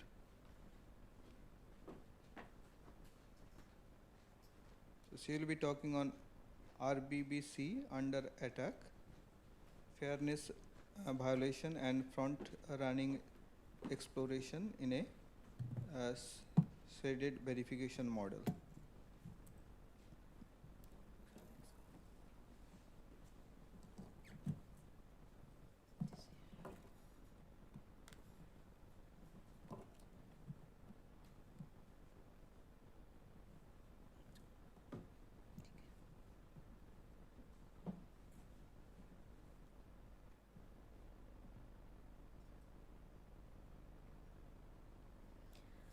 Okay, good evening.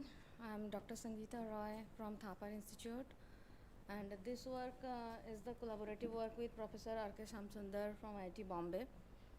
And this contribution is basically applied on this RBBC, that is red belly blockchain. And we have not tested this one on other blockchain kind of things, just like Ethereum or Bitcoin and some other kind of things, but blockchain underlying RBBC underlying pattern is the Ethereum, that is they use the POS structure for this.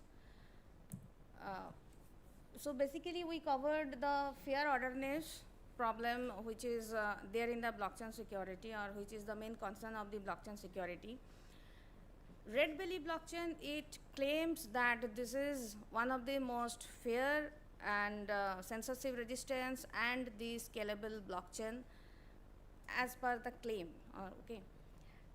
We investigate based on their claims that whether these guarantees hold in the network or not.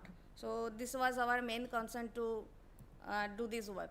So if we go for the assumption, the initial assumption is RBBC follows leaderless or leaderless concept, or we can say that is open permissioned model, and it uses the sharded verification model for this.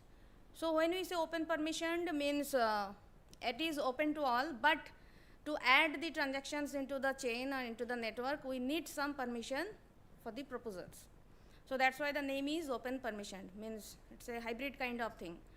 And sharded verification, here we have different shards or different group of verifiers who are responsible for verifying the transactions came from the proposer, and those verified transactions are reconciliation happens in the super block construction or the super block, and that super block, once the super block is created, then all those transactions are added to the main chain. They follow the deterministic SBC that is set by Byzantine consensus, where they strictly follow that there must be less than n by 2 Byzantine users or the malicious users, malicious activities kind of thing, and if that is also there, the system will allow or accept the transactions kind of thing. Main problem in these assumptions are the mempool content, means when they create the super block, the mempool they created after verification, that content is open to all, and there is a window of the timing delay. So we say that is that exploitable window. It is not necessarily required that user who can use this delay window, he or she must be the malicious user or unintentional, means maybe the malicious user, it is not necessary, but even the validator or the proposer, means the proper validator and proposer, they can introduce some transactions in unintentional way. So that unintentional activities that behaves like the intentional financial gain. So this is the main concern, means to introduce the attack, you do not need to be the attacker, you do not need to be the malicious user. In the normal interaction, the normal transaction flow or the reordering of the transaction, whether it is unintentional, that can create the problem. So here rational, so as I said, the rational proposer, they can reorder the transactions, and RBBC allows this one at the time of verification once it is coming from the different proposers. So the threat model is the adversary is the rational proposer, and the goal is they can reorder different transactions, the transaction A over transaction B, to gain the MEV. According to recent report, in October 2025, because of this MEV problem, maximal extractable value, there were $2.9 million loss in some network. So that happened. So this is a existing problem. This is an existing problem, and somehow Red Belly does not guarantee to achieve that. Okay. So the focus is how to control this problem. We need something content-based MEV control mechanism. So now how do we achieve that? So if we go for the RBBC workflow, the workflow is, I am not going into detail about the RBBC work. So they have the requester, then propose, the proposers submit the transactions, the echo and ready state is done by the validators, and then the decide state is executed, and then the super block is formulated. And the entire selection of the transactions, these are the deterministic selection, means this is very much predictable that which set of transactions are coming from which validator kind of thing. So here definitely if a proposer, if validator, proposer receives suppose one transaction, and this transaction can create a competitive network, competitive environment with the another transaction which is already in the network, that is transaction B. Now there can be the delay window between these two transactions, and the verification can be done based on that delay window. So if I go for the timeline scenario, so you can see here, then initially there is the idle state, and then transaction A is received, the requester's transaction when it is submitted, then it is created the transaction P, means it's the proposer created its own transaction after receiving the transaction A from the requester. Then these two transactions are sent to the verifier, forwarded both to the verifier. The verification is received partially, suppose, because there is always a latency in the network, it is like that. This verification, the partial verification has been received, and after that particular time, the delta t time, the another verification or the another transaction, verified transaction that received. Now verifier will do what? Verifier will submit very intellectual way a single transaction to the final mempool. So once this is done, after some time, then it will again play that delta t time game, and it will submit the another transaction. Now this is totally in the proposer's hand, that how to exploit this delta t time window, and then it will commit the transaction. So you have no idea that which transaction came first to the proposer, and whether it has created its own transaction or it has received all those transactions from the other requesters. So this is one drawback in Red Belly blockchain. So now if we go for the theorem kind of thing, so there is a possibility of the front running attack, because a rational proposer, they can easily delay or reorder the transaction, and when during that verification time. Thereby it creates the, definitely if there is the reorder is happening, then the unfairness is automatically introduced. And the theorem 2 is the consequences of the theorem 1, that is censorship resistant violation is there. Another claim of the Red Belly blockchain is, this is strictly following the censorship resistance, means only the selected proposers are allowed to add all those transactions into the mempool. So this transaction ordering can be biased if the proposer introduces at any stage of its own transaction. So there is a violation of this theorem. So what we need actually, we need some simulated timeline in a measurable order, probability and delay margins create unfair inclusion. For this, the requirement is the mempool privacy. We need to understand the mempool privacy. Now mempool privacy, as we have seen that mempool, whatever the transaction lists are there in the mempool, that is open to all. But when it has, this is the requirement, that we need the encryption method on set of transactions or the visibility on the mempool, so that it can stop this kind of openness of the all transactions to the users, and it can securely submit those transactions to the reconciliation stage. So this is the main motive of this mempool privacy. Now to achieve this, there are two types of methods are there.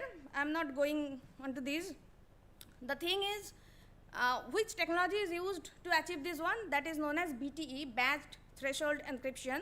This is the updated version of the threshold encryption. Threshold encryption, we know that for every transaction are encrypted. Okay, this is one-to-one encryption is happening when we are submitting the transactions. But batch threshold transaction, it just take all the transactions in a batch. It had some limit. At the version 1, they introduced 80 bytes set of the values or the set of the content.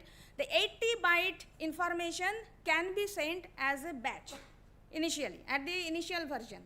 And those transactions, so definitely the complexity of the communication has been changed, where we have single transactions encryption or the naive based or naive approach or the threshold encryption, we have order of NB, and when we go for the batch, this is order of N kind of thing. So that window should come under the polynomial time.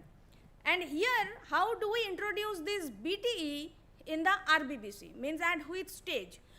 At this stage, when the verifier is getting all those transactions from different requesters or proposers, they do what?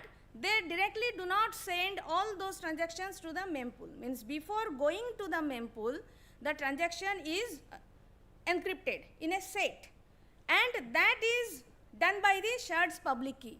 Here the sharded verification is happening, means there are separate group of verifiers, those who are doing this encryption, means the set of transaction sets, and they are applying these encryption techniques, and those transactions are then going to the means the reconciliation stage. So once the client encryption is done, then the consensus on ciphertext is applied. So here proposers run that SBC mechanism not on the plain text transaction, but whatever has been encrypted, means on that ciphertext transactions, means which is visible to all, but what is there inside and what is the order of transaction, that is not visible to anyone. So all these consensus mechanism is now applied on the ciphertext part. So once this is done, then the batch decryption happens. Now this batch decryption, it has different versions. Initially it was like the batch came and the surrogate public key, by using that public key it is decrypted and partial information is broadcasted. But what happens there, for every decryption, every server needs to communicate every time. So it is actually increasing the cost of complexity. The time is also high, the cost is also high. So what they have, it as the another version of this BTE for only because of this part, that is known as bit MEV, BEAT. So bit MEV, they have done the updation on like the single time initialization stage will be there, and then all decryption will be done accordingly. And another version, the version 2 is BEAST MEV, BEAST, I have not mentioned those, okay, sorry. So BEAST MEV, the BEAST MEV is that is silent decryption, means no further communication establishment is required. It will automatically happen, or silently the decryption server will do the job for the decryption purpose. So those are the variations of BTE happened. So initially it was one-to-one all communications, then a single batch communication, and then the silent communication on these. So when we go for the combination, the next stage is the combination stage. Definitely this is the, all this entire batch, means at least K committee members, they can combine their batch shares, means everyone has now that encrypted batch, and now they will combine this all batch, and then this batch value will go to the final reconciliation stage. So if we go for this BTE, so we can easily introduce this BTE part on the red belly things, and if we introduce this BTE concept in red belly means transaction conciliation stage or super block establishment stage, so we can stop the MEV part, but it also has some limitation. The limitation is like the entire thing depends on some cryptographic factor. The cryptographic factor is the size of the key, that public key. So it is negligible, but we cannot completely nullify this one.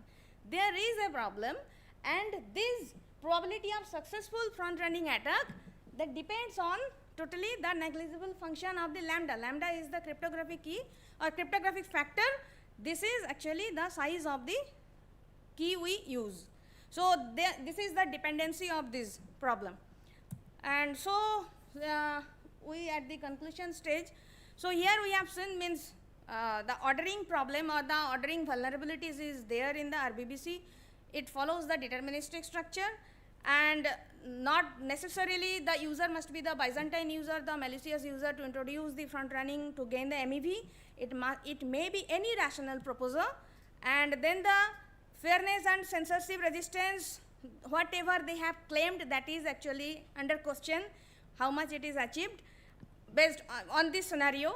And to overcome these, the BTE can be integrated, and probably it will provide some better result on their transactions.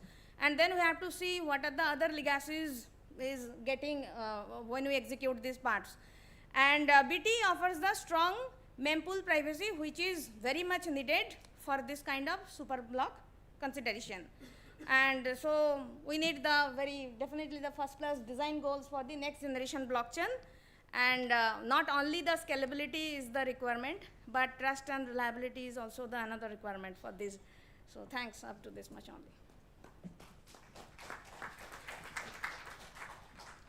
only. Question?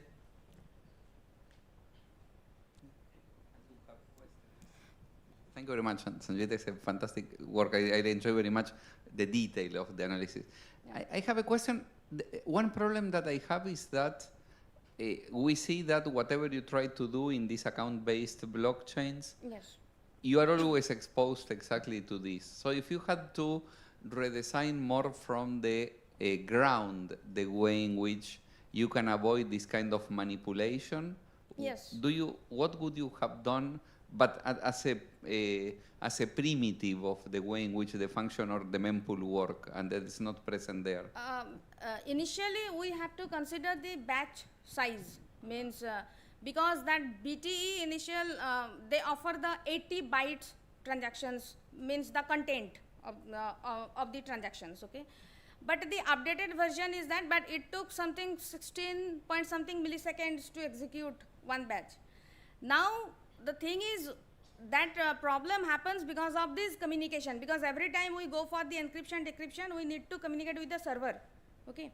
So that actually increase that cost and time here. So that is the main problem. So it has another versions already available of the BTE, means but not in different blockchains. So we have to check for the comparison study, means we have to do, means because I have applied this one only on the Red Belly, so I have no idea about how it is works on other kind of Hedera, Solana, or means wherever there is a chance of the ordering manipulations kind of thing. So the updated version of BT, they allows, as per their claim, that 512 bytes. Okay. So that is the updated value report by August 25, means the recent updates, okay, on that. So that 520 bytes, so if we take those 520 bytes, now the question is what will be, means when there are, as this is the sharded kind of thing, okay. So now see, if those 580 bytes to 500 bytes, if it increase that much of power, then how the super block creation will create the problem or not, how the super block will be created in that case, because it may exceed its capacity. Yeah, so that is one concern, means for the further work, we have to see that.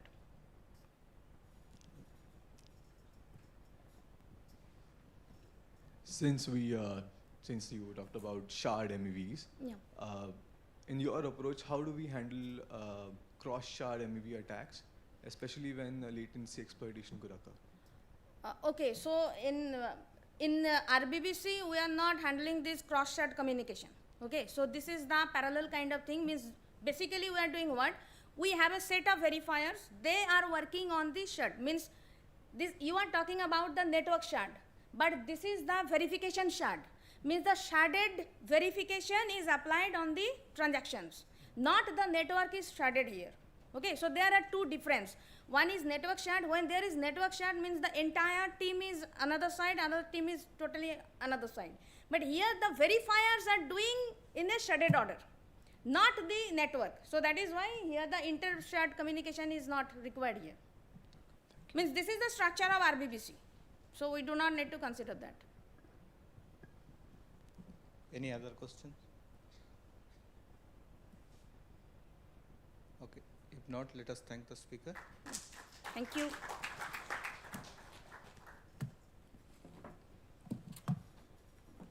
Let us move to our final talk. Next talk is by Atharbo Lele. So he will be talking on from transparent to confidential transactions, zero knowledge proofs on the XRP ledger.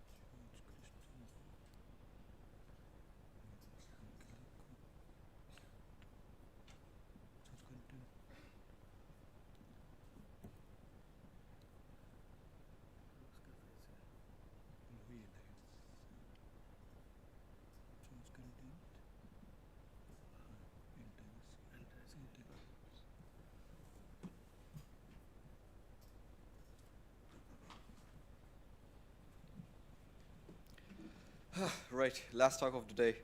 I'll rush this as soon as I can. So my name's Atharva. I'm from Trinity College Dublin. Today I'll be talking about integrating zero-knowledge proofs into the XRP ledger. This would be the agenda of this presentation. Now, XRP ledger is known for its various use cases due to its key features. It is cost efficient, it performs transactions at high speeds, it is highly scalable, and it handles large volume of transactions. Its main use cases include cross-border payments, decentralized exchanges, payment channels, and tokenization of digital assets.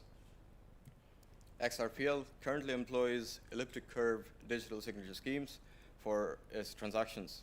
It has currently two signature algorithms, SCCP 256K1, which is an elliptic curve digital signature algorithm carried over an SCCP 256K1 elliptic curve. It offers robust security and is the same approach used by Bitcoin. The second one is ED25519 Donna. It is an Edwards digital signature algorithm carried over twisted Edwards curve, or curve 25519. Being a recently developed algorithm, it offers better security, such as resistance from side channel attacks, and better speeds as well. Now, Bitcoin, XRPL, or like Ripple, and Ethereum, some big names in blockchain, use fully transparent ledgers. Every single transaction, who sent it, who received it, and how much is recorded publicly and permanently on the blockchain. This creates a massive privacy problem. Anyone can analyze the transaction graph to track your financial activity. This is like having your entire bank statement publicly available for anyone to read. This lack of privacy has some serious consequences. It enables surveillance, some coins may become tainted, and it fundamentally erodes financial privacy. In the physical world, when you hand someone cash, they don't automatically know your entire financial history. Blockchain should work the same way. This is where ZKPs, or zero-knowledge proofs, come into picture. Imagine you want to prove you know a secret password without actually revealing the password itself. That's exactly what a zero-knowledge proof does. It lets you prove a statement is true without revealing any information about why it's true. Zero-knowledge proofs have three key properties: completeness, meaning if something is true, an honest verifier would always be convinced. Soundness means if it's false, no cheating prover can fool the verifier. And zero knowledge, meaning the verifier learns absolutely nothing except that the statement is valid. We have used ZK snarks, also known as zero knowledge succinct, non-interactive arguments of knowledge. The key advantages are they're succinct, meaning the proofs are tiny, only about 200 bytes. In our use case, they're just 196 bytes. They're fast to verify, taking just milliseconds, and they're non-interactive. You generate a proof once, you publish it, and anyone can verify it. This makes them perfect for blockchain applications. There are different kinds of ZKPs. There's snarks, there's starks, there's bulletproofs, Halo 2, Plonky, and so on. But we have chosen snarks because they offer the smallest proof size, the fastest verification, and tooling kit. There are many snark libraries, but we have chosen LibSnark because it provides broader curve support. It provides customized, they can surely be optimized. Now let's understand the working of ZK snarks. It has three processes and a lot of components. ZK snarks express transaction rules as constraints. A one-time trusted setup creates proving key PK and a verifying key VK. A client uses the proving key to generate the proof pi. The validator uses the verifying key to verify the proof in milliseconds. Now let's talk about how we actually integrated zero-knowledge proofs into the XRP ledger. We have added a modular zk-SNARK subsystem without disrupting XRPL's current transaction engine. So in a nutshell, we have done this in 2 major steps. The first is to modify the build instruction. We have modified the CMake list to include the build instructions for libsnark, auxiliary snark libraries into the Conan file. This means a user just needs to build the XRPL as he's building it by default. The only difference is libsnark and ZKP principles would also be getting installed alongside SCCP and ED. The second step is we have introduced a new privacy-preserving transaction type, ZK. Instead, it interacts with dedicated Merkle tree. A SHA map is XRPL's native data structure. It is a combination of a radix 16 tree and a Merkle tree. This new Merkle tree would store the commitments and the nullifier corresponding to the shielded nodes. So we have established that ZK snarks are our chosen way for privacy. Now let's see how they actually enable confidential transactions on the XRPL. First, ZK deposit takes public XRP and converts it into a private node commitment within our incremental Merkle tree, IMT. A STZK proof confirms that the deposit's validity without revealing any details. Next, ZK payment turned to the public ledger without linking back into their private history. Now, let's try to understand the zero-knowledge transaction flow by a classic example where Alice wants to send 10 XRP to Bob. Alice initiates the process by converting her public XRP into a shielded node. She then generates a cryptographic node commitment, C1, derived from the value in a random nonce and a nullifier seed. Alongside the commitment, Alice produces a zk-SNARK proof, Pi1, using Grot16, which attests that she indeed owns 10 XRP, the node is well formed, and that double spending is prevented. She then submits a ZK deposit transaction containing the commitment and the proof to the XRPL network. The validator nodes receive the transaction. They would verify the proof in milliseconds, and if it's valid, they're going to append the commitment to the IMT, and its root is also going to get updated. The deposit transaction is marked successful once the consensus is reached, and Alice's 10 XRP is effectively represented as shielded node within the IMT. Since commitments are opaque, Bob cannot directly learn about Alice's node from the public ledger. Instead, Alice sends Bob the necessary node details.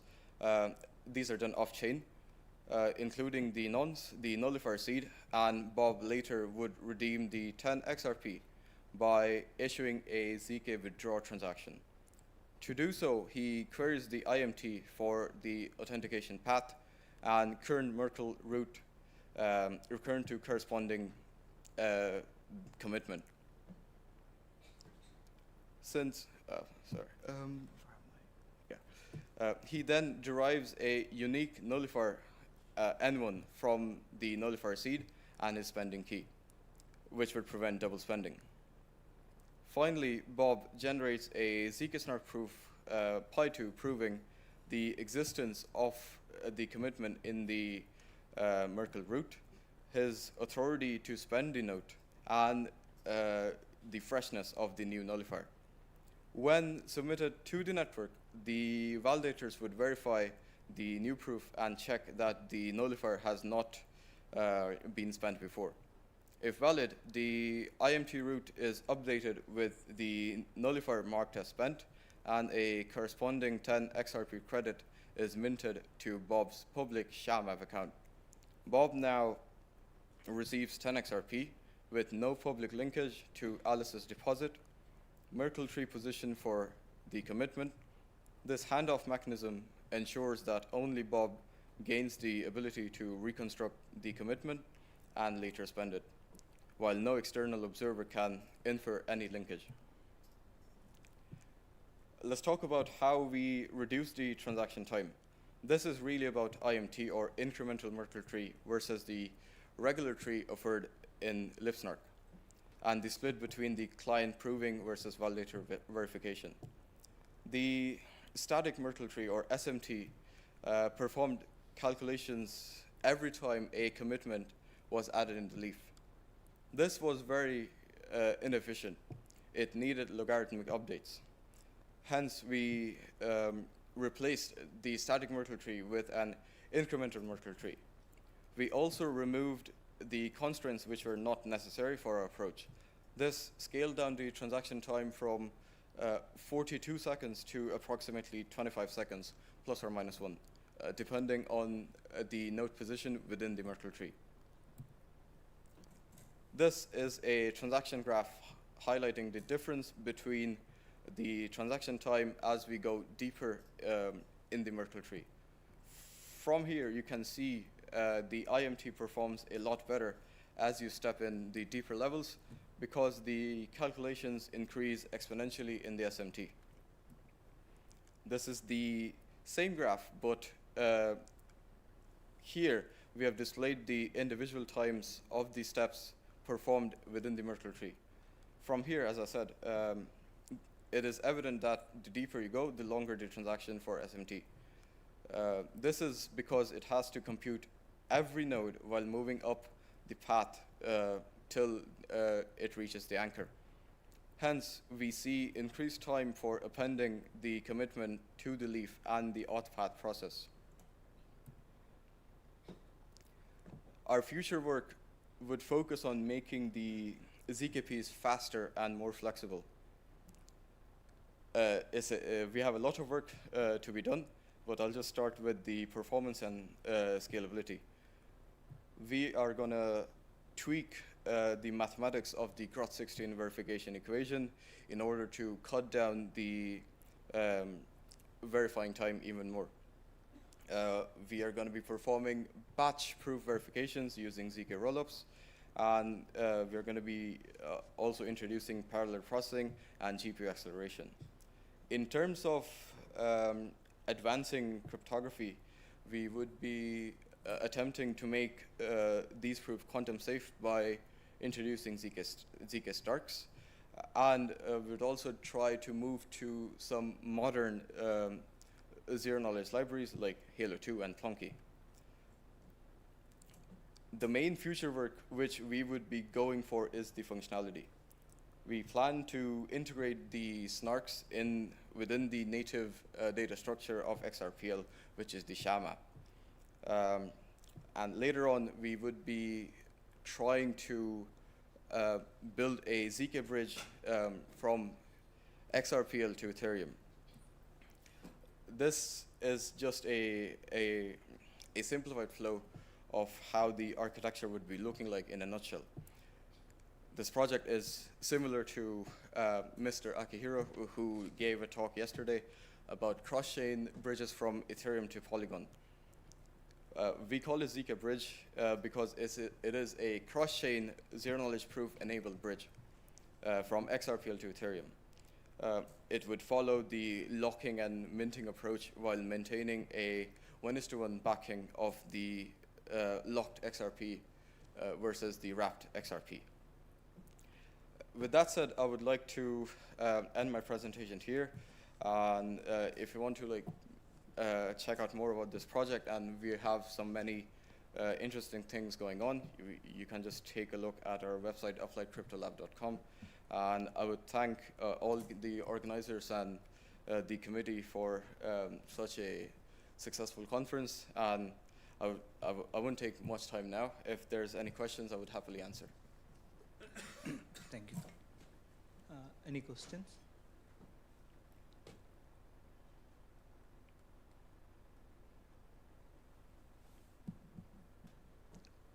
Okay, I have two questions actually.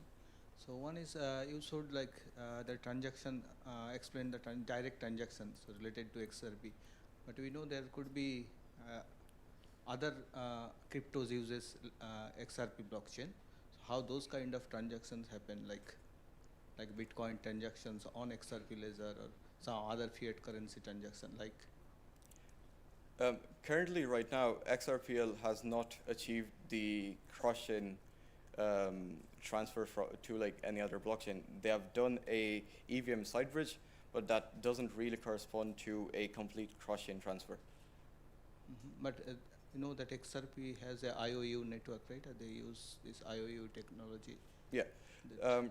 In that, what they're doing is basically encryption using ECDSA. So no ZKPs have yet been introduced. And this is a project of introducing ZKPs in the XRPL. So we're still like far away from building a cross-chain bridge which would connect to other ledgers. And my second question is very novice, like what are the kind of limitations of this Ripple system compared to others, like Ethereum or Bitcoin? So the biggest strengths of XRPL is it is used for cross-border payments. The downside could be, since it tries out many different things and it wants to, like, stay at the top positions when it comes to industry. The time it takes for introducing the new updates is a bit slow, which kind of results in using the same code base which was used for almost a decade ago. So they managed to just change the build instructions by upgrading from Conan 1 to Conan 2 just a few months ago, which should have been done probably like 2 years ago. So that's the only downfall I see specifically working to it. Okay, thank you. Nice work, Atal. So in this, I just have a curious question. This computation that is required for this incremental Merkle tree, that has to be done by the validators?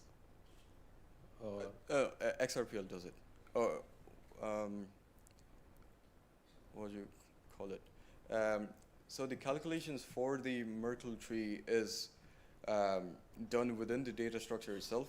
And since this would belong to XRPL, they would be responsible for doing this. And for SMT, what was happening is the deeper you go, a working of a Merkle tree, it would be considering the two left and right node positions, and it would be going up. And since deeper you go, the computations would be increasing exponentially as you go. For the IMT, what happens is it already pre-computes the values of the nodes, which won't be affecting the value that much. And this would be visible deeper you go, because there would be some nodes having no relations to the nodes which currently are changing down the line somewhere, which is why you see this kind of graph here. Now here we could just go till like 28th layer because we were kind of bounded by processing power, but we plan to implement a tree which would support the depth of 64. Okay, yeah. I see. Okay, thank you. Yeah. Any other question? So, yeah.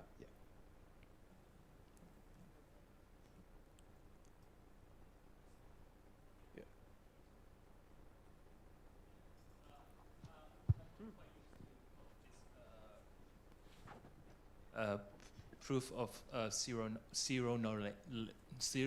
knowledge proof, but the problem is now you have another layer, sort of like another layer on top of the XRP ledger, right?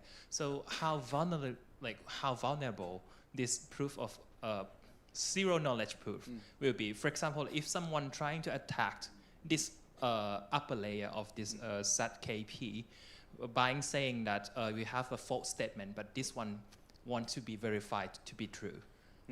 Yeah.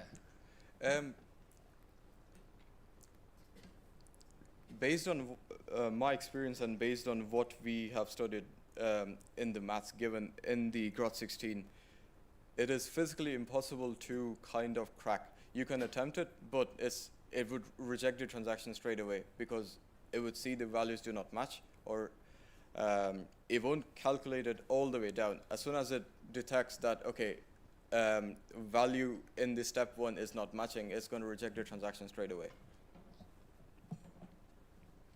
Right. Let's thank the speaker. And so this is the end of day 2, and we will go to Westin for our dinner. So the bus is waiting outside, you know, School of Management, right? So you can take help of our local students here, and they will guide you. So the bus is waiting there. You can get into the bus, and it will take you to Westin. Okay. So see you at Westin.